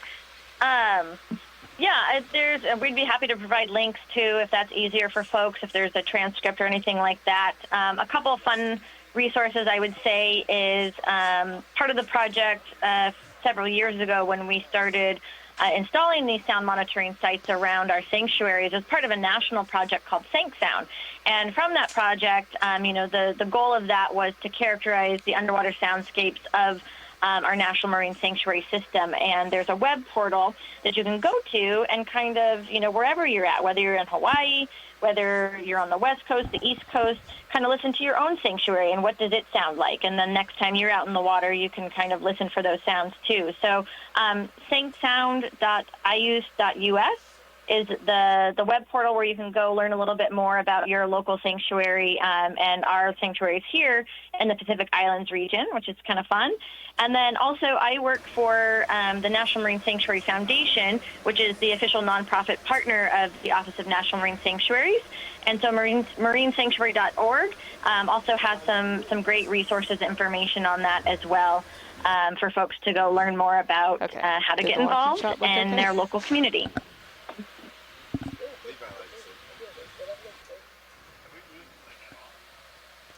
Great, thank you. And for now, I think I finished the questions I had, so I'll give you all the floor. Is there anything that you would like to share with our audience regarding the humpback whales or even other things in the sanctuary that are not humpback whale species, but certainly related because it's all one ecosystem? Okay. Okay. Okay. Great. You I just encourage give me a heads up on your end if you're get out there and enjoy your sanctuaries. Like I mean, one of the cool things about Hawaii especially is, getting out during whale season, whether you're on a boat or kayak and being able to see these animals in their natural habitat, but also because I'm, the sound person, if you just dive under the water, oftentimes you'll hear the chorusing of the humpback whale. It's a pretty special experience that you can, that you can experience just by hearing the animals singing, especially here off Maui. So, I think it's a great time to visit Maui and the Hawaiian Islands during this really unique time that we have all of these humpbacks here. Yeah, let's do it. You want, how many meters do you want? Let's keep it somewhat small. 20 meters bearing 310, something like that? Yeah, sounds great. Thanks for that, Eden. Bridge, this is new RV nav. And, sort of a all right, we'd like a ship move open-ended question, but, before we sign off here, like, what do y'all see, like, the future, the humpback whales and how they engage in this area? And something to think about as we continue to monitor these amazing animals. All right, they're moving, boys. Copy that. 35. Well, I guess I'll say I That's a 20-meter expect them to be around for quite a while. I mean, we've been talking about changes, but I don't think there'll be anything like a major change where we won't see them here around the Hawaiian Islands. There might be some habitat shifts. Coming up a little bit. Numbers may shift a little bit. They might use the northwestern Hawaiian Islands a little bit more in the future, perhaps. And we know that they're using them now. It's a less of a migration. They don't have to use as much fuel in the fuel tanks, so to speak, to get there. And that might be more and more important as time goes by. But I think they're, at least I hope, we're going to keep seeing humpback whales during a special time, this special area that Eden was talking about. That's a fish. And again, they're iconic, we the have, charismatic we megafauna, haven't and looked they at do. Okay. They can be the canaries in the coal mine or no, the I think we'll keep sentinel going. species. We're They gonna can try to get to tell the us top a here. lot because people are watching them. People love to watch humpback whales, and it's kind of related to that Happy Whale, the digital catalog. You get a lot of people working together. It can tell you a lot about the broader ecosystem. I'll pass the baton or stop there. When they turn the lights off. Yeah, I guess I'll the just add a little bit onto that. I agree with Ed on all of that, and just you can almost fly by the Sirius the humpback shadow. whale has a really interesting story, right? They're one of the conservation success stories from the Endangered Species Act and protection from the Marine Mammal Protection Act. And our local population, while still doing good, and like Ed said, hopefully not any major changes. What's interesting from a management perspective is that there's 14 distinct populations across the globe of humpback whales, and that allows managers to really look at these populations and their unique scenarios that they're having to face, right? And so in about 2016, 15, 16, the North Pacific population, the Hawaii distinct population segment, was actually delisted from the Endangered Species Act. And because they were doing so well. But around that time, we started to see some big shifts in the marine heat wave, prey availability, prey quality. I don't think I'm going to sit down. It's just going to show that, we need to keep monitoring these animals and keeping on the pulse of what's going on, so that, we can prioritize that and just those have the best available data on that and how we can and hopefully manage and support these populations going in the future and make sure that they're around for all of our future generations to enjoy, for not only the humpback whales, but all of their habitat as well. I'm just floating, Olivia. I'm not, you're fine. I'm coming under Sirius. I'm just going to keep going. Okay, great. Well, thank you, Eden and Ed, for joining us, and having some time out of your very busy schedule. All right, full wide. Thanks. To speak with us on a Saturday, nonetheless. So really appreciate you being an advocate for the sanctuary as well as the whales and other species in it.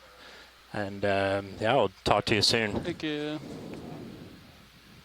Yeah, thanks for doing what you guys are doing too. I mean, the deep sea, this is so cool, and I'm going to stay on. And I've been trying to hold back my squeals of how cute some of these animals are that are on the screen. Okay.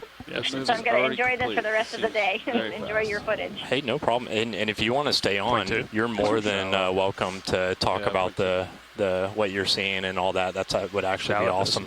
Matter. Yeah, but I'm talking about Sirius. Well, I don't know that I can offer any insight to some of this deep sea stuff, but I definitely am enjoying it. Just like zero layback. Okay, well, thank you too. Really appreciate your time. Do you guys want 10 meters to get steeper here? And thank you guys for doing some excellent work here. Clear this little thing. I appreciate that. Just tell me what you and need. a pleasure to be on board here again and be able to chat with folks. Thank you. I think I had you latched video. Did you copy all that? Okay, cool. Sorry, I know that means not much fun in the interim. I did copy, sorry. No, you're good. I wanted to make sure. Is ROV HD2 partial zoomed, Olivia? No, so that monitor is looking at part of the signal. So if you take that, put it over here on 1 and it'll look better. So, or go to, monitor 8, or top left, number 4. left. Or 8, that one. Okay, now go to ROV HD2, or, and you'll see the full image. Bam. Gotcha, thanks. Yep. Just want to center it up first. That monitor is acting weird. Hey, Hunter, are you still there? It's like the top left corner of it. Yeah. Can we go for snap zoom here just for species? I'll bring it over. Can you tilt up a little, John? I just want to make sure there's no... Thanks. Yes, go ahead. Thanks. Oh, that's a cool fish. Look at this guy. Hello. Hello, this is Hunter. Go ahead. Ooh. Oh, hey, Hunter, it's Eden. Sorry, I was just seeing if we were still live. Yes, y'all are still on. Got the blue view now. Oh, okay. Ahead of you. Oh my gosh, that fish is amazing. Sorry. Alright, I've got my toe down. I was just going to mention one other thing just too with some of the stuff that we're as doing. best as possible. Let me tilt down for not necessarily related to humpback whales, but looking at different habitats. Look at this guy. Here in the Hawaiian Islands and up in Papahanaumokuakea, we have a lot of mesophotic reef communities that we don't know a whole lot about. You want to And go for a head? so we're actually bringing in some partners to help us learn about that with the acoustics. So, you know, we can listen to a lot of things, but if we don't know who's making the sound, it might not tell us as much information as, you know, would be helpful. So we're bringing in some folks from Cornell and the Fisheye Collaborative to help us look at those mesophotic reef communities. And they're actually going to do some equipment shakedown work here in the sanctuary as well, deploying some systems with like a 360 camera, hydrophones, deploying that system with an ROV to help us start to get species-specific IDs on signals that we're picking up on our passive acoustic monitoring station. Gotcha. So that was just kind of another example of that, the technology and the partners and the collaborations that's happening here in our sanctuary waters. Someone's using the still camera, just so you know. Yeah, thank you for that, Eden. And that's a great example highlighting that, you know, the sanctuary is much more than just the humpback whales. It's also everything else in there. And it's not just the whales making the noises and moving around and stuff. So pretty cool that you're able to get that collaboration going. He's going to go into where the toe was. All right. Cool. We all settled out here now? Oh, yeah. I did feel a little attacked coming at me with that spike. He was coming for you. Want another move, pilot? Yeah. Let's go. We're in good config here. And that fish you're just looking at is a Hawaiian spike fish. I'll do another 20 meters, 310. Goslenii. Bridge is cool RV now. Hey, we'd like to move same as last. 20 meters bearing Very cool, Trish. Thank you. Yeah, that's super cool.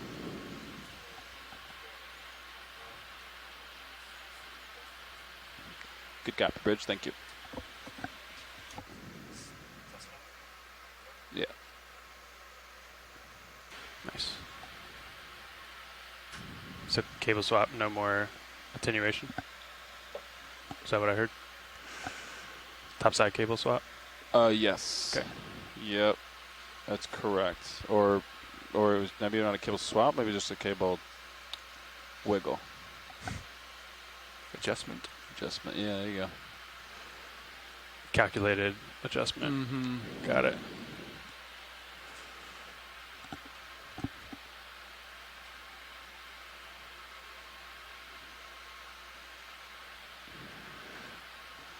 I love these wide-angle FlexLink cameras. They're my favorite too. They are just so clear, aren't they? Okay, I have a question about them. Video team was asking if the one on the Shilling field of view changed from last year. Maybe. Does it look like it did from previous? Yes. Okay. Yeah, they all changed. Did you get that? Yeah. It's wider now. They're all wider now. Yeah. Like we originally wanted when they swapped. Yeah, we thought they were, That's a sanity check for Caitlin. Yeah, they're all wider now. That's why these two were soups wide when you put them on, right? Yep. They're all super wide now. And what's cool about it is they're now in focus in air. So when you go in the water, it's actually pretty sharp on deck. Like you can see the non-skid on Sirius. It's actually in focus. So like, I think that's actually kind of a... How's that work? Just infinite? It must just be how the combination of the lens and the corrective and the... I don't know. Just how it worked out. It's focus on both. Yeah. I know. When it was focused in air, it made me nervous that like, ooh, it's not going to be focused in water. Right? But I put it in water and look. Look great. Same with this camera. It was... Oh, no, you were focusing it. That's right. Yeah. Duh. No, the Zeus housing will be out of focus in air. Yeah. Be way out. Yeah. Got some features in blue view there.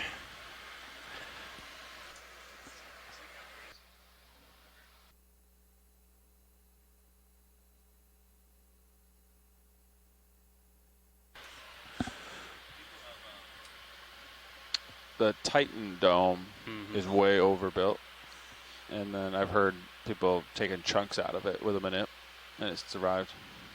Interesting. Yeah. Yeah. It's a setting. You can change it. It just happen to be blue. Yeah. Nothing different functionally. I cannot find my mouse. Oh, that's because my mouse isn't working because I'm video only mode. All right. I do not have control of blue view. Is that, you guys don't really use that for highlights though, right, Caitlin? Hey, Bridge. Oh, okay. Move complete. Thank you. Do you want us to turn it back? I mean, I don't know if consistency matters there. Okay. Oh, I have control of the camera. All right, let's take a look. It was pretty amazing yesterday. Settings. Yeah, it was. Yeah. I took a bunch of snapshots. Yeah, it was super cool. You want to get another move in? Sure. I think looking down 70 degrees at you. Okay, all right. Give me a minute and I'll come up. Push out a little. We're making tracks, huh? Yeah. Doing great. We used to have it in copper mode, I believe. Whoa, green mode's cool. I do like that. Red's probably good for... Oh, that's terrible. The shadow here. Do you like this? I'm just not used to it. Or do you I think it's just the configuration. This. Or do you like this? Yeah, we've been trying to experiment with different light banks here. Yeah. Is that a little better? No, I don't think it's a bad thing. I was just commenting. I don't really remember. I was listening in to the well stuff you guys were doing. So Tether have a little memory in there? Interesting. I like that a lot. I have to reach out and see if bad. I can don't you start those help rumors. them out somehow. All right, pilots, what you got to show me? You already got the octopus and stuff, so.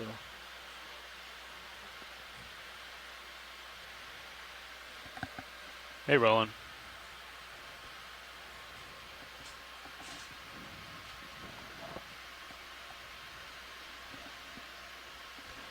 I'm going to go off, check out the side here. Raj, let me know if you want to turn. I'll keep steady for now. Yeah, there's a little bottle. Detritus. Got a fish inside that bottle? Ooh. Or is it just a reflection off the bottle? Stand by one. So is there a message in there? So maybe a fish. Something's reflecting. If it's a message, we're going to grab it. Caitlin noticed it. I like that. That was like sparkling water bottle or something. Go ahead in. If it's not a fish, I'm not going to sit down. Empty. Shadow of some kind. Huh. Sedimented bottle. I don't see a note. Noted.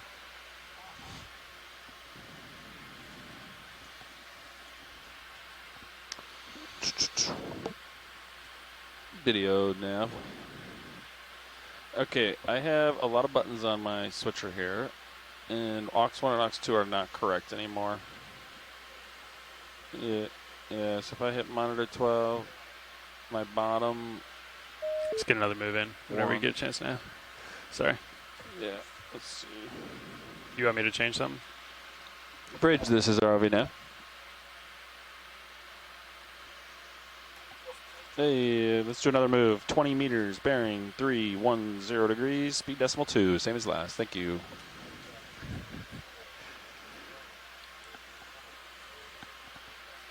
All right, I'll come back. Raj. Thank you, Bridge. Looking down, 45 degrees. 45. Let me know if you want me to be more diligent about reporting that to you. No, that's fine. Cool. I'll let you know if you're in trouble. Copy. Well, it must have been something big over here.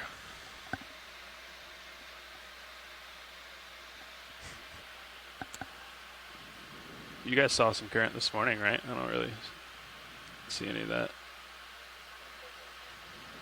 Okay. That was really quick.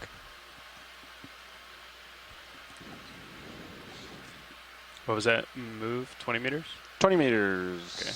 You can come up with me, John. Yep, I'm just gonna work. Yeah. Just gotta get away from whatever caused that. Yeah. That's a big negative there, video. John, can you make this camera look better? Not yet. Okay. I mean, the rock box is cool. Thank you. It's just in the stock config. You want to fly with the selfie view, or I can change it for you? It's a nice sea Listen star to the there. pilot, though.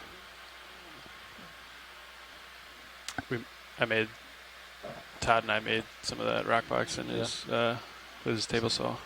Really? Is it your springs? Yeah. Sean helped with that design too. I think the springs might have been his doing. I can't remember.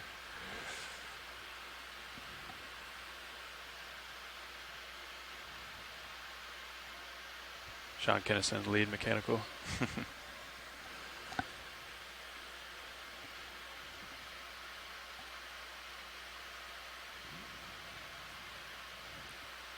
You okay if I just tilt the forearm a little bit? I'm good with anything. Yeah, whatever you want to do. Okay, I won't move the arm very much. No. There it is. Forearm all the way roll. That looks great. Is that the recipe? Forearm yeah, roll? and then you can wrist left too. Wrist left if you want. Copy. Player call. Yeah. Watch the Bingo. pilot. Bing, bing, bing, bing, bing. That's full forearm. That's what I'm talking about. It's a nice brittle or a nice star at the top. Copy. And an enemy on the right. I do like the extra lateral view that provides. It's kind of nice. Watch lead pilot. Some depth.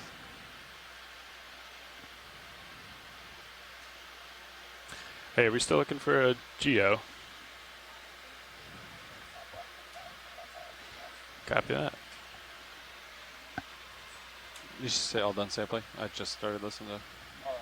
Yeah. Hey, Bridge. Move complete. Thanks. We do, Roland, we do want to make it to the top here. Copy. So I think I'm going to let this guy be. I hear tales of unlimited life at the top. I do like seeing the life. From the ROV to the top is 132 meters. We should make it. I was thinking we'll find probably a steep section here, Chris. Yeah. And then we'll ride it. Let's get another one in. I think we're about to hit that. I think we're okay with 20. What do you think? Raj, concur. Hey, Bridge, this is RV. We'd like a move, same as last. 20 meters, bearing 310 degrees, speed decimal 2.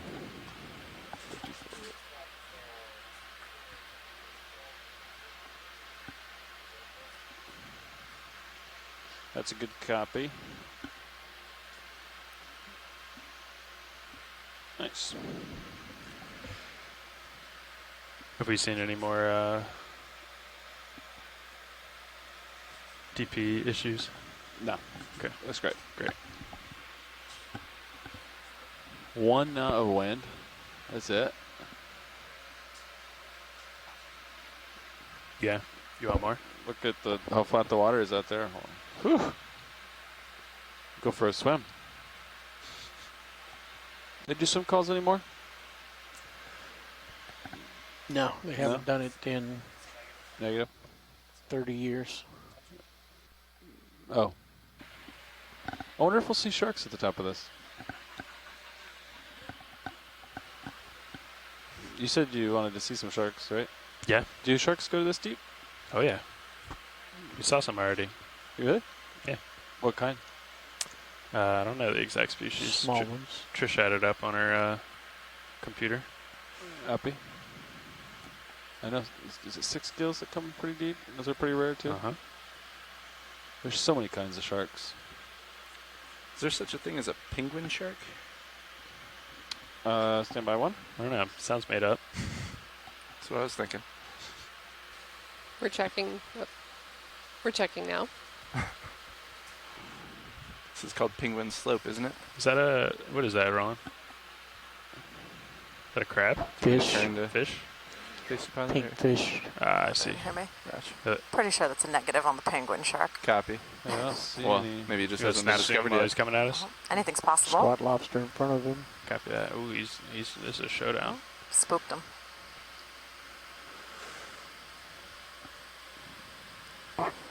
Might be a scorpion fish to the right. Looks like it. 1 hour left on bottom. 1 hour, 9 minutes, looks like. Copy that.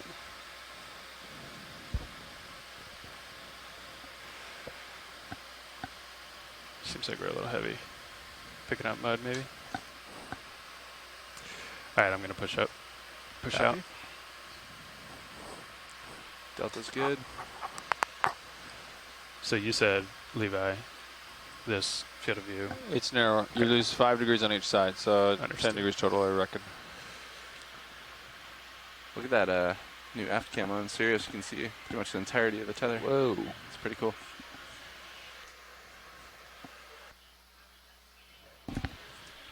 It's department head. Hey, Bridge. Move complete. Thank you. I think that what makes that camera so good is that it's out of the light pool. So it makes it's it's looking at something next to the light pool, right? So you're not going to get that backscatter, but it is still illuminating the tether a little bit, like the glow.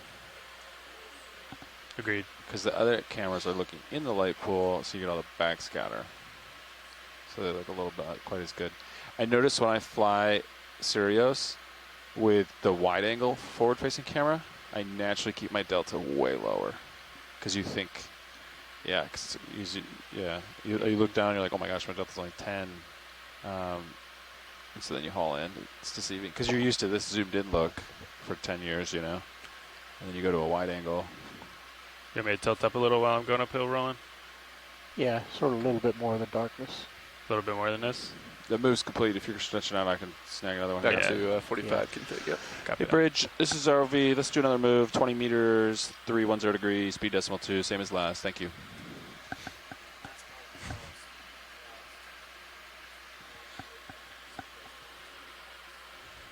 Good copy, Bridge. Thank you. Looks like some rocky structures on your get up this sonar. hill. Yeah.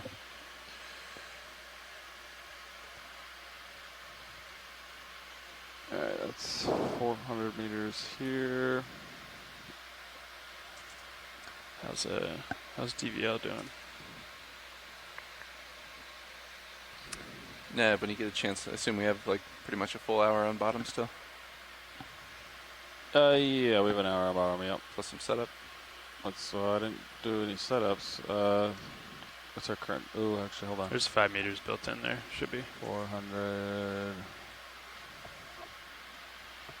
We actually have an hour and 14 minutes left because I updated your depth. That's a normal recovery.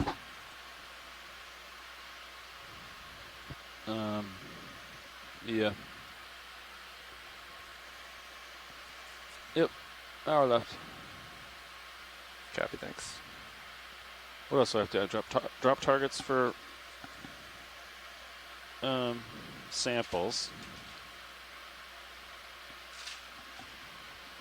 How's the currents looking? Let's see what I can find here. Are you asking what your role as navigator is? It's been a while, right? Making sure I'm doing everything right here. Drop targets. The ADCP, right? Work with watch leads. On dive track. 0.6 weather knots. updates. Weather updates, yep. Touch base with bridge every now and then. Wind is low, currents, 0.6 right on the bow. That's why it's riding so nice, probably. A little glass sponge. Keep an eye on your sonar. Heckle the pilots. I'm doing that. Hit the buttons. You gotta press the nav buttons.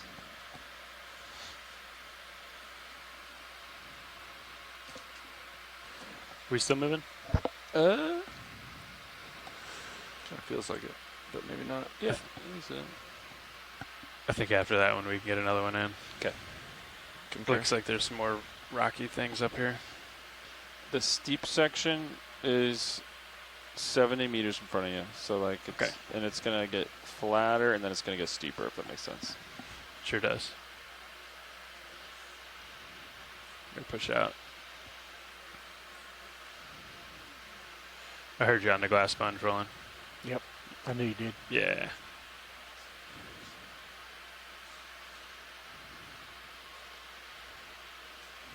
That's looking down about 45 pellet. Copy that. Looking pretty steep here. Yeah, it does.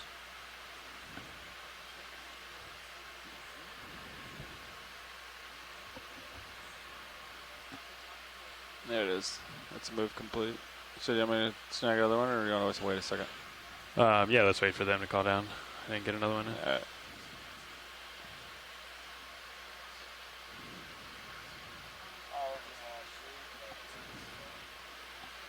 Rajo.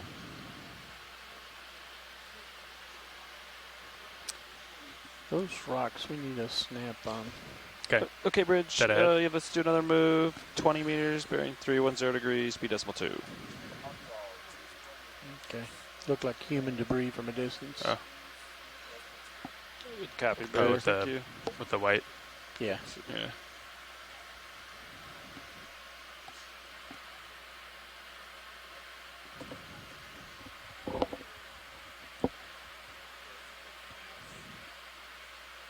Think we're gonna find something amazing on this little crusty ridge, Chris? Or you think it's Oh yeah.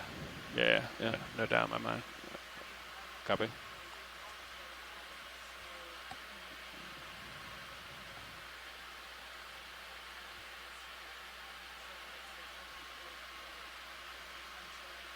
Sorry, buddy. You can come in, Ron.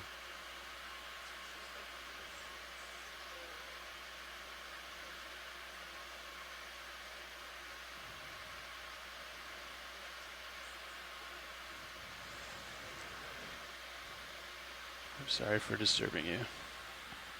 Is that like a little rockfish or something? No. You gonna try to come back in? I think that's a little scorpion fish, some type of rockfish we got here. Yeah, let's do it. Nice background. Try to come over. Oh, he's tolerating us now after we kind of snuck up on him here.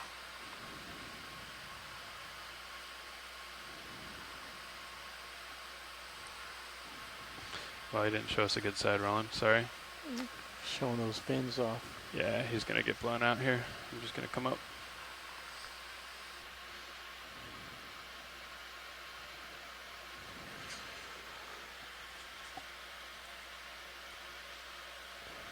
Thanks, buddy. It is pretty steep here for being sedimented. It's kind of strange. Hopefully it turns to rock. How many water samples were left? 2. 2. There it is. Ooh, yeah. Hey, look at that. Looks like that's very interesting structure.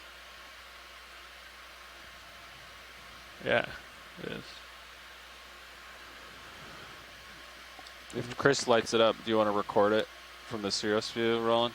Yeah, it'd have to be rotated sideways, I think. What do you want me to come port? Yeah, just light that up. Yeah, but I'm covering the cool part, right? Yeah. So I know. We could throw fogs on if you want. No, it's good there. The Is that a fogs yes are or more no? straight Sorry. down. Gotcha. No No. fog. Okay. Sirius has to turn left. I'll turn left. Are we There you stopped go. right now or moving still? I think it moved just completed. What do you want to look at, Roland? Zoom in on CPHD. Go for it. Roger, almost there. Thank you. So you Second. want to put Yeah, just got there. Raj. Move complete. What do you want to do, Thank Roland? you. Good I timing. just want to position the Sirius for the shot. Yeah, there you go. Nice. I'm gonna roll.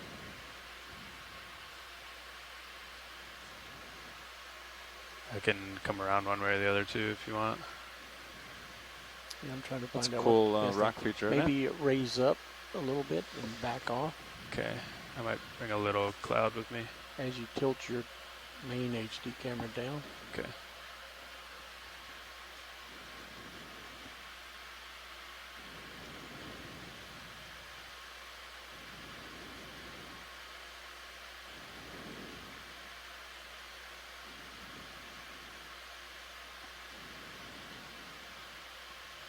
those are great shots. And a cool feature we're looking at here.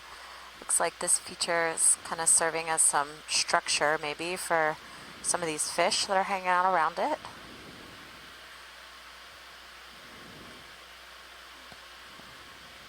I'm curious about its creation. Yeah, me too. I'm no geologist, but this is a cool rock.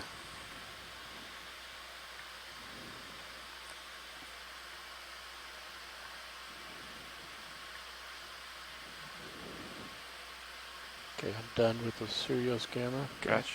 Just keep getting these amazing views with the ROV. It's got to be volcanic, right? Yeah, it's got to be. It's whole kind of like lava tubey.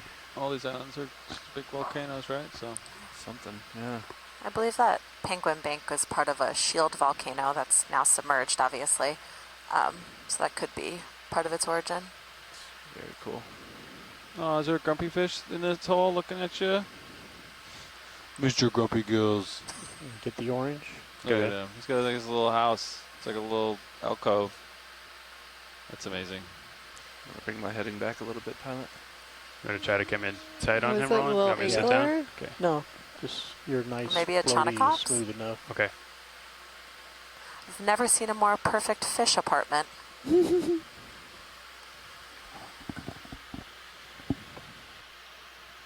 We could maybe get some steals from that if yeah, Caitlin's ready back there.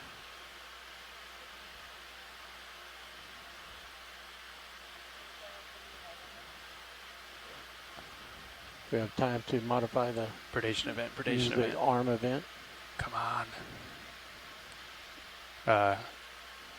I'm not going to, but co-pilot can. John, do you know how to turn that light on? Remind me. The far right You can come slider. in, Roland, if you Spare? want. Yeah, Raj. slide that up, and that'll bring the Up to spare you. light on. What And then- percentage for that guy? I don't know. Okay. Let me know if it's too hot, That Roland. looks great. And then you can kill your other lights Oh, and they're bring the that best of light in the roommates. right spot. The all the D2 lights. Yeah, D2 forward Okay. lights, yeah. Bringing down your lights, Chris. Ah, he's gone already. It's gonna Oh, little fish. Oh, he moved. Oh, no. Oh. The little fish took his spot. He didn't like that we were set in the mood could- there. Tilt straight down, Chris. Let's get that orange thing while you're sitting here.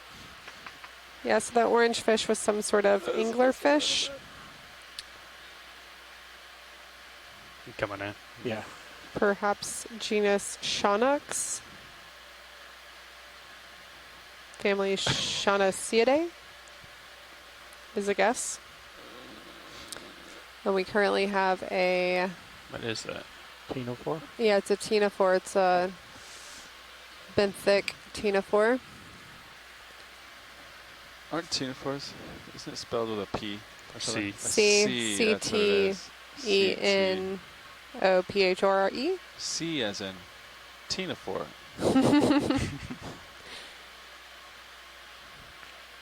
Okay. You're going over to the fish one more time? Yeah, sure.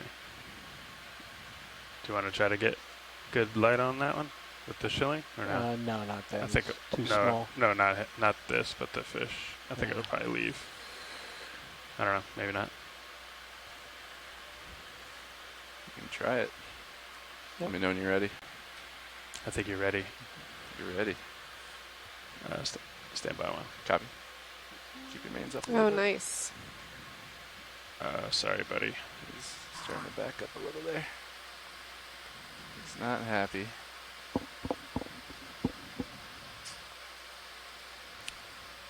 A face only a mother could love.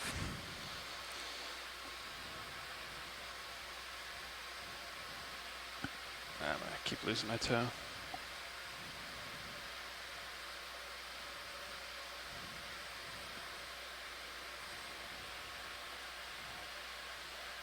Let me know if you want any light adjustment. Standing by. I think we could try Looks it. more like this but, species. I'll let you work with video if he wants that. Okay. I bet if you killed all your forward lights, it would look good right now. Let's try it. Yeah. There you go. That's So mains these, down. Uppers and These lowers fish still on. are super interesting. If you're looking at its pectoral fins, they almost look like feet in a way. Getting Halloween and they're vibes kind here. of these modified pectoral fins that they use to sort of walk along the seafloor. An absolute glamour shot. Yeah, full frame maybe. It's kind of hard to hold here, Roland. Yeah, okay. Tilt up. Tilting up.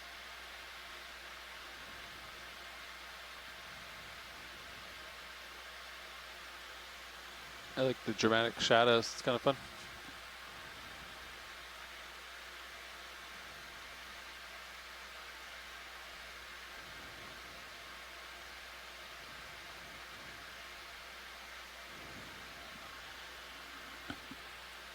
Okay. Clear. You want me to try to lift off with him? I want him to eat that fish. Yes, me too. Just cozied up with them. Cozied up. Wonder what these fish eat. Hopefully not. Probably the fish. Yeah, he's. Ooh. Are we going to see a predation event? He's thinking about it. Oh, this could be very exciting. He's like, I'm mad, but I'm still hungry. Come on. Oh, come on. Oh, so close. He got a bit He of looked a hungry, tail. didn't he? You could just see it in He his did eye. look hungry. He looks hungry. Oh, got a man. The little fish lives to see another day. How did you miss that? Yeah, for sure. He did get a little bit of the tail. Yeah. Wait, leave it here. Sure. Well, who knows? Yeah, Maybe that's pretty another cool. little fish will try to cuddle up I'm glad next you to guys are him. watching up there.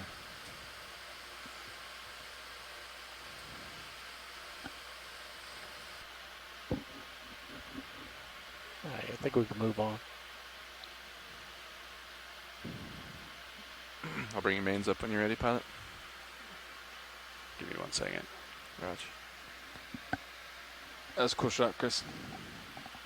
Nice. Cooler if you had good aim. Yeah, that was excellent. Thank you, ROV and video team. Not very good mouth to eye coordination there. Missed him. This makes it pretty clear where the lower swing arms are illuminating because they're still on, and you almost see like no light from them right now. You know what I mean? Yeah, that's pretty neat. Yeah. Because it's out there. Uh-oh. Oh, no. Or like the slow zoom in right now. The suspense. I can't handle it. You can almost hear the theme music playing. I feel like Roland's being like a director right now. Like, okay, we're going to bring that slow zoom in here. Slow Stand in. by. Yeah, he's behind him. action. Be the wall.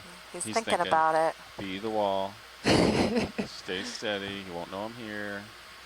No one shined a light on me or anything. Imagine if someone shined a light on us while we ate our lunch. Yeah. I mean, normally he's in complete darkness, right? So yeah, these fish, all they have is bioluminescence, right? And whatever other sensors they got going on. Yeah, so fish like this might be using like their lateral lines to help them kind of sense where prey items might be. All right, I think we'll come wide, Roland. Keep going. Nice work, guys.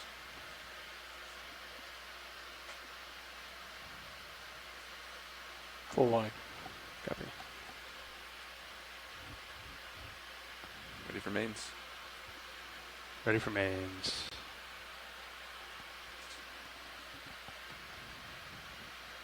Cool feature too. Really like that. Want to get it moving? Let's do it. You ready? If you're ready for it. Let's do it. All right, let me code in.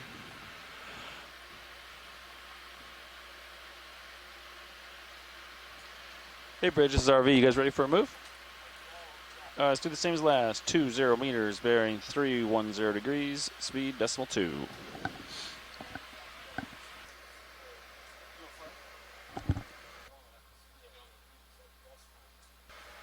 That's a good copy. Yeah.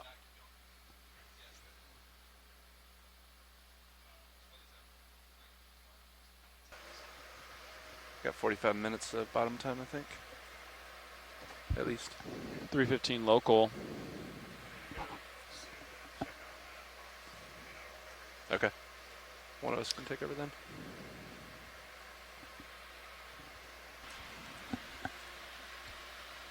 Or at some point, not right now, but. All right, ship's underway. Copy that.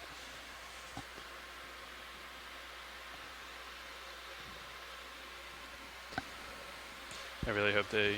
For those listening on shore, we are currently moving upslope, exploring kind of an area just south of the Hawaiian Islands, Humpback Whale National Marine Sanctuary, also just south of Penguin Bank in the Hawaiian Islands. So we started today's dive around roughly 700 meters in depth, and we've been slowly creeping up the slope, and we're currently just shy of 400 meters in depth. We've seen quite a few exciting things this dive. We saw a little octopus earlier. We saw some black corals, some stony corals, some glass sponges. You keep flying, Chris. And then we just saw an anglerfish almost have a successful predation event, which was very exciting, but the fish lived to see another day.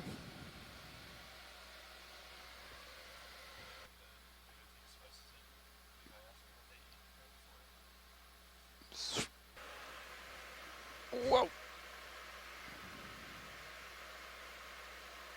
Small fish right close to their mouth. Oh, it's perfect. There's a small fish close to its mouth. You could see in its eye. It did this little, like, it looked hungry, you know. It's looking at you. Now you're on the move, gentlemen. Yep, see that. Thank you. Loving this geology. It's super cool. Hey, Bridge. Ooh. Roger, thank you. Copy.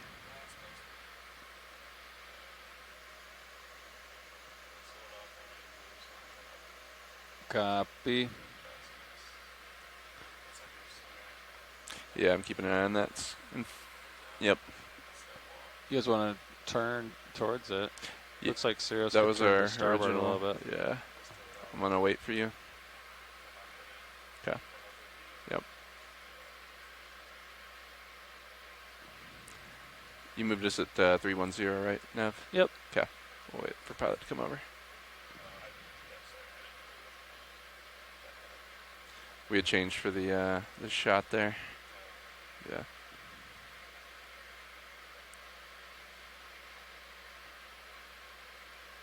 You've almost got that view of Sirius I've been looking for.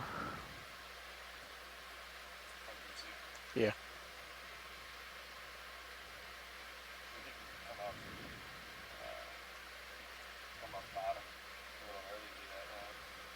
One of these missions, you can. We're at 310, pilot. Get some time. There you go. He's lined up at the hill now. Is that overhang on ROV's main camera?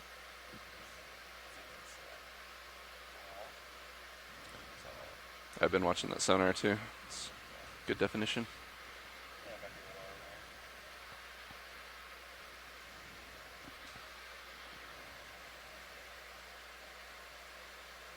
Well, you found the steep section, Chris. That's what you wanted. So you're at 380, which is, it still has more to go above you because look, you're at the 380 contour now, so there's still more up there. Okay. We'll keep coming up. Copilot, don't. Let's not change head. Yep. On you Locking while in. we're in the steep. It was only for that, yeah. Shot. Yeah. No. Yep. For sure.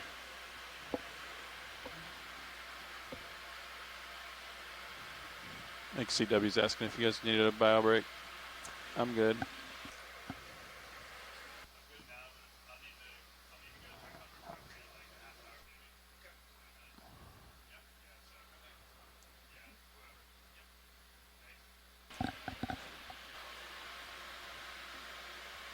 There's more fish here. Do you feel that? Yeah.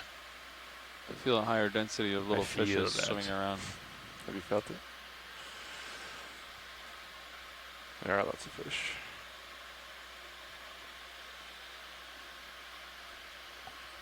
Is that a coral? That is a nice coral. Wow, that looks like a big coral. Oh, wow. Oh, we're going to backlight that, Chris. Big old Tell you that coral. right now. Copy that? Yeah. I'm going to direct you. Director Unima. Beautiful. Okay, I want it straight perpendicular. I want the full specimen illuminated with a black background. Let me know when we go for lights. Oh, I wasn't. I didn't know I was taking directions from you. Yeah, yep. Director Unima. Okay. Sitting over here, so. Whoa. What species is this? Great question. Do we have an AI picture taking, scanning tool? That's what we need. Some like folks do have that. like they are definitely like testing AI algorithms for live image detection. That'd be cool. All right, Can I bring up the spare? Yes. Do we want it sitting down or pirouette? Start with the pirouette. Okay. Evenly illuminate Video the was full going to specimen. say yes. We'd like definitely get a pirouette. All right. As well as that backlit. There is some current coming across. Just this is going to test Chris's floating pirouette skills here. Great. It's a good engineering test. So presently have the spare up about 75% and the rest of your lights where they were.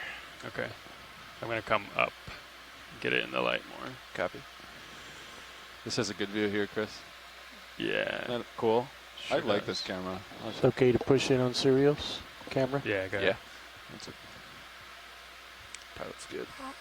Looks like this coral's got a little brittle star there, calling it home. So beautiful. What if this is All right, so what do we want to do? Pirouette first with normal lighting? Yeah. Okay. Yep. Well, you want me to stay here and tilt down a little, or how do you want to fill frame? I'd say sort of keep the top in the Okay. frame as you rotate around. All right. Yeah. It's Come gonna up. be ROV up, rotator down, closer, just rotate. Sort of elevate up and right and sort of tilt down as you go. Cool.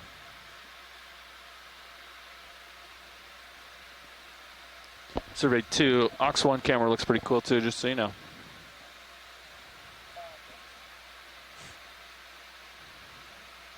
You can probably get mini Zeus on it. That might help him out, John. Copy that.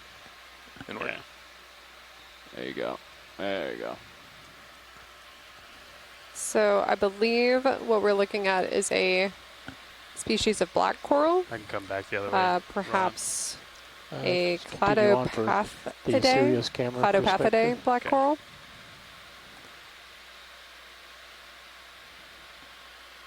Okay, now continue down to fill the screen, and you can go back to reverse after you fill it. Okay. Cool. I'm getting pushed into it a little bit, so I'm going to stay off it a little more because I didn't want to blow it out. Yep. Try to come back. And at some point we'll want to get super tight on the polyps. Okay. Yeah, we need to determine if it's a octocoral.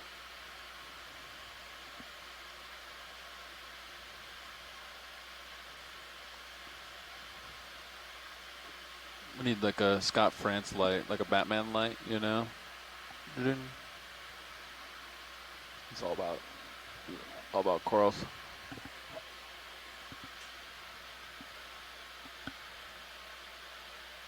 How tall do you think this is? 6 feet?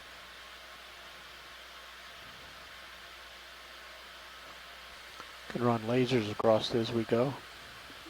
It looks large even from Cirrus's view. Yeah. When you look at it compared to the Yeah, it's wider than ROV D2's D2. mainframe, yeah. Yeah, so it's quite a large specimen that we're looking at today. Good flying.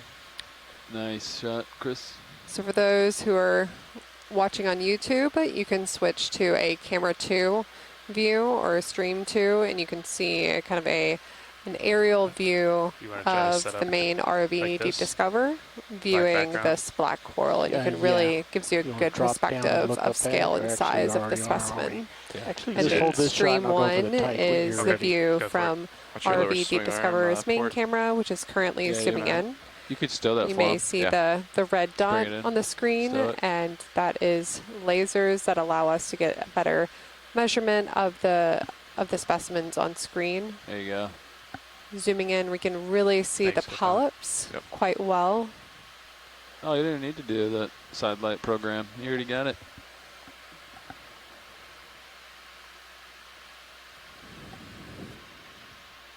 was a beautiful How many shot. polyps are there? It's hard to see. Is it 8? Video and pilots. Oh yeah, it's definitely 8. Yeah, and you know, kind of as you're seeing all this stuff flying around in the water column around it, you can kind of see how these corals situate themselves on these slopes and on these little ridges to be able to catch stuff floating through the water column as it goes by. Okay, pulling out. Okay. If I was a coral, I think I'd live on this ridge. Seems like a good spot. Was that too shaky, Roland? I could No, try it was not. Okay. Let's see that shrimp, bottom right. Bottom right. Despite corals' ability to hop up and swim away, these are actually animals, so they do eat with their polyps and the tentacles on their polyps. Ooh, a little shrimp living amongst the coral now. Okay. Man, this thing is big. That's all the way on the right side. I would say it's like 8 feet tall, if I had to guess. Okay. There's no way that shrimp's 8 feet tall. Think you can wrap a light around the back of it? Yeah, no, there's no way. What'd you say, Roland? Think you can wrap a light around the back of it? We could try.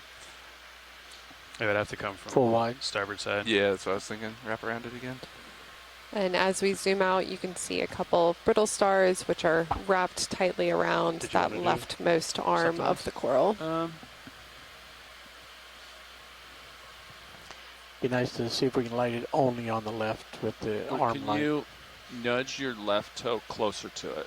Okay. Get closer. And then can you bring the port manip out close to the ground? I can't come much closer. You see Mini Zeus? Yeah. It's coming at me. Can you tilt Mini Zeus up for me? Yep. Please. Oh, I see what you're saying. It's in the brow already. If you're watching on camera 2 right now from Sirius's view, I think the shot gives it just an excellent view at how big this coral is. Deep sea corals are quite slow growing, so it could be many, many, many years old to have been able to grow this big in these deep, cold environments. You want to try for it, pilot? Co-pilot? Yeah, we can go for it. Good with that, Roland? Yep. Do we want to bring down the mains or anything like that? Let's get the arm out first. And then okay. All right. Can you direct me? Because it's kind of hard to see the screen over there. You can use, you should be able to use Mini Zeus. Drive Mini Zeus to look at your arm first. You don't need that anymore? No. Or Titan, I guess. Okay. And you can change it to your big screen in front of you. Right monitor, ROV HD2. All right, so then, just get that. I can try to get in a little tighter. I think you're good.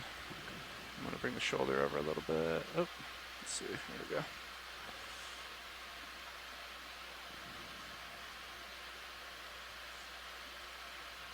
I think I got some room to elbow up a little bit now. Yeah, see pretty good on the manips too. I'm going to shoulder down a little bit.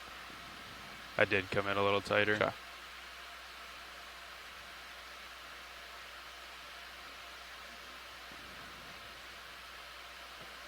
So what I'm looking is for that light to be pointed upwards. Okay. Let me lighting the back side of it. A little forearm roll here. Nope, that's not going to do. So we're max forearm roll there. Goes, yeah. So I just got to extend the arm a little bit more, I think.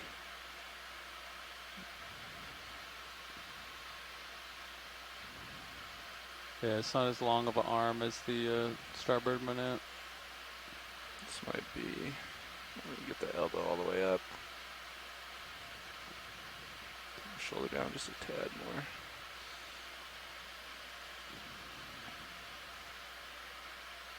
And if I need to shoulder out a little bit to the left, that might bring the light on it. Yep. That's probably not going to do it, Rowan, is it? Yeah, it's not. It's well, if you lights coming. It's not going to come straight up like he wants, but you can wrist left a little bit, right, or wrist right, whatever. I think he's full left on his wrist right now.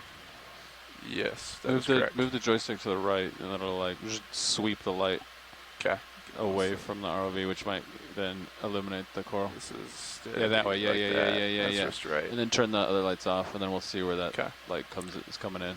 How far? Like right there? Yeah, and then Okay. take Mini Zeus and have it look near the end of, you know what I mean, to see both targets in one field. Now it does look like it's There lighting you that go. brittle star now. There you go. Okay. And then turn the lights off and see what you got. And I can play with that wrist a little And bit more if then you zoom need in me on the to. crinoid. Bam. Lasers off. Lasers off. It's not a crinoid, that's a brittle star. Okay. Do you want me to bring that wrist out a little more, Roland? Yes. You can come in, Roland. I was waiting to. There you go. Also getting the light beam itself as part of the image. Turn off that lower swing arm block. Lower swing arm's Kill coming him. off. It's going to get dark. You'll be fine. All right, go in now. In. He said he wants the beam. Uh-oh. I think, yeah.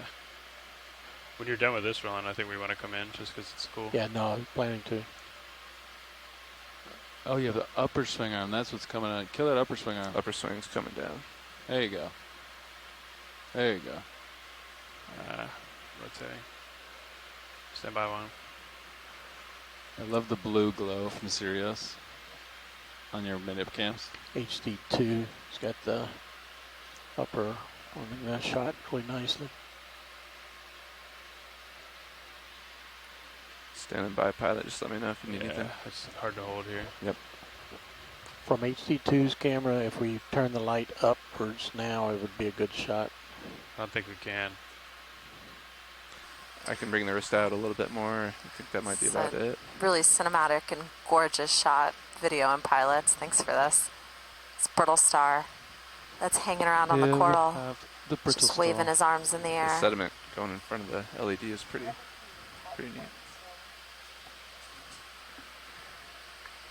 Did you wrist out? Dim the light a little bit. Just a little bit. Dim the spare? Yeah, 5%. There you go. Give me zoom. In. What do you got? There you go. Go. Fill frame. That's what I'm talking about. And action. Do you want 5% less on the And spare? cut for the focus. And focus. I really like this. And mark. That's it right there. Hold for 5. For the editors. Nice. I'm gonna try a little less light and see.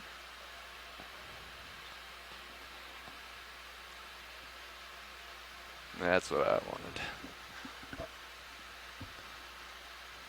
Reduces the So back these scatter a brittle little stars bit, doesn't it? are also part of the phylum Econodermata. Good framing, Chris. I think earlier we were talking a little bit about another member of the phylum Econodermata, which are sea cucumbers. bring it. And that Well, phylum they're tied together, name so- literally Shark on the means left side. spiny skin. So these brittle stars are also If I brought up kind the, of cousins to those lower sea swing arms, I'd bring up cucumbers. the left one as And well. you can see on their legs here and on their arms. I'm going to lose it here. Kind of those in a little minute. spines that contribute to them being characterized as Standing by for your mains, econoderms. pilot. We did see, Trish, did you see that shark in the port cam? I missed it. I was too excited about the econoderms.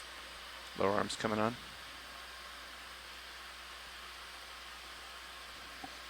Saw something swim by though. Roger that. Nice job, Chris. Lights coming back on, Chris. Copy.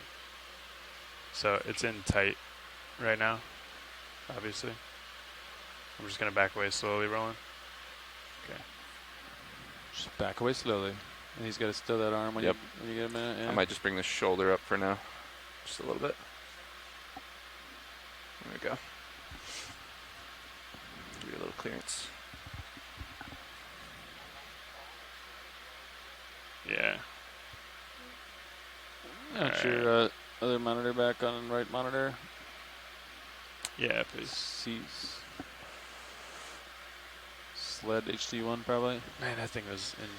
Good, you can zoom out Sirius when you get a minute. If you're not using it. Look at that shot of the AUX cam over there, Levi.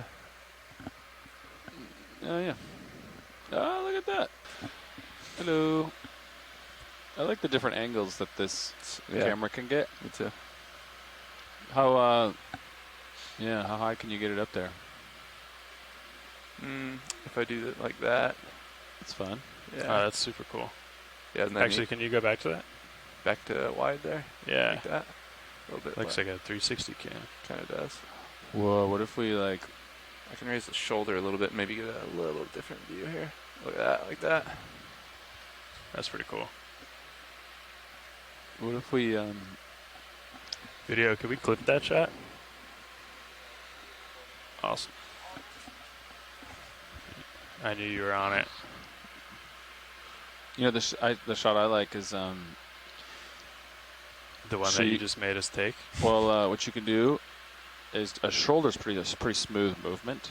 So you can just have the shoulder in one position, shoulder azimuth, and then you just azimuth out. It's kind of fun. So you could like shoulder azimuth all the way in right now. You gotta be careful with mini Zeus, but yeah. You good for me to bring your lower swing arm back out a little bit? Yeah, and I think you can stow that arm. Roger that. Oh, that lower was way down there. There you go. I think it deploys really fast. It does. We could consider tuning that valve pack. Okay. Port lower deploys real fast. Okay. Note that new engineering log. Oh yeah, he's bringing it down. It does look a little jittery. I think we got to swap that converter out. It's got to be that frame rate converter, right? For that camera? Yep. I think that... That's topside? Yep, that black magic box topside. Ooh, that's a beautiful shot. I don't think it does coming up a little bit as well as the DAC 70s. Just gonna move in. You want another? Yeah. How many meters would you like? 15 maybe? 15 meter eye. What bearing would you like? Looks like he's looking at 317. Yeah, something like that. 317. Hey, Bridge, this is RV. Hey, we'd like a move. That's 15 meters, bearing 317 degrees, speed decimal 2. Is the shilling stowed good enough for you? Yeah. Okay. I mean, that doesn't bother me. It might bother video, but I don't know. I might swing it out a little bit more. That's a good copy, Bridge. Thank you. Yeah, that's fine. It was a cool shot, though. It is neat.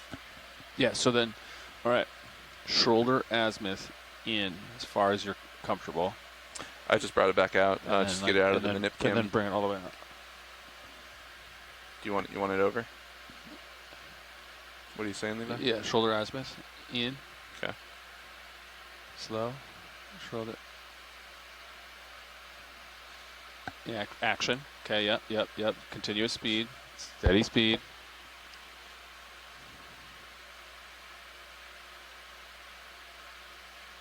This is ROV D2. And it is NOAA Ocean Exploration's 6,000 meter remotely operated vehicle for scientific research. All right, we're stopping there. Right? Did you feel that? Yeah. Okay, and then you bring it out. Yeah, I love seeing the motion of it. It's great. Nice job.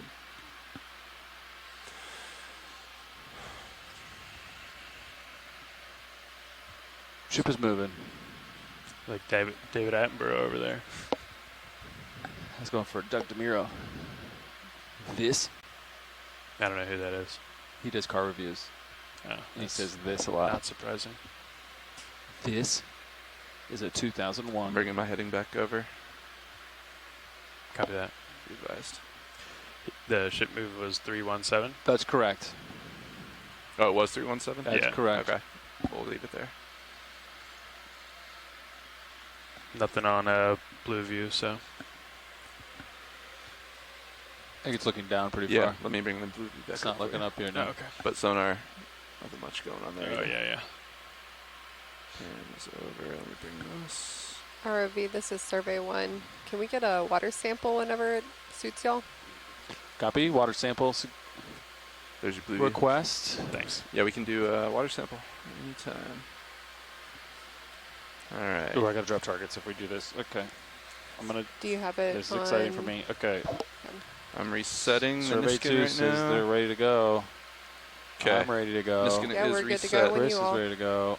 All stations ready? We'll count it down. Copy. 5, 4, 3, 2, 1. Good fire. EX. Can you come in on that, Roland? What is that? 25. Yeah, it looks like fishing line, but it stops on either corner. Yeah, I want to make sure it stops.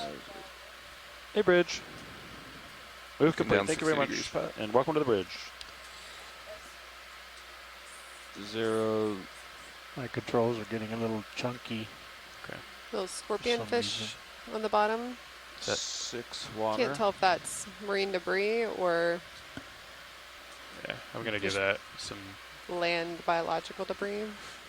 distance, Roland. Yep. All right, EX2502. Dive 0406 water. And that was Niskin number, let's see, bottle 4, looks like. Looks like 4 to me. Correct. That should have been number 4. Roger. Confirmed. And that ship move is complete. Copy that. Thanks. With virtually no layback, a shallow dive is easy for the ROV navigator.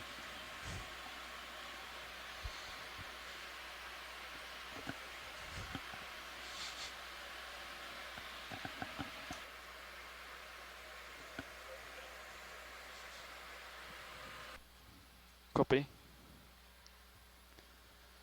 All right, Sirius is facing directly uphill. We're getting close to the top of this feature. You only got a couple tight contours to go here, so that's 370. This is 360. You're at 365.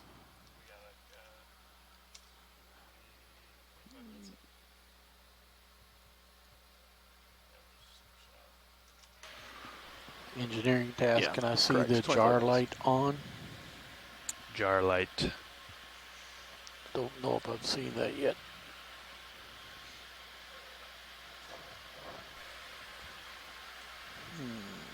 I've got more juice if you need it. Yeah, crank it to 100. 100.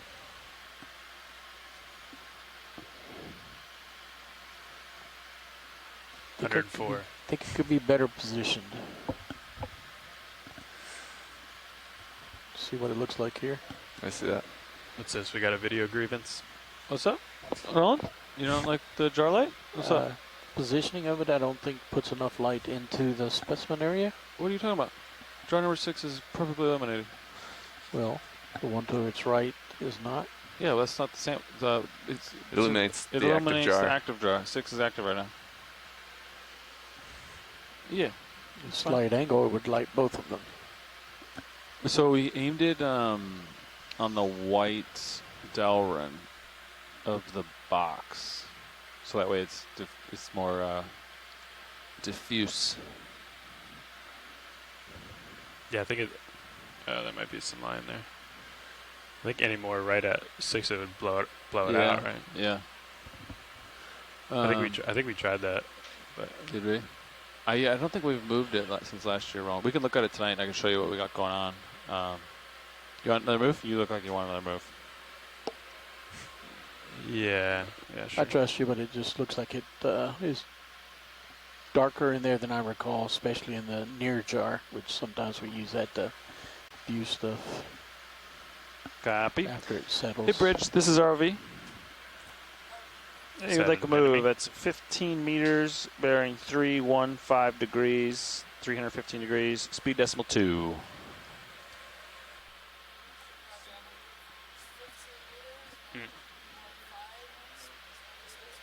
Good copy, Bridge. Thank you.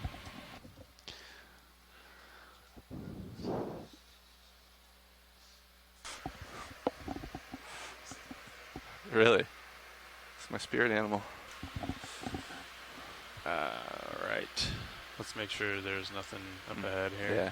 I got your blue view pointed pretty far out. Okay. This looks good. Sonar looks good. I'm going to just take a peek to the right here before I dismiss it. Look for some sharks. Your hydraulics are still on. I don't know if you're still using them, but... No, we've been just flying with them on. Flying with them on. Just, yeah. All right. I can turn them off if we don't think we're using them anymore. Coming off. Does the yeah, you can control the hydraulic pump RPM with the encoder, right? We normally just leave it on suction pump, but oh, that's right. The encoder can no longer enable or disable the hydraulics, but it still does the RPM commands. Does that sound right? That's my understanding. All right, yeah, thought so. Okay. Because remember we thought we bumped it. Yeah. And then with the old pump, we couldn't restart it. Did we take away the valve? We can still do valve packs too, right? And HPU enable. Yeah. I don't think we can. Right. No, right there with the HPU valve enable. On the box. Yeah, but the not box. On the encoder only used to do the HPU enable, but it has since been revoked to just the button due to accidental bumpage.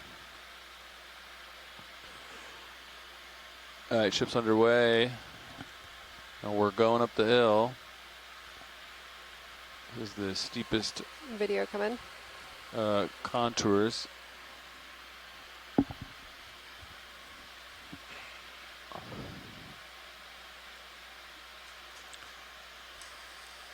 It's pretty cool. All the holes you can see. Yeah, T-minus 20 minutes till bingo.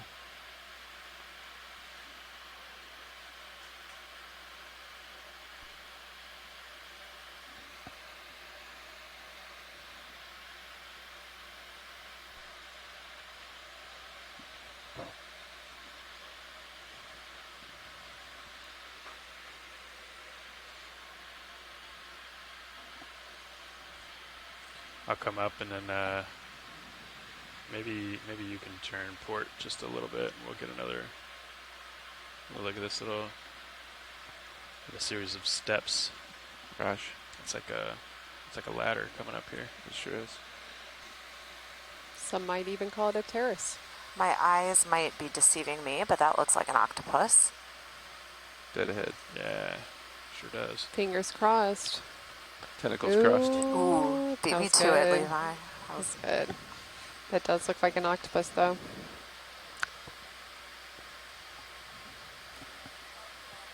Hey, Bridge. Good eye, Trish. Move complete, thank you. Look at the ton of fish to the right. It is a lot.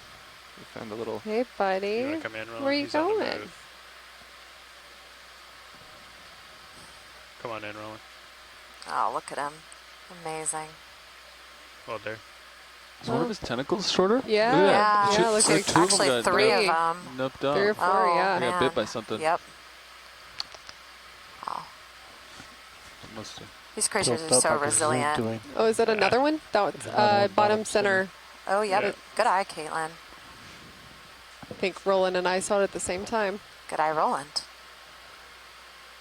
It's like a different species. And maybe something else in the crevice if you follow the crack to the right. Come in. It's a lot of life here. Oh, so cute. Amazing. Oh. Hold there. Wow. Absolutely beautiful. Mm-hmm. Good spot, everyone. Yeah. Sorry, Roland.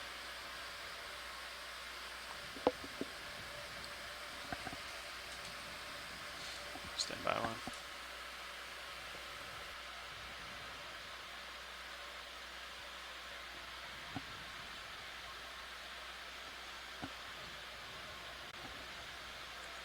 Just hold there. I'll center up. Yep, Give me a second. partial. Survey 2, this is Jordan speaking.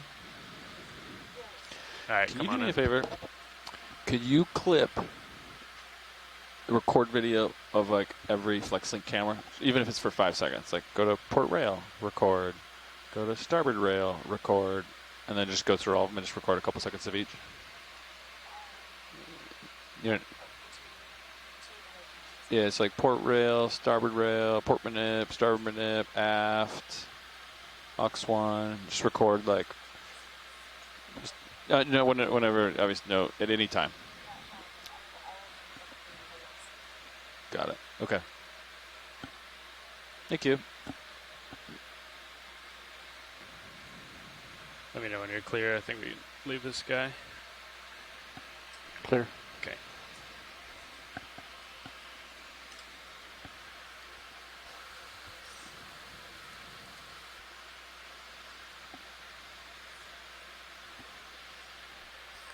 think we got an ID on that octopus there. It's looking like it's probably a Pacific four-horn octopus. Pteroctopus hollei. What do you call this? I don't Absolutely think so. beautiful. Great shot there. Video and black, well done black. setting up on it, pilots. That's a little black coral there, isn't it?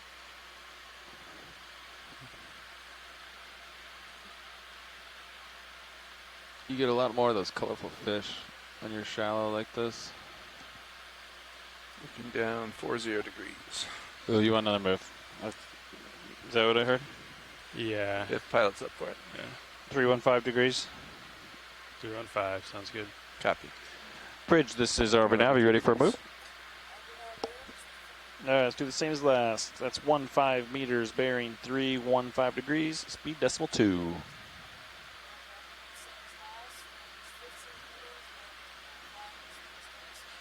Good, copy, thank you.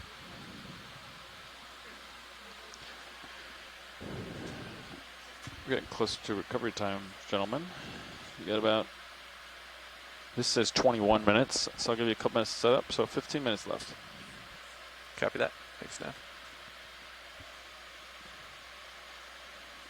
I'll probably take the recovery. Okay. Chris, right, do nav. Okay.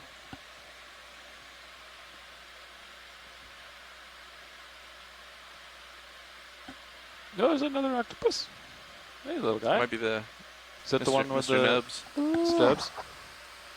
Might be the same one that we saw earlier. Hello. Welcome back. Ship is underway. Just.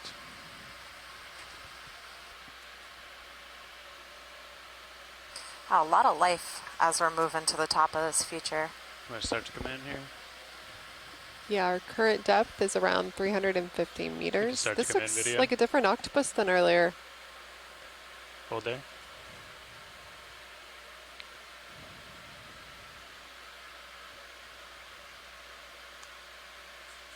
Oh, I love watching them walk. Ox 1 has a good shot too, survey, just so you know. That is a really good A shot. broken record right now, but yeah. Little sea star. You can see your right toe on that camera too, Chris. Yeah. Yeah. Oh, you got it on the nips though too. Looking good. This is like the perfect practice for the follow shot. That's awesome. Doing great. Yeah, great piloting and camera work. Interesting how he's like holding that one arm up and he's not using it to propel himself. It's almost like he's feeling his way up. Like That one. some of them are being. It looks like the upper right arm may have been torn. It looks damaged. Currently regenerating it.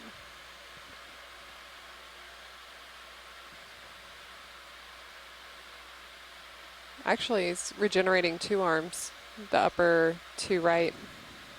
Wow.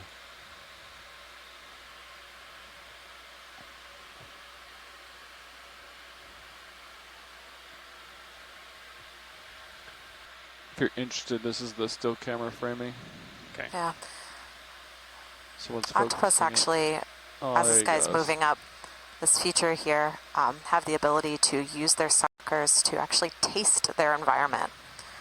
And they can taste by detecting different chemicals produced by different creatures moving through the water, and it can definitely help them in their pursuit of prey. Yeah, let's just keep it there, Olivia, and then we'll let them go. I think. Incredibly brilliant creatures. Just let them walk off. So fortunate to see them. Thank you very much. That was an excellent shot, Chris. Yeah, it was. It was a pleasure to witness. Yeah, thanks. Someone was shooting a lot of still images, so they thought it was good too. Nice.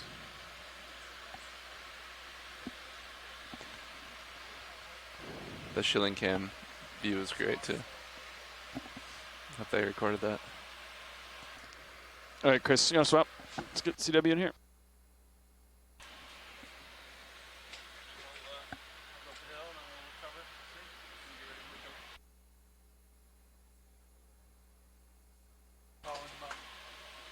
Thanks, Bobby.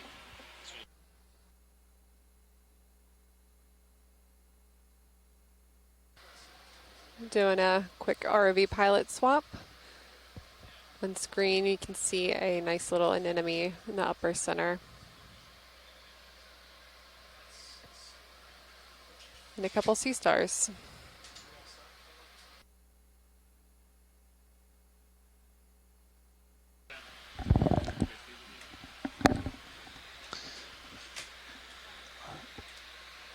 What was it, 15 meters? All right, we're close to recovery time, Chris. Copy. You can double check my math. I think we're all stopped there. Almost acquired the ridge here. Or maybe we did. Pretty close to it. About 15 minutes left, if you want a few minutes for setup.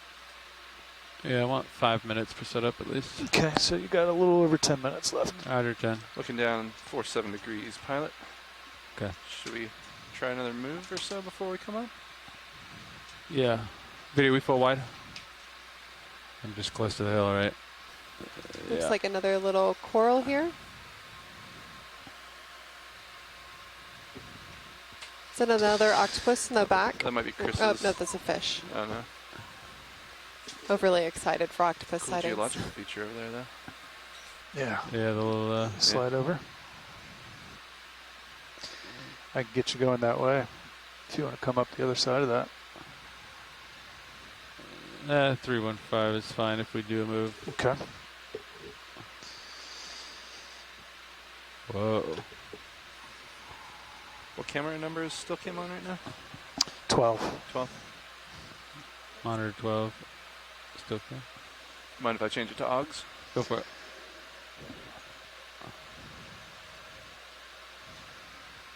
Kind of want that lateral view. Let's see if we're seeing anything over there.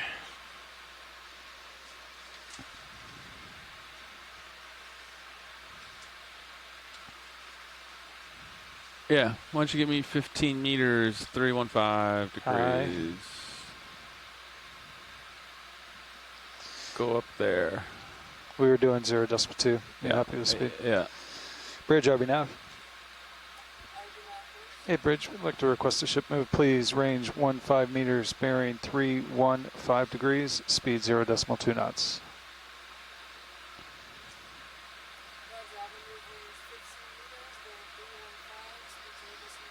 Good copy. Take a bridge. So we're basically going to be calling 15-minute call out when you guys are coming up. Okay. Getting ready for recovery. Okay. FYI. Shallow dive. It's going to be fast and furious. ROV, this is survey 1. Hello. Hey, can we do that last water sample whenever we get a chance before we're off bottom? Yep. We can do it right now. If people are ready. My co-pilot will handle it. Yeah, we All are stations. ready whenever you are. Survey ready. Clipper ready. Okay. Here we go. Nav ready. I'm ready. Stand by. Resetting the skin. So we're missing valve pack maybe? Yeah, that's what we're missing. Valve pack's enabled. Alright, reset. We're gonna take the Niskin sample in 5, 4, 3, 2, 1, mark. Confirm. Good capture. Look at these big spiral guys. Yeah, lots of little corals here. I love those spirals. So that's 07 sample water. Correct, and that should be in the 5th Niskin bottle. Yeah. At 335 meters depth. Nice variety of corals we got going on here. Yeah, I feel like we just stepped into a strange little coral forest over here. Yeah. Bunch of little curly hairs sticking up. Long fish there in the distance. Some sort of eel-like fish in the distance.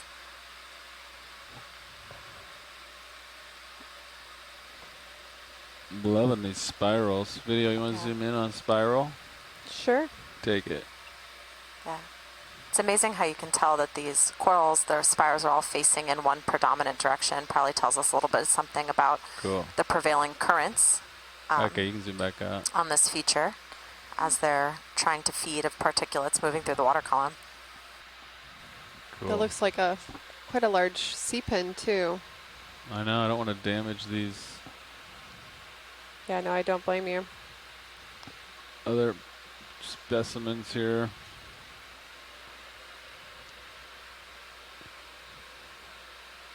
I feel like I'm parallel parking a Suburban right now. It's so thin you can't even see it from Ceros.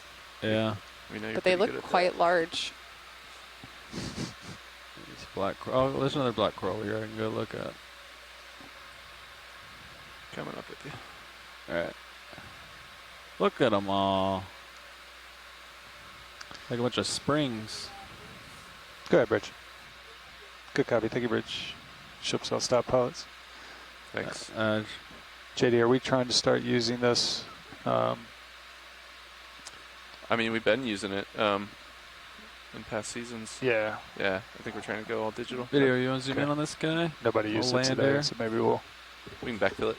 Come in? Yeah, or we can just, during our 6 o'clock, say, hey, let's start using it. Whoever's sitting in the station. I've been setting them up every morning, but yeah, maybe send out the memo. Yeah, I think that'd be good.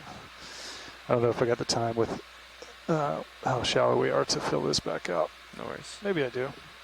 Let's see. How many did we have today? I did it in post 7? for like the first dive, yeah. Oh, okay. You can do it in post. Bottle 1. I don't know what the depths are, though. The HiPAC should have them, the targets. You'll have to look at each individual one, though.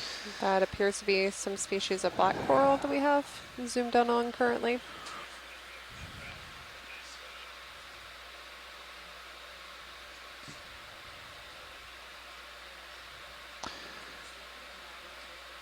Just look at the properties, yeah. Depth 1, where's it at? 622. Yeah, there you go. Thanks, video. You can probably zoom out. Thanks for doing that, Chris. That might be a Paratopathes black coral. Our nav notebooks were getting quite large with stacks of paper.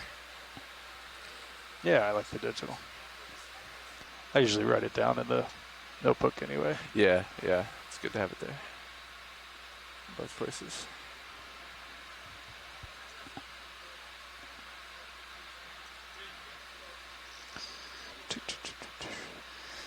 The spiral corals might be a type of bamboo coral, but we're working to try to get a ID now. Copy.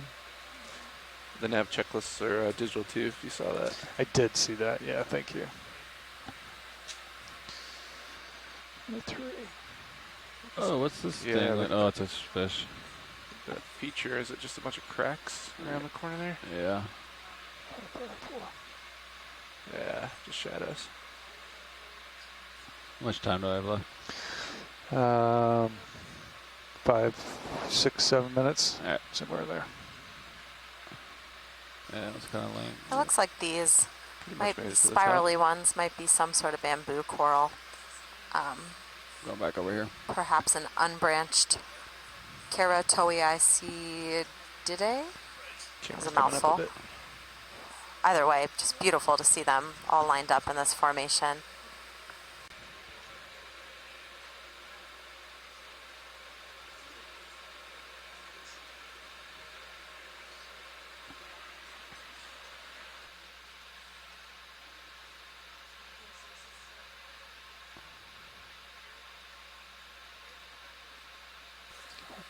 And this looks like Going for one another more lighting shot? Paratopathes Come in, black video. coral.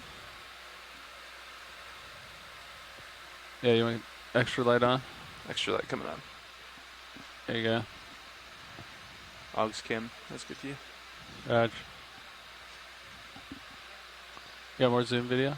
I can turn down lights if you get too much light.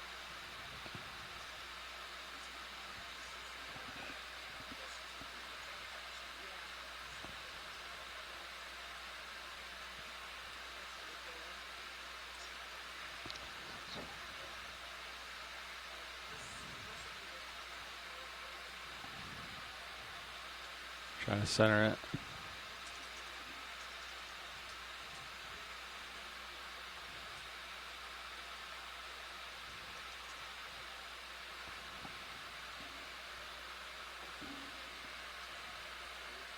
Huh.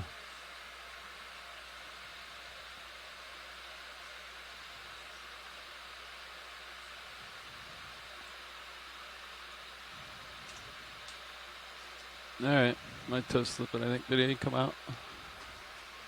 Thanks. Look at all these. Spare coming down. Look at all these spirals. Instead of a coral garden, it's more like a bamboo forest. Yeah.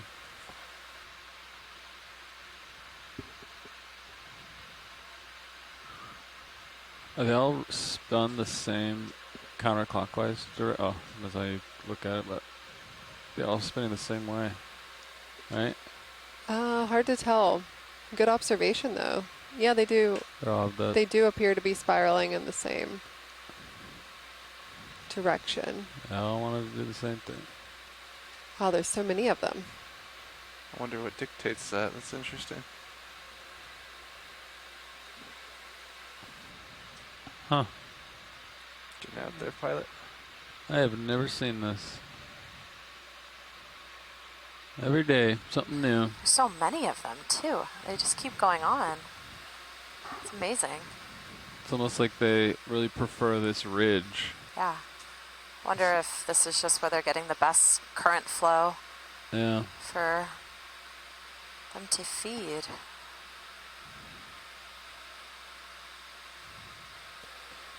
It looks like a kid just scribbled on the computer screen.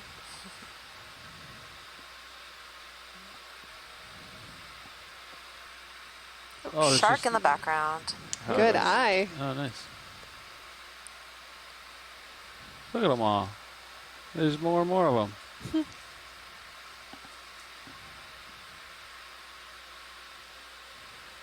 Hello.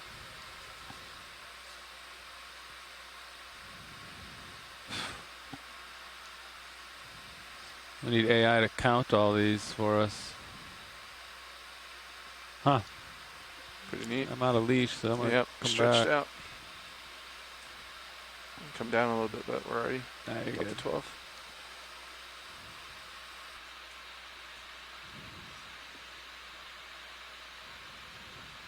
That's probably bingo. Ready to set up? Yeah. Good dive. Right, Chris? We're bingoed out? Yeah, we're within the noise here. If you All guys want to take a nice, yeah, it'll take us a nice minute. and easy setup. Yeah.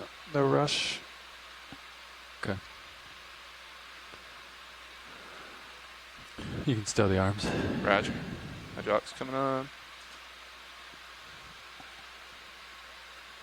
Uppers fully up. Look at them all. I like getting closer to them to where the lights illuminate them and they come out of the darkness. Like, whoa. Zoom in video? Yeah. Hold that.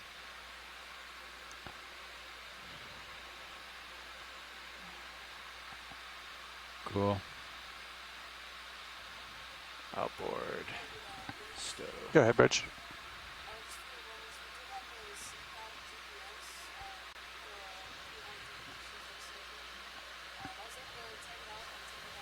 Can we maybe get a zoom in on the ground? I can't tell if that's more, like, not so far down. There's copy, like little Bridge. Yeah, we didn't tiny, notice anything down here at all, so the thank little you for tiny that. white things. I can't tell if that's a type of worm or baby corals coming out. Come in video. You can zoom in on the ground. Stealing the shilling, or the HD2 actually. Yeah, there we go. Video, can you zoom in on the small white things on the ground? Let's see what they are, and then we'll get out of here. Small little white things on the ground. I'm surprised that's not more sedimented. That's pretty hard. Those little guys. I don't know what they are. It's hard to say. They might be little worms. That's Maxim, probably. Yeah. Or cup corals, maybe? Yeah, hard to tell. Hard to tell. Thanks for the zoom in. Yeah. All right. Next video. Yeah, with the lack of sedimentation, I wonder if there Right, gets you a come pretty out, gnarly current sometimes. All right, John, you want to haul in on the windshield bit? Yeah. I'll come back towards you. Stand by.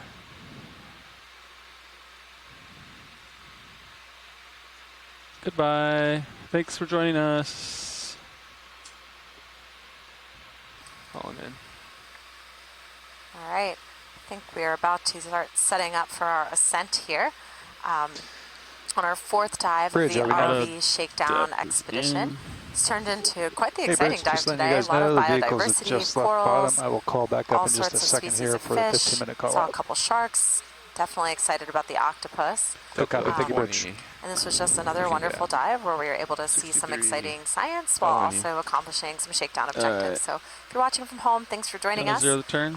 And also a huge thank you to our friends at the Hawaiian Islands Humpback Whale National Marine Sanctuary, who called in to tell us a little bit more about the really special place that we are diving just outside of today. Thanks for tuning in, and we'll see you guys tomorrow. Sirius lined up with the ship. Raj.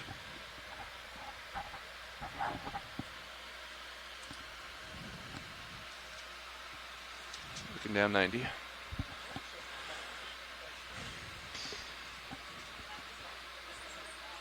This is about what we were for launch this morning, JD. Is that right? Hetty? What is it right now? I can't. It's 103, 102. Yeah, we were. 102 was the hold. Okay. Or yeah, the launch. 102 was launch. Yep. Okay, so we should be pretty good here too. Yep. No heading changes required. The wind, is steady on the bow. I can't tell. Is the shilling snugged up? Do I need to do anything else to that? Let's get going up. But we'll do that. Yes. All right. I'm gonna go ahead. I'm pushing up, John. You can start on the winch soon. Tickling up. Hauling in. 6. All right, punch out auto heading. Auto heading coming out.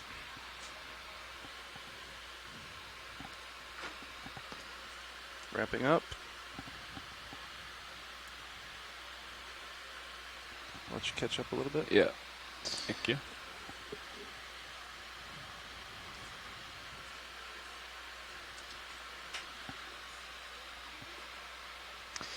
Yeah, I mean, we're already doing this.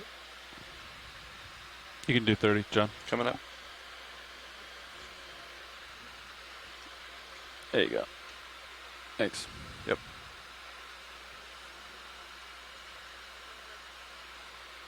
How are we looking, Chris? Looking great, man. Ship's already moving ahead. Half a knot plus through the water. Streaming's perfect. Okay. We got bingo on 15 to 50 meters, so okay. All looks good. Delta's 10. He's down in 30. Just about there. Yep, it should be 30. You have it. All right, what do we need for shilling? You getting it? Shilling. I think that looks perfect. Great. You're not hitting the hangar door, and you're kind of out of the way of sample collection systems, right? You could elbow down. I don't know. Maybe that gets in the way. Let me tickle it. There we go. Just a little elbow down there. Let me come down a little more. Yeah. Like that. Okay. Secure it. Yeah. Belt packs off. When we get to 50, you can nudge the drawer in and nudge the swing arms stow, if you remember. Oh, snug up Bridge, the RV swing nav. arms. Hey, Bridge, we'd like to request the 15-minute call out this time, please. Good copy. Thank you, Bridge. Yeah, say again, pilot. You said snug up swing arms and what else? Drawer. Drawer. Copy. Today it'll probably be fine, but on long ascents, those things drift. A little bit of drift. You getting the shilling figured out, John? You stowed it pretty quick that time. Oh yeah, it's a little bit to work it, isn't it? No, just to shake the cobwebs off, but I think I got it. I got them off now. It's a little bit. I've always loved the tricky, shilling. It's always been one of my favorites. It's kind of the Luigi to the Mario of arms here. All right, so Delta's a little low, so I can reduce my upper thrust. Go ahead, Bridge.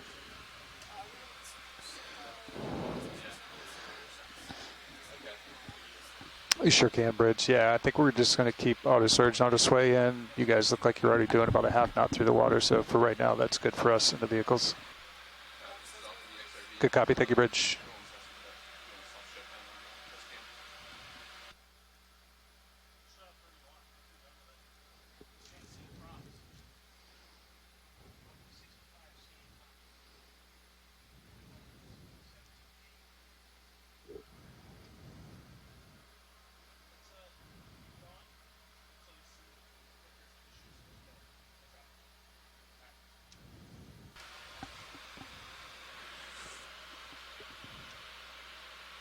So if you're not talking to anybody, then your mic's closed, so I can't hear you. There you go. Oh, you're good. You let me know if you want us to get coming ahead a little bit. Yeah, do it. You good? Yeah, punch out, surge sway, Okay. half one out through the water. All right. I mean, they're already doing it. Yeah, anyway. they're already doing it, but yeah. Get Chris ready. That helps Chris out. You want to just punch out autos? Yeah. Yeah. At least. Bridge, surge. RV nav. Yeah. Hey, Bridge, we'd like to request that you guys are basically doing it, but can we go ahead and punch out autos and start making a half knot through the water? Good copy. Thank you, Bridge. Yeah. It's one less thing for Chris to do. And then it's the percentages already dialed. Yep. I love it. We'll keep an eye on streaming as that changes. Delta 8, a little bit on the low side. I'm pushing. I can reduce my upward thrust a little bit.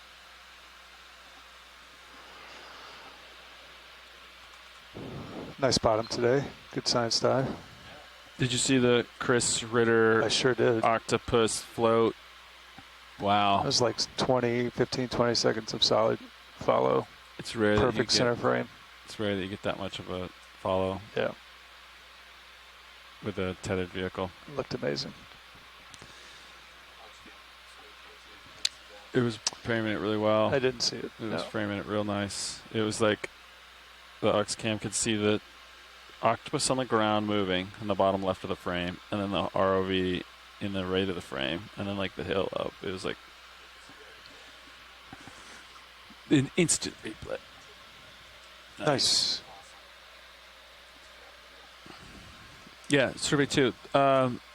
Sometime this cruise, I guess all I want is a on the bottom a screen grab of every wide angle camera. Does that make sense? So I can like kind of show like what our cameras can see. So like I'll take a 5-second clip of each and then just do one screen grab of each. Thanks. Appreciate it.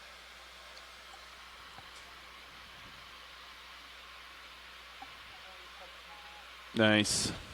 Just gotta do screen grabs. Thank you.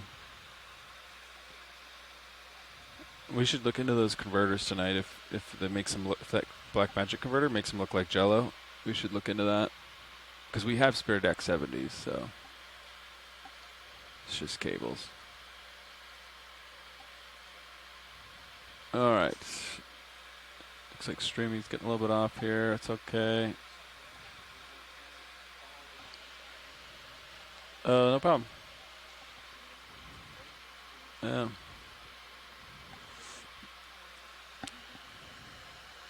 Listen to Decay. Dive Super's calling you. He's here to call you, so to call him back. Say, hey, hello. Dive Soup nav. Sorry, I didn't have Decay on Dive Soup.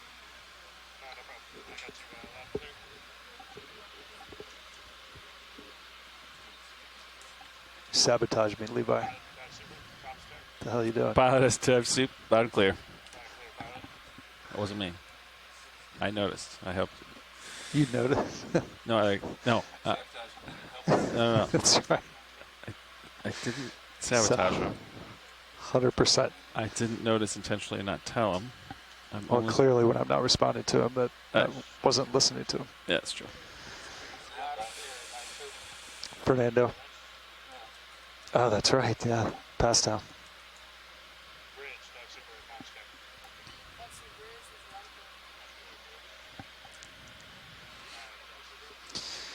Go ahead, Dyson. Sure can. Vehicles are currently ascending, passing 9.5 meters. Ship is currently underway with a heading of 103 degrees, making a half a knot through the water. We have almost no wind, negligible. What little bit is out there, 1 to 2 knots, is directly off the port beam.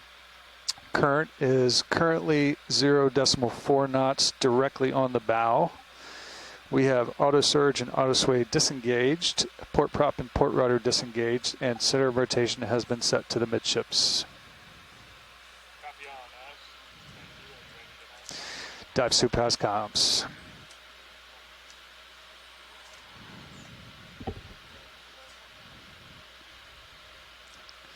Sabotage.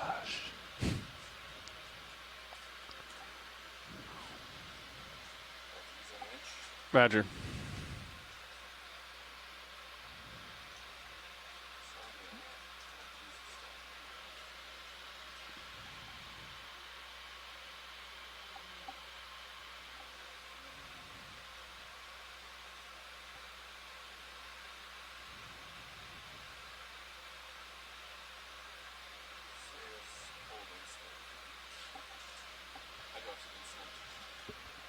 Thanks, John.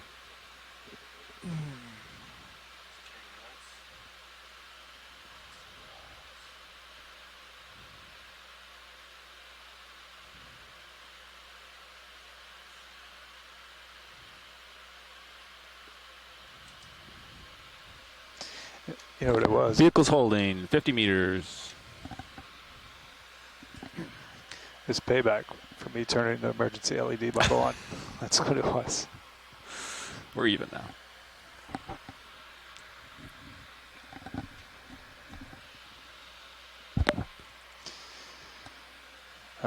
Those vehicles are streaming so nicely. Mm-hmm.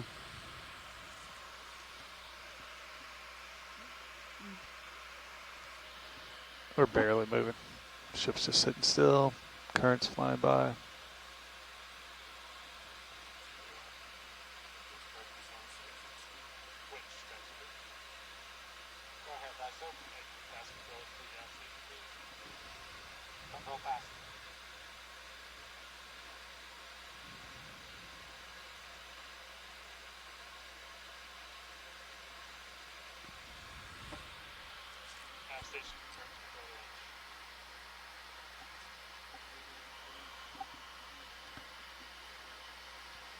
How's the ground fault hunting?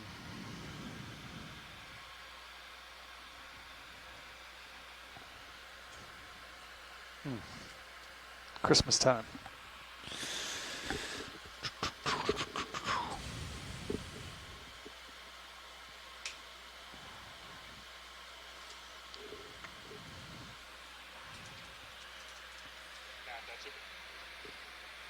Go ahead, dive soup.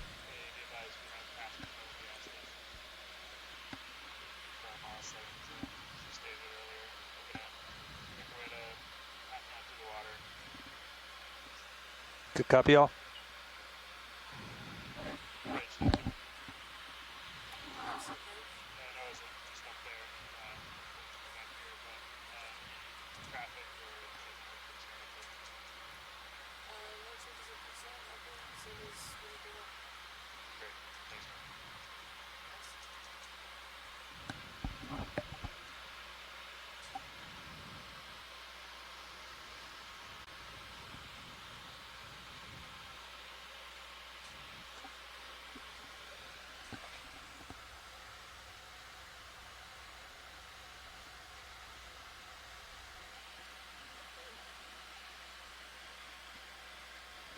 Scapula.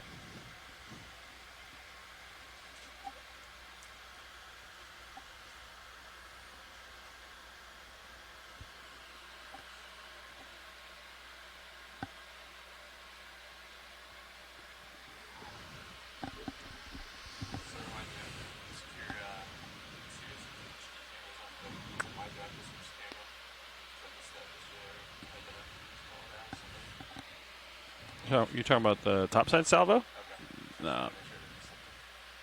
Normally video can hit a button and it does. Yeah. I can grab it too, JD. I was not paying attention yesterday, so I didn't. You call Nav or me? Hey. We are ready to ascend.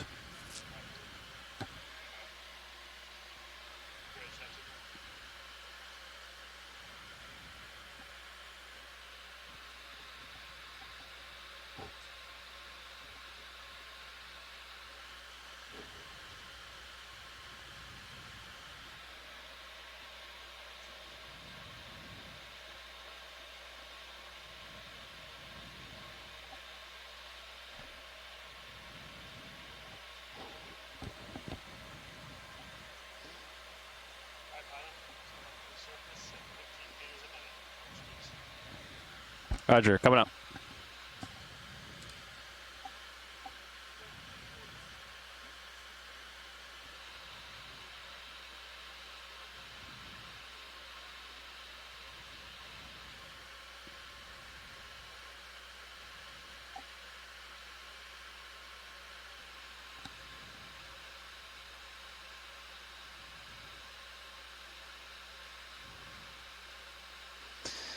Glare doesn't look as bad today.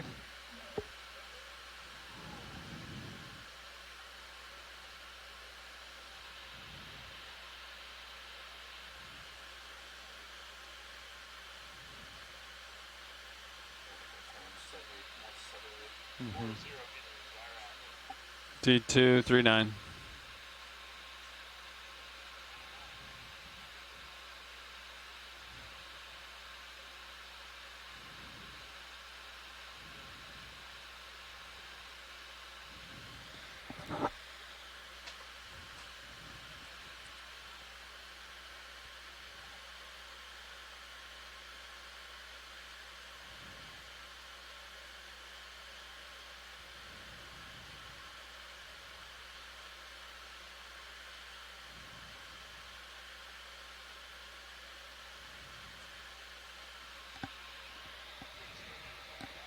D230.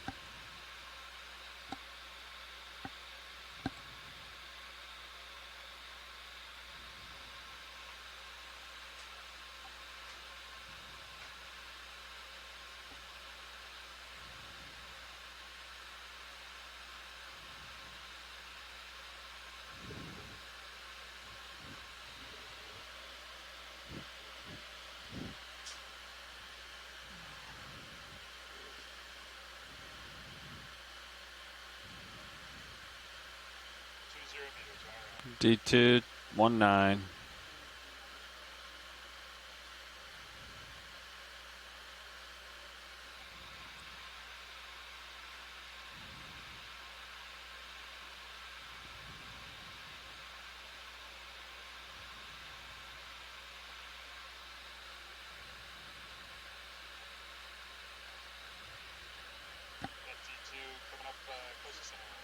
Roger.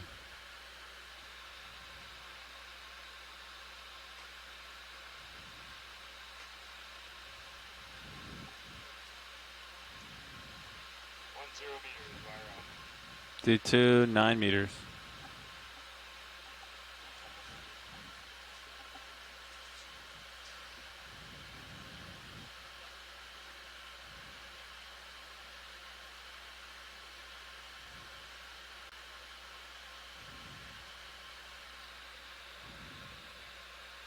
There I am. Yeah.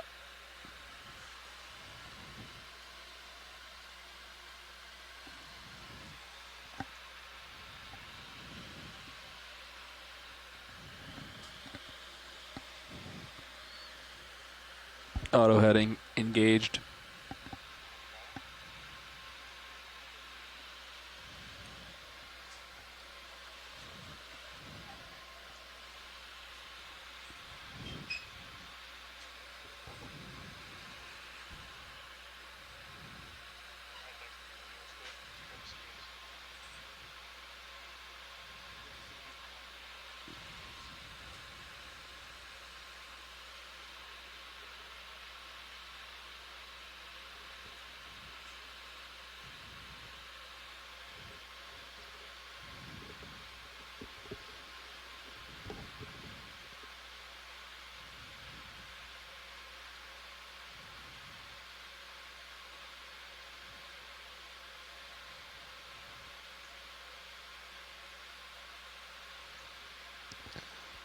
Sorry, John. That was me.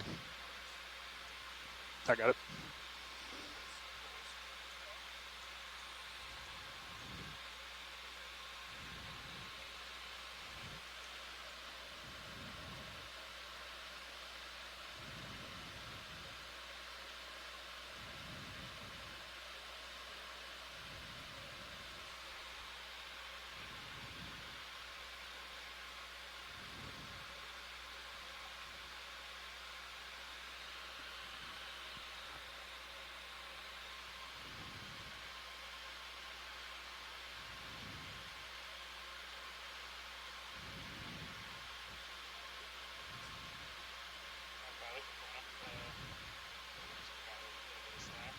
Roger, providing slack.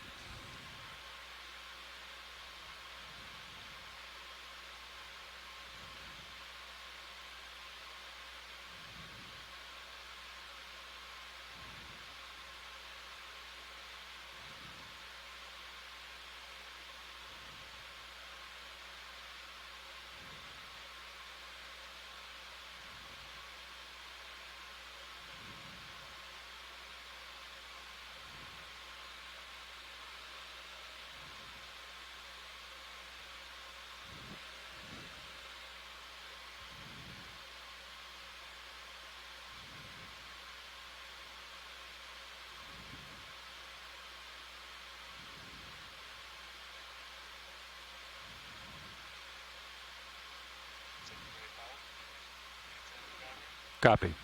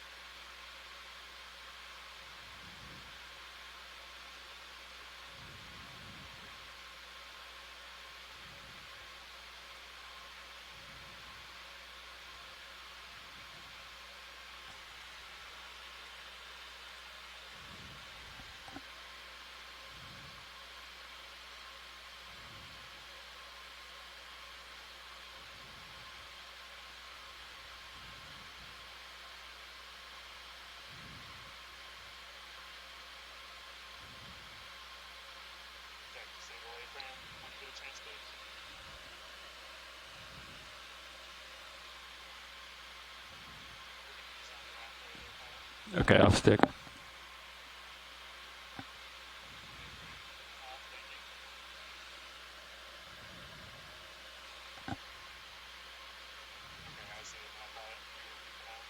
Okay. Alright. Off stick.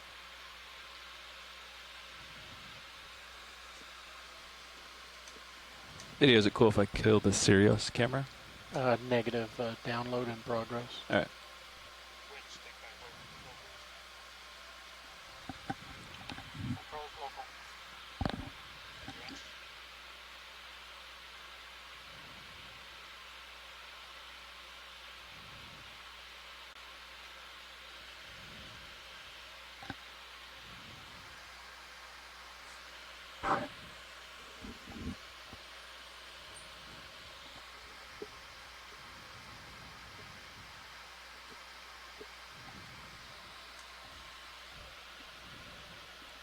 What percentage is it, Roland?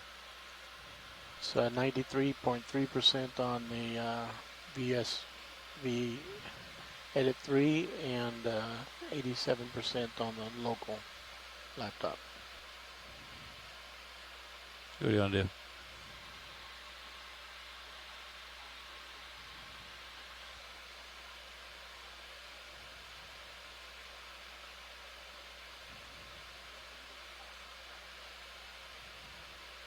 Let the video edit Vez finish out. It's almost done, right? Oh, Vez is done. Alright. Yeah, do a soft shutdown then. Thanks.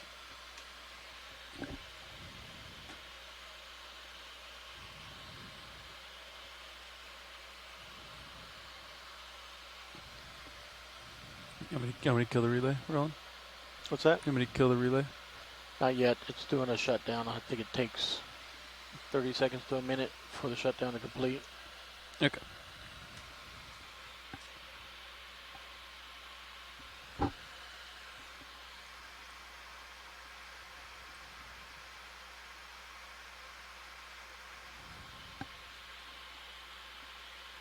Okay, I shut her down now.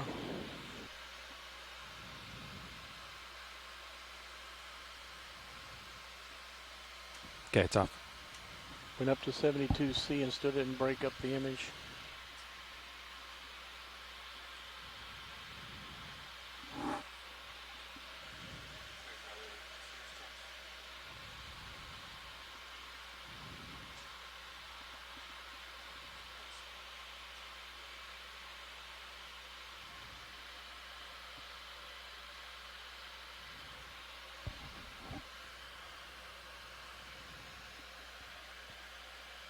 203 gigs on the test cam.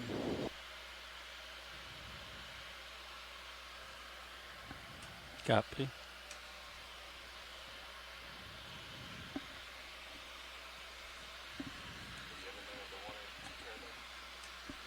Two, I believe.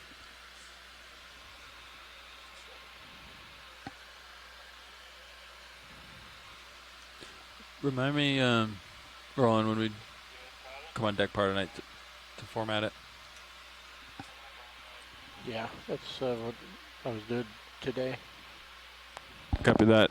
Dive soup. Looking good.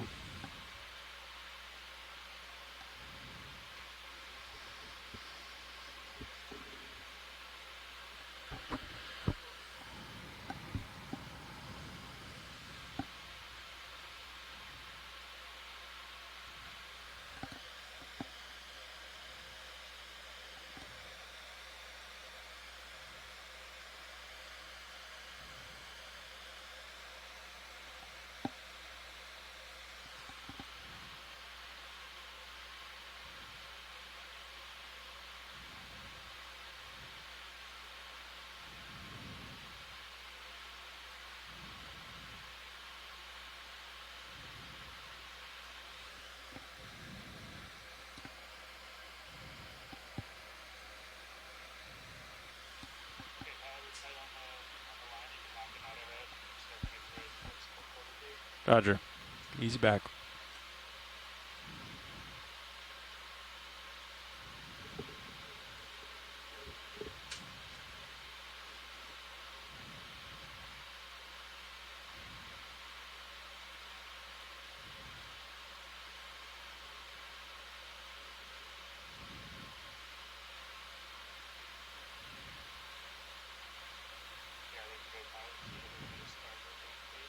Copy, starboard.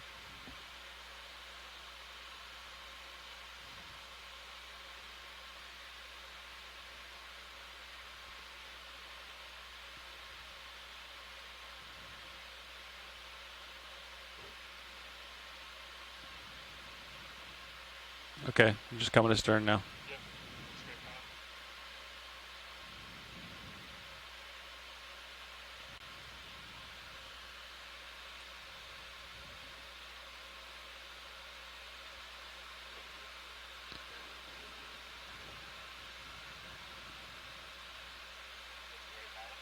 Copy.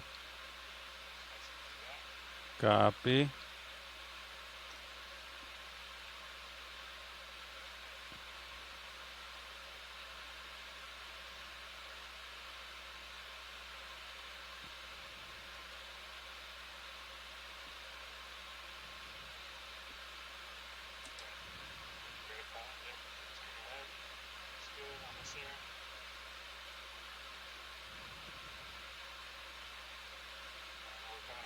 Copy.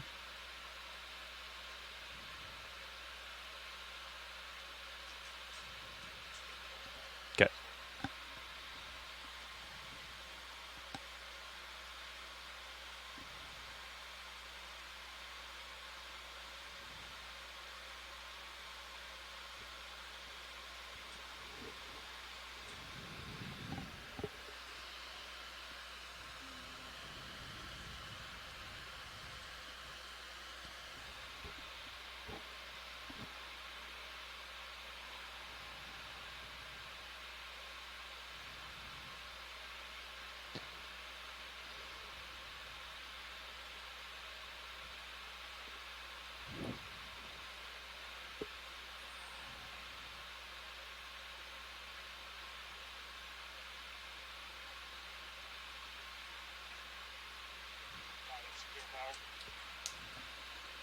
Deck, E-stop, winch, nice switch. Voltage 0, vehicle's cold.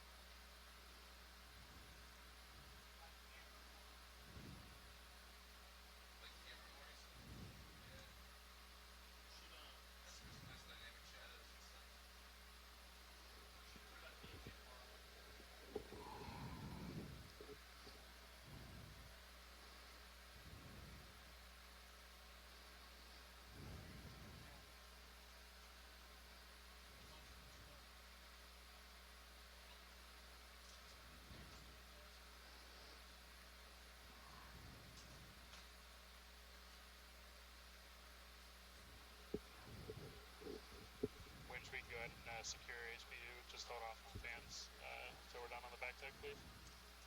Copy.